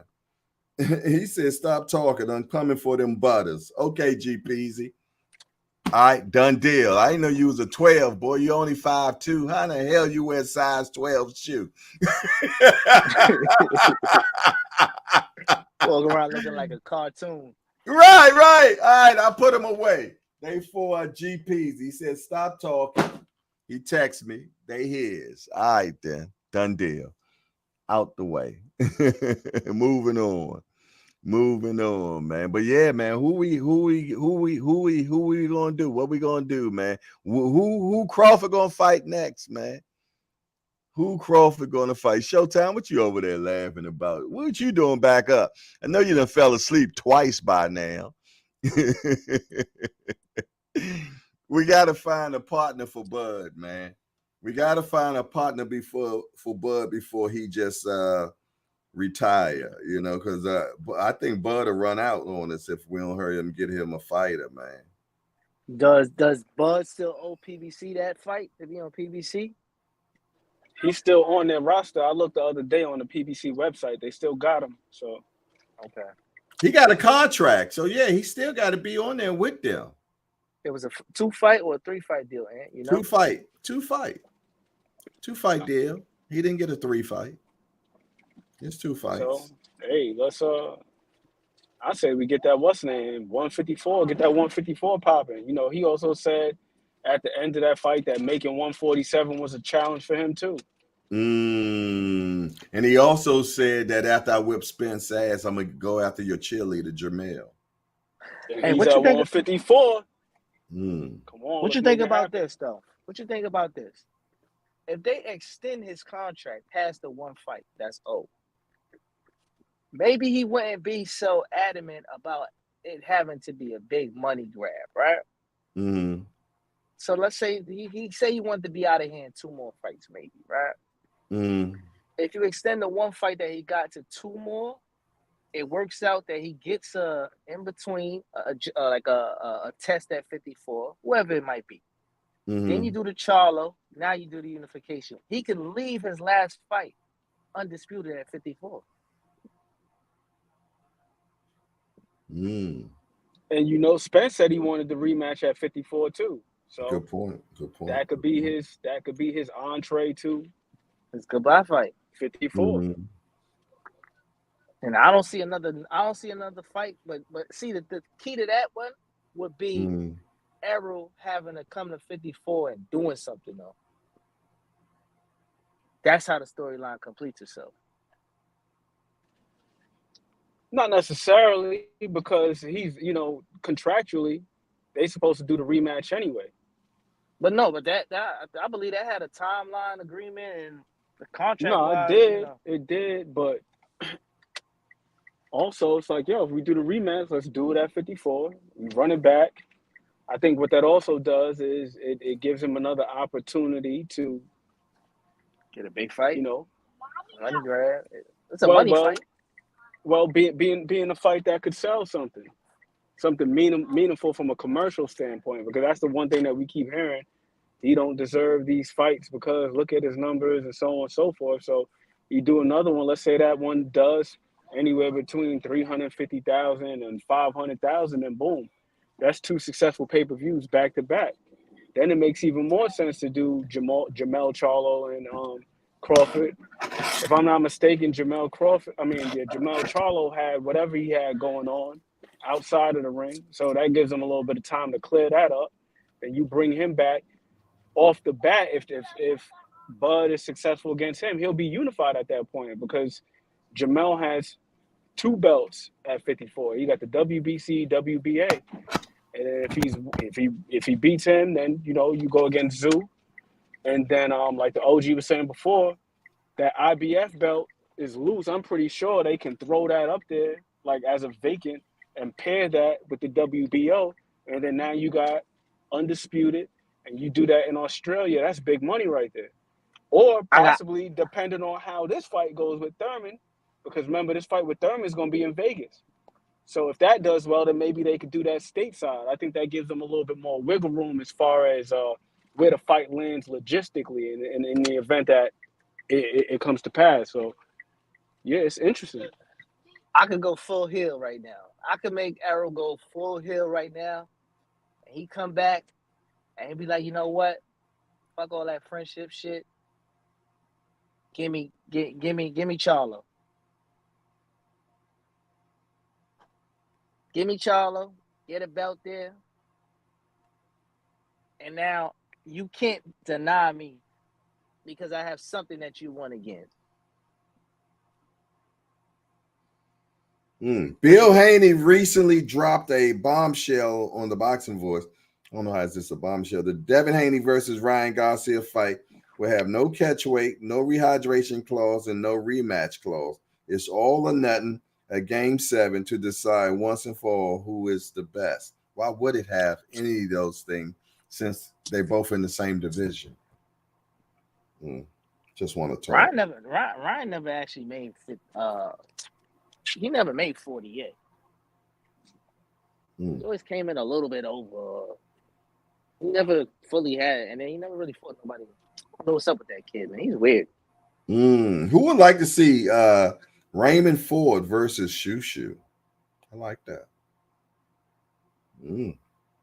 Would y'all like that, y'all? I think it would be a damn good fight, but Raymond Ford is at 130, right? Like, if I'm not mistaken, he's at 130. Is Shushu ready to just go up to 126? I think it depends on what his aspirations are. Like, if he's looking to become a champion at 126.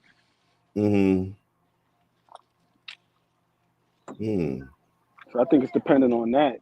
At least in my opinion, like, depends on what his aspirations are. But I do think it's a good fight.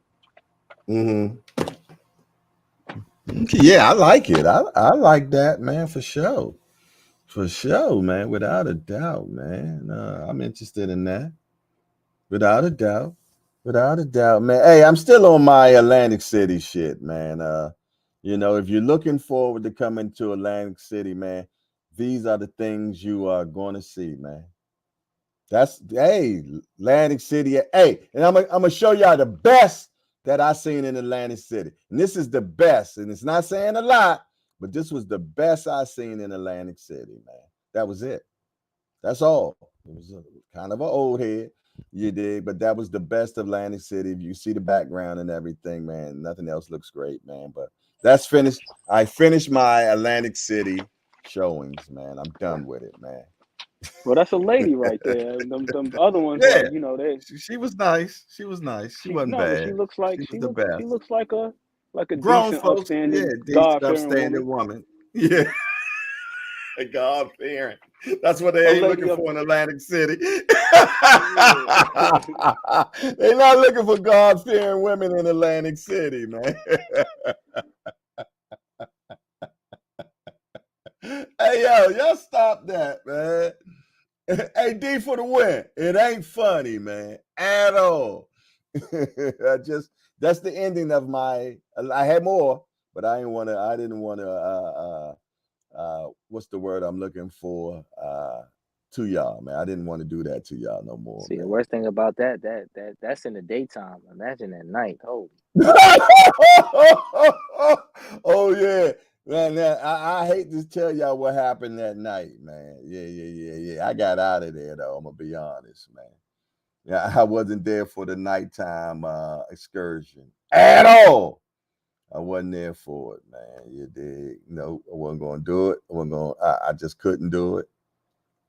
I couldn't do it, man. So, but yeah, man.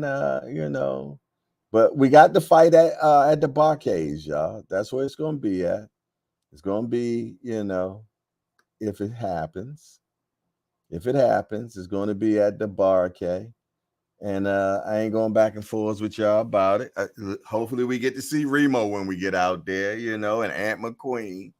And who else? We got another New Yorker, man. Al Booger.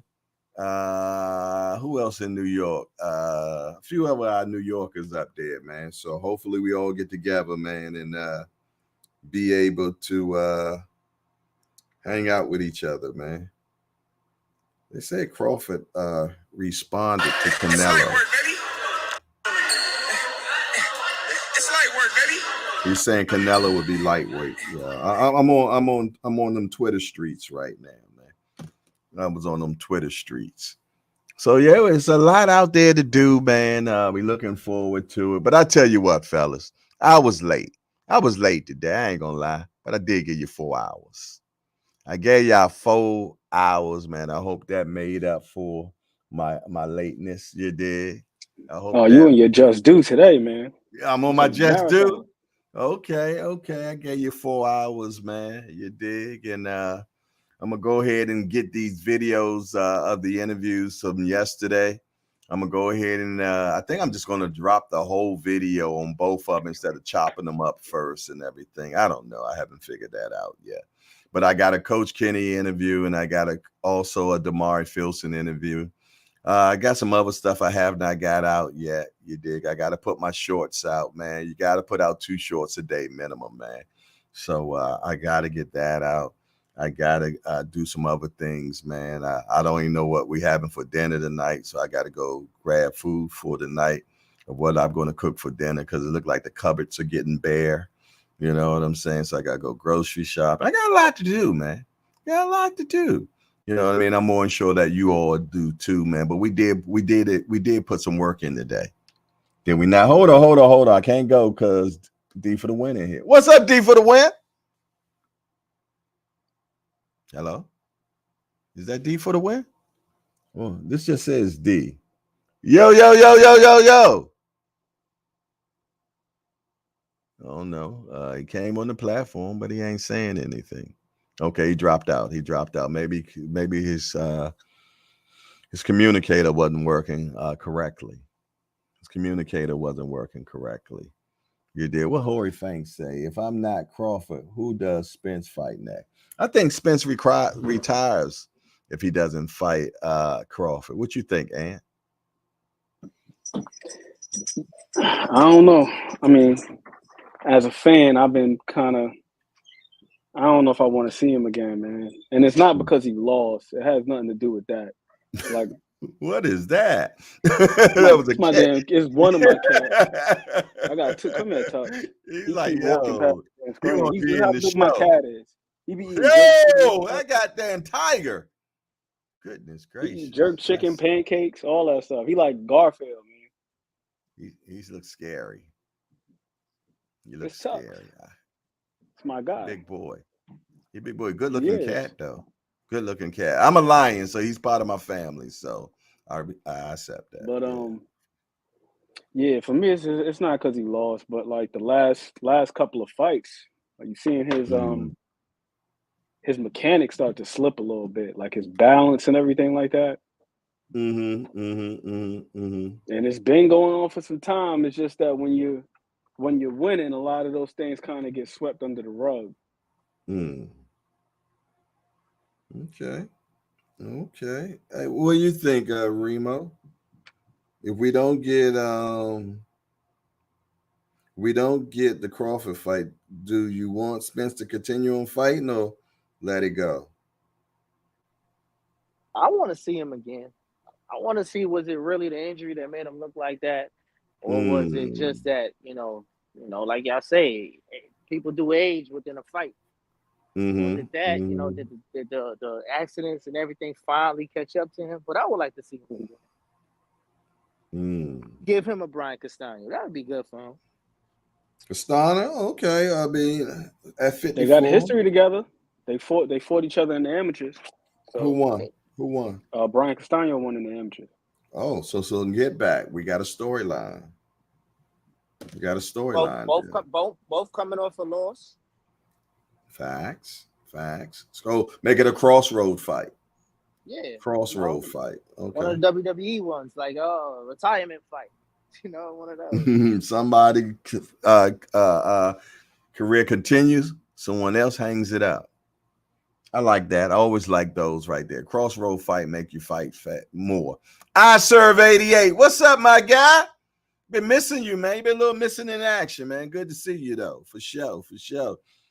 Hey, I pinned in the chat just now, man. If you're interested in getting yourself a hangout mug, I'm gonna tell you, your drinks taste better in it for some reason. I don't know why. Yeah, I'm glad I mentioned that. I got to get some more coffee too, man. I'm out. So I'm trying to think. I've never had Folgers before. Or am I going to? I know just what you need. Okay. Or do I get another chop full of nuts, man? I don't know.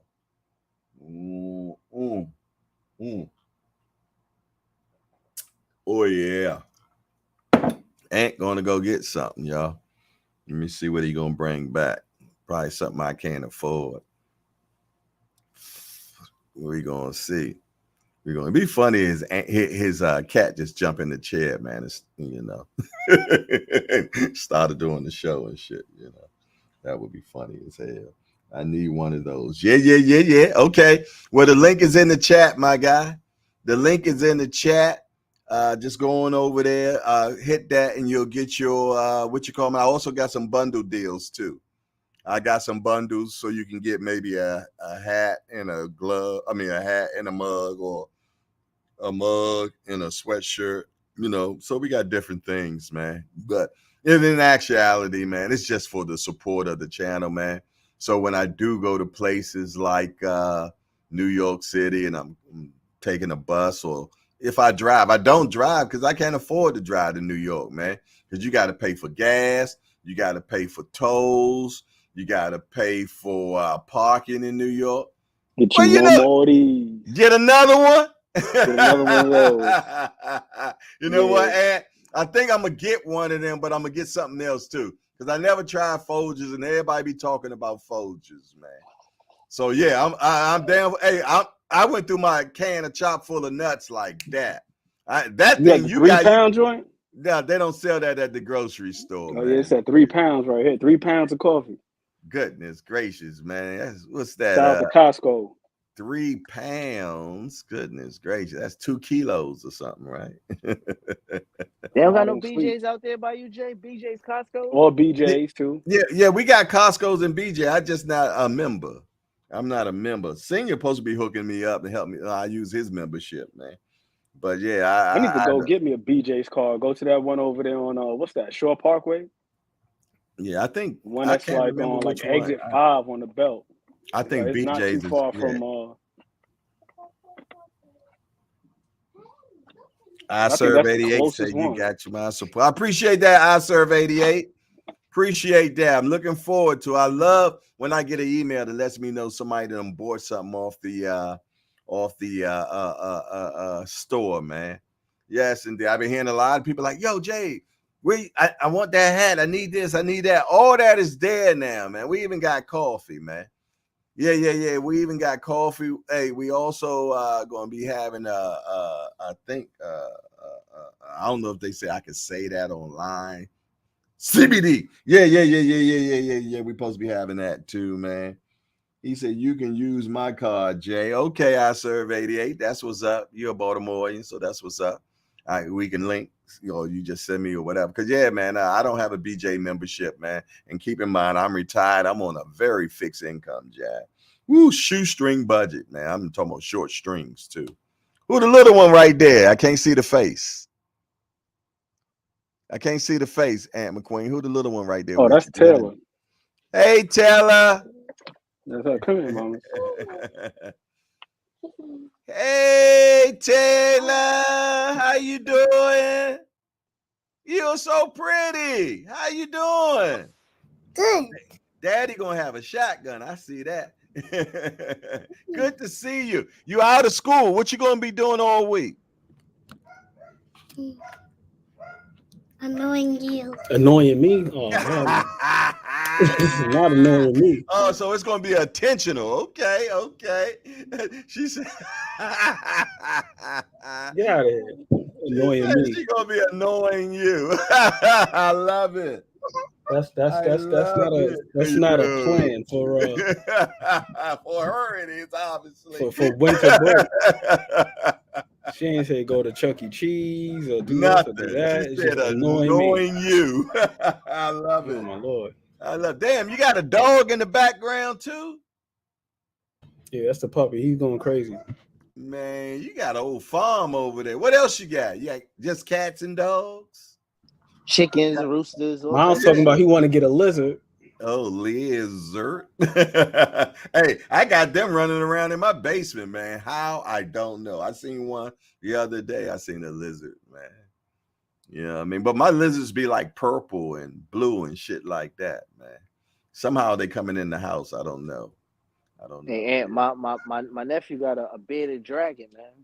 Damn. That shit's getting huge. I said, man, you got to put this. I don't even.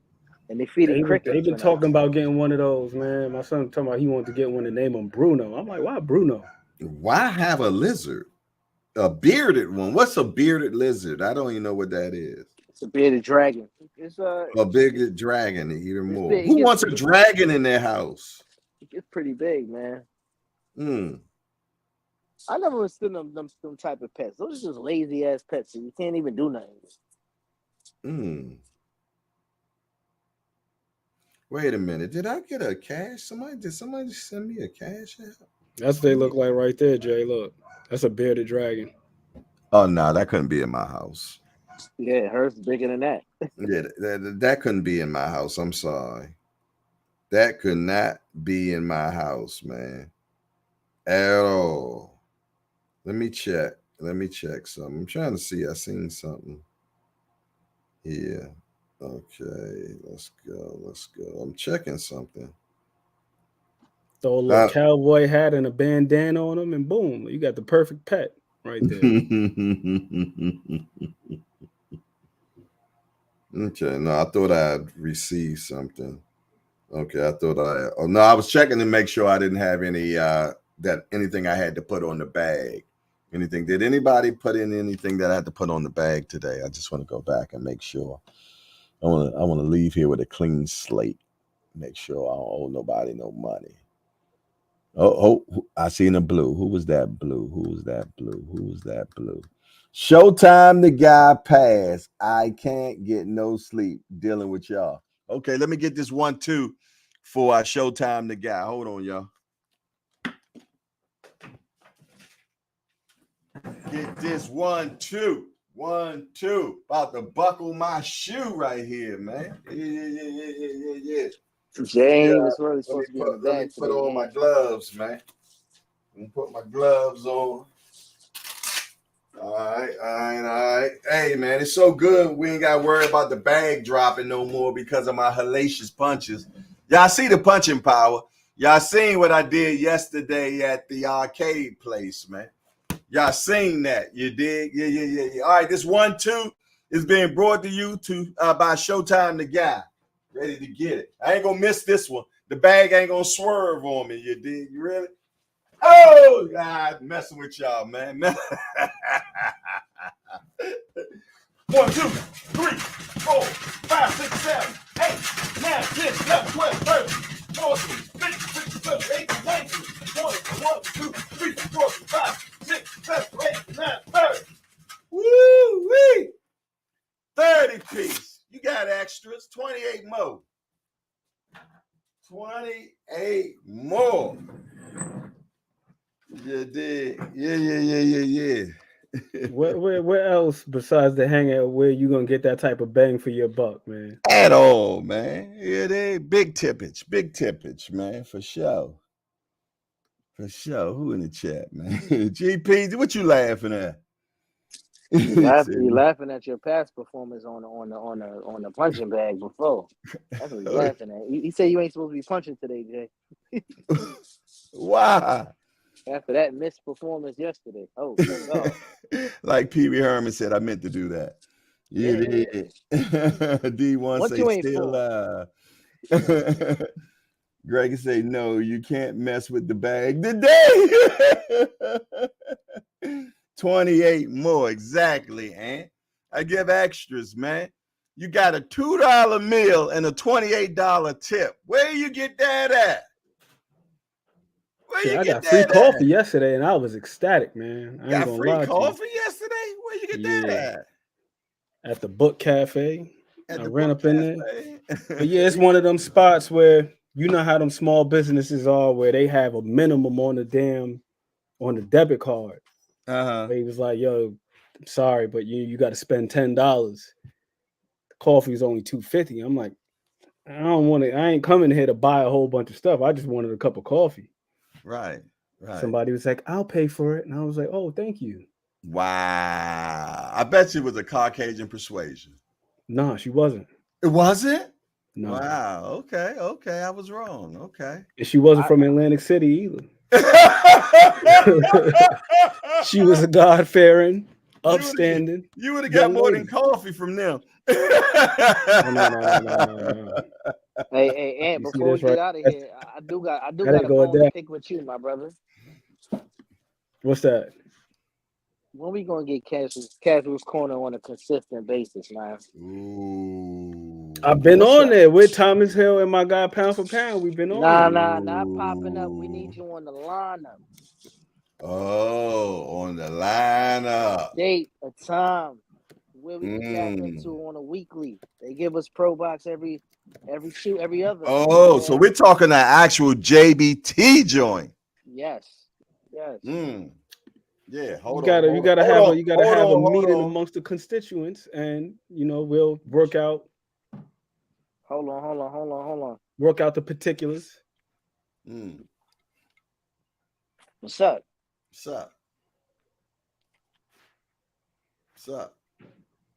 Yo, you gonna get down or you gonna lay down, man? Get down and lay down, bro.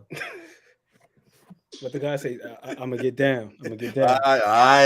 There it is. Y'all heard it. Aunt McQueen. Brought to you by Chalk.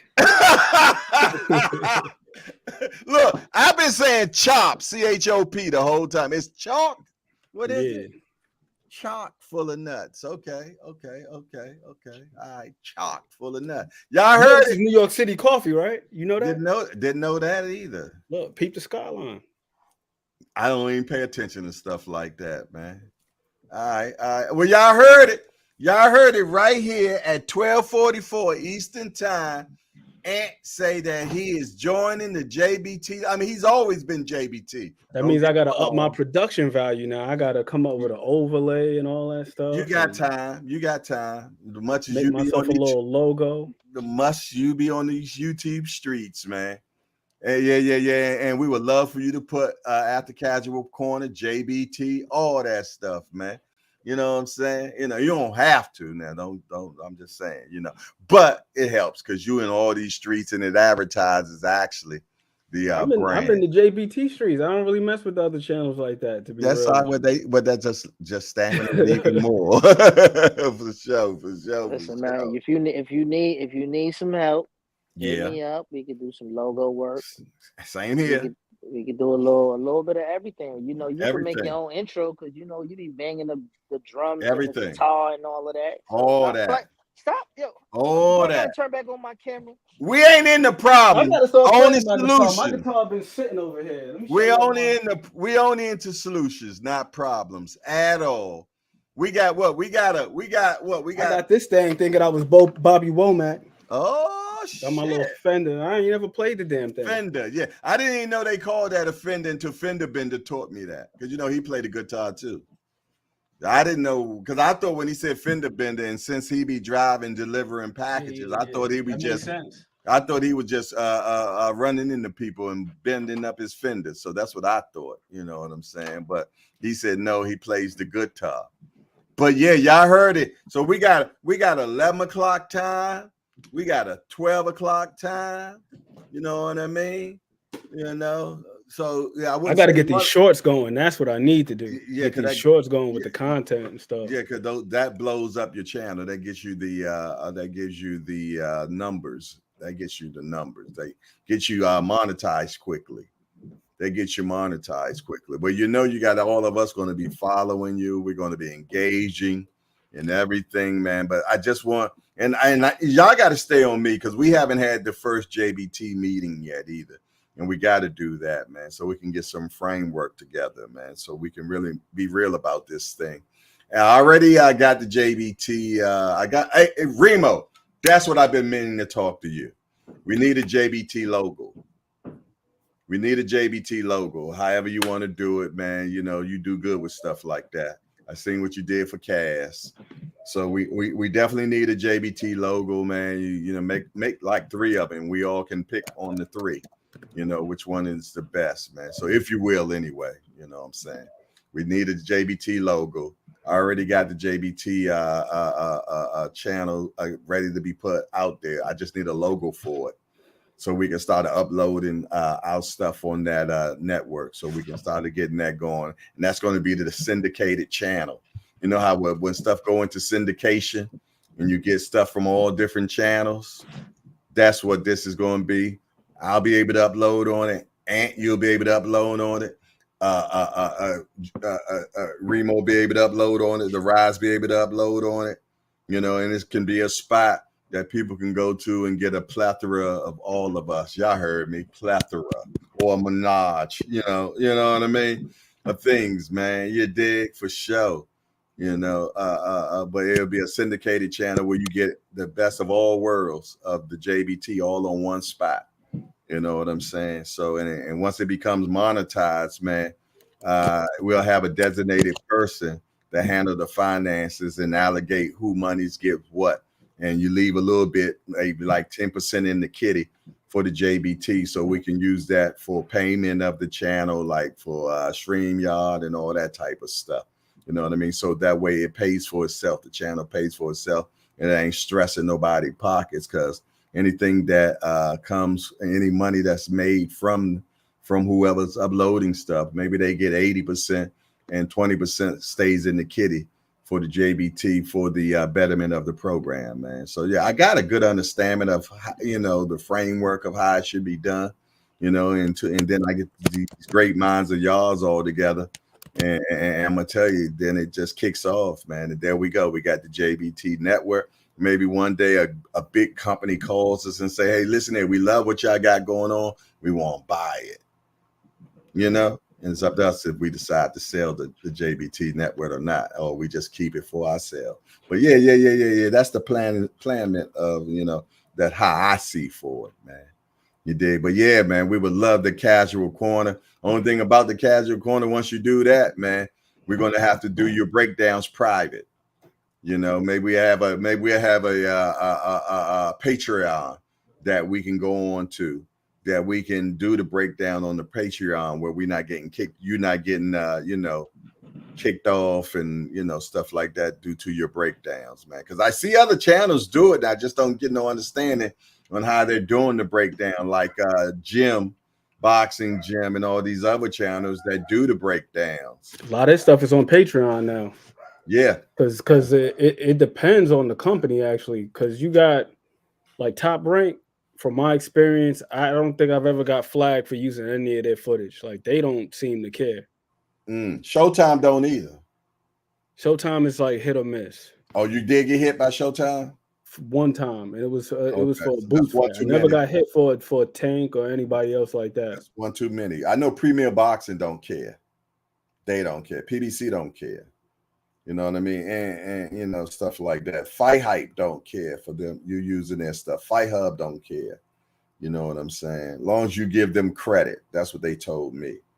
Credit us. Tell us, credit my work, and that's important. I don't blame them. And you go out there and you work hard, and somebody take your stuff and don't even give you a credit. That's a smack in the face, man. So yeah, we just got to learn these YouTube guidelines a little bit more. And YouTube is kind of vague with what they got going on.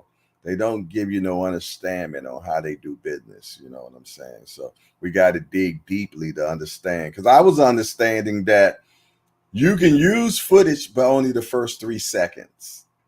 You can use 3 seconds, and after 3 seconds, you got to cut it off. So that's what I was heard. Footage is 3 seconds. If you're just using 3 seconds, you're good. You go past 3 seconds, that's a problem. But that's just by hearsay. I've seen them do a lot of things with these videos. They flip it upside down, not upside down, but they mirror it the wrong way. Some people change the color on it, so it's not the actual natural way it was footage. I've seen people take it off, put it on mute, and voice over it. It's different ways, but like you said, there's no clear-cut rules the way that shit works. And sometimes it probably is, but we just don't see it or know where it's at. I need somebody that's smart like that, that's good with stuff like that, man, to check into that. So if we got anybody on the platform, in the chats or anything like that, that's good for understanding the stuff like that, don't have no mind going in there and finding that information, it's fun for you, do that for us and get back with us on that, man, so we can have better understanding, so we are not getting penalized for good work. I'm still waiting on what's my man name? I'm still waiting on Michael Jordan to be like, hey, bro, take that down. You know what I mean? Hey, they let me rock right now. Was it longer than 3 seconds? I don't know. I don't believe so. But if it was, I don't know how that stuff really works, because I know that there's some kind of system associated with that they have where it does like a Shazam almost, where it brings the the copyright things up. Like it does its own research through that program. So I know that for a fact. I don't know exactly the rules on the amount of time. You know what I mean? Maybe that would be some homework for myself today. I'll look into that. Take a deep dive in that for everybody. I got the guidelines up right now to what you said before about the 3 seconds. They don't have a specific amount of time, but they do mention that borrowing small bits of material from an original work is more likely to be considered fair use than borrowing large portions.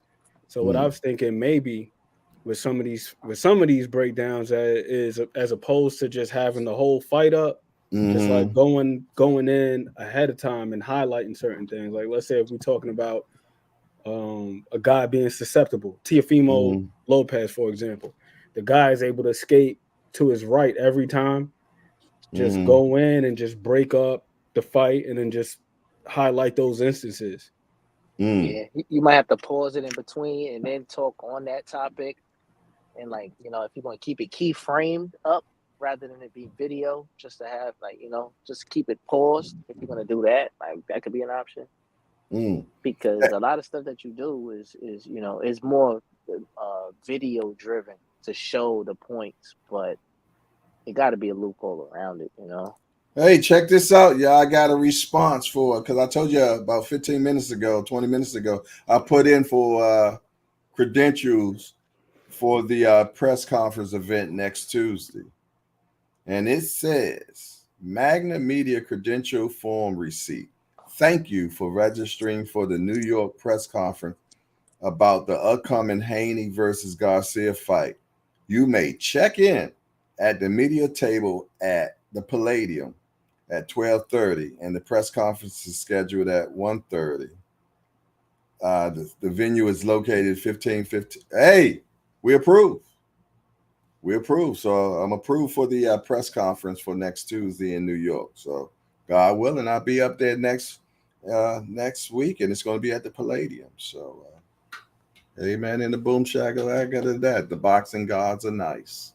So your boy Jay got approved, yours truly. So I'm happy for that, man. Happy for that. And they having a luncheon, so they feeding us.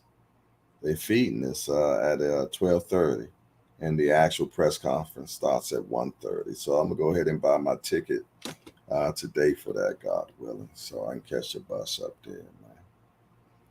So your boy gonna be in the building again in New York City next Tuesday. You did, for sure. For sure. That's what's up. BNN Boxing News. He said, y'all boys still on? Damn, my AT&T phone was down until now. Yeah, man. That's what happened when I'm late, Jack. Yeah. I just give you more and more and more. For sure. He said, good shit, OG. That's what's up. He said, Jay going to be at the table, Bill eating. Oh, yeah, they're going to put me right at the table with Bill. Yes, and the Bill going to be happy to see me, actually. Yeah, you know how they don't be having that same energy. They ain't going to have that same energy. Yes, indeed. Yeah. Bill and I going to be taking pictures and all, man. He ain't playing with me. Put me at Bill's table for sure. Yes, indeed. So I'm looking forward to that, man, next Tuesday, man. Yeah. I make sure and see if Senior puts in for it as well so he can get his approval as well. Hey, Senior, you still on here? I see you still showing up in the building right here. Did you, if not, go to MAGA Media, man, and go ahead and put in for your credentials, man, before it's too late. Because it looked like they probably going first come, first serve, or whoever put in for it. You dig? So go ahead and get that in, so we can have that done. So we can have that done for sure. But yeah, no, for real now, y'all. For real. It's 4 hours and 32 minutes that we done. I appreciate Lottie Dottie and everybody, man. I don't hear no excuses about this site. But yeah, for real, man. 4 hours and 33 minutes, man. Excellent show, man. I want to thank my esteemed panelists, man, for making this what it is, man. Because I can sit and talk to myself, but after a while, I get tired, man. So I appreciate all my esteemed panels that came in here, man. We had D for the one. We had the real angry white man. Then we had Raging Cajun up in here, man, from New Orleans, man, William Old School. And he's not feeling too well, but yeah, he still came in here with his angry self. But as D1 said, he is the actual angry white man, and William Old School is the Raging Cajun. And we don't want no white on white crime. So let's make sure we get that correct. You did. We had my guy MD Mills in the building today, man. We appreciate him being up in here. We had All Access Senior International Cobb. We got Aunt McQueen up in here, Breakdown Shorty. We had Remo. Did I forget anybody? Did I get everybody? I think that was everybody that was on the panel. It was definitely a great panel. We had a big time. We had great time up in here. I think we answered all questions. Did we come to the conclusion if Bud was lucky or not? I don't know. But it was definitely great talks, man. And everybody that was in the chat, man, that participated or didn't participate, man, I appreciate you all, man, for all y'all comments and concerns and funny minutes as well, man. I appreciate everybody for being respectful to everybody, man, because that's what makes the Hangout different from all other channels, man, except other JBT channels, because they all do the same. We all got good chi in our rooms, man. You dig? So, yeah, I thank you all for that, man. I'm about to go on over here and play with the girls a little bit, man. And I probably got to do some defoliation or something right now.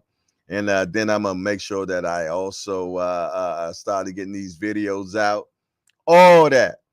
Appreciate you all. Can I get Burning Desires from the panel right now? Last statements, Burning Desires, anything. I think we about covered it, man. I think we about covered it. We probably exhausted everything at this point. We damn near at 5 hours. So yeah, we like Patty LaBelle. I can't do no more. Damn that.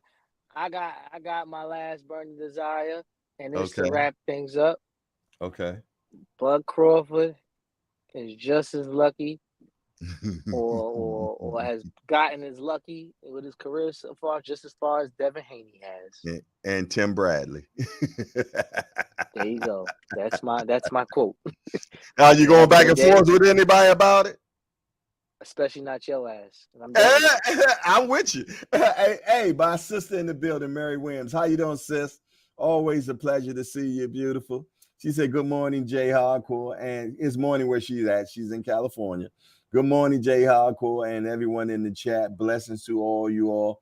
And a special shout out to Mama Hardcore. I'm going to let her know that you said that, sis, for sure. Other than that, it's your boy, Jay. Oh, All Access International Senior Cobb also was on the platform. We appreciate him as well, man. But, yeah, we thank everybody. Other than that, it's your boy, Jay Hardcore, Hardcore Boxing News. Hey, don't forget, tonight and tonight only, we're going to have my guy in here as the guest person. Let me find out. Yeah, this guy right here from Creed. Now, not Michael B. Jackson or whatever his damn name is. We're not having him. But we're going to have my man Bug, the one that be handling the mitts, man. He's going to be in the building tonight at 8:30 tonight. 8:30 tonight. We're going to have Bug. And get y'all questions ready for him, man. Get y'all questions ready for him because he's going to be in here tonight, man. So y'all make sure y'all show up tonight. So we're going to have Bug, man. We give him a good welcome, man. Bug's going to be in here tonight, man. So y'all make sure that y'all be ready for him. Y'all have y'all questions ready, man. And matter of fact, send them to me. DM me if you want your questions to be answered by me. Put them in the Apple chat. Put them in the WhatsApp chat if you got a question for Bug tonight, man. Other than that, it's your boy, Jay Hardcore Boxing News. I'm out of here. Man, how you turn this damn thing off? And I'm out.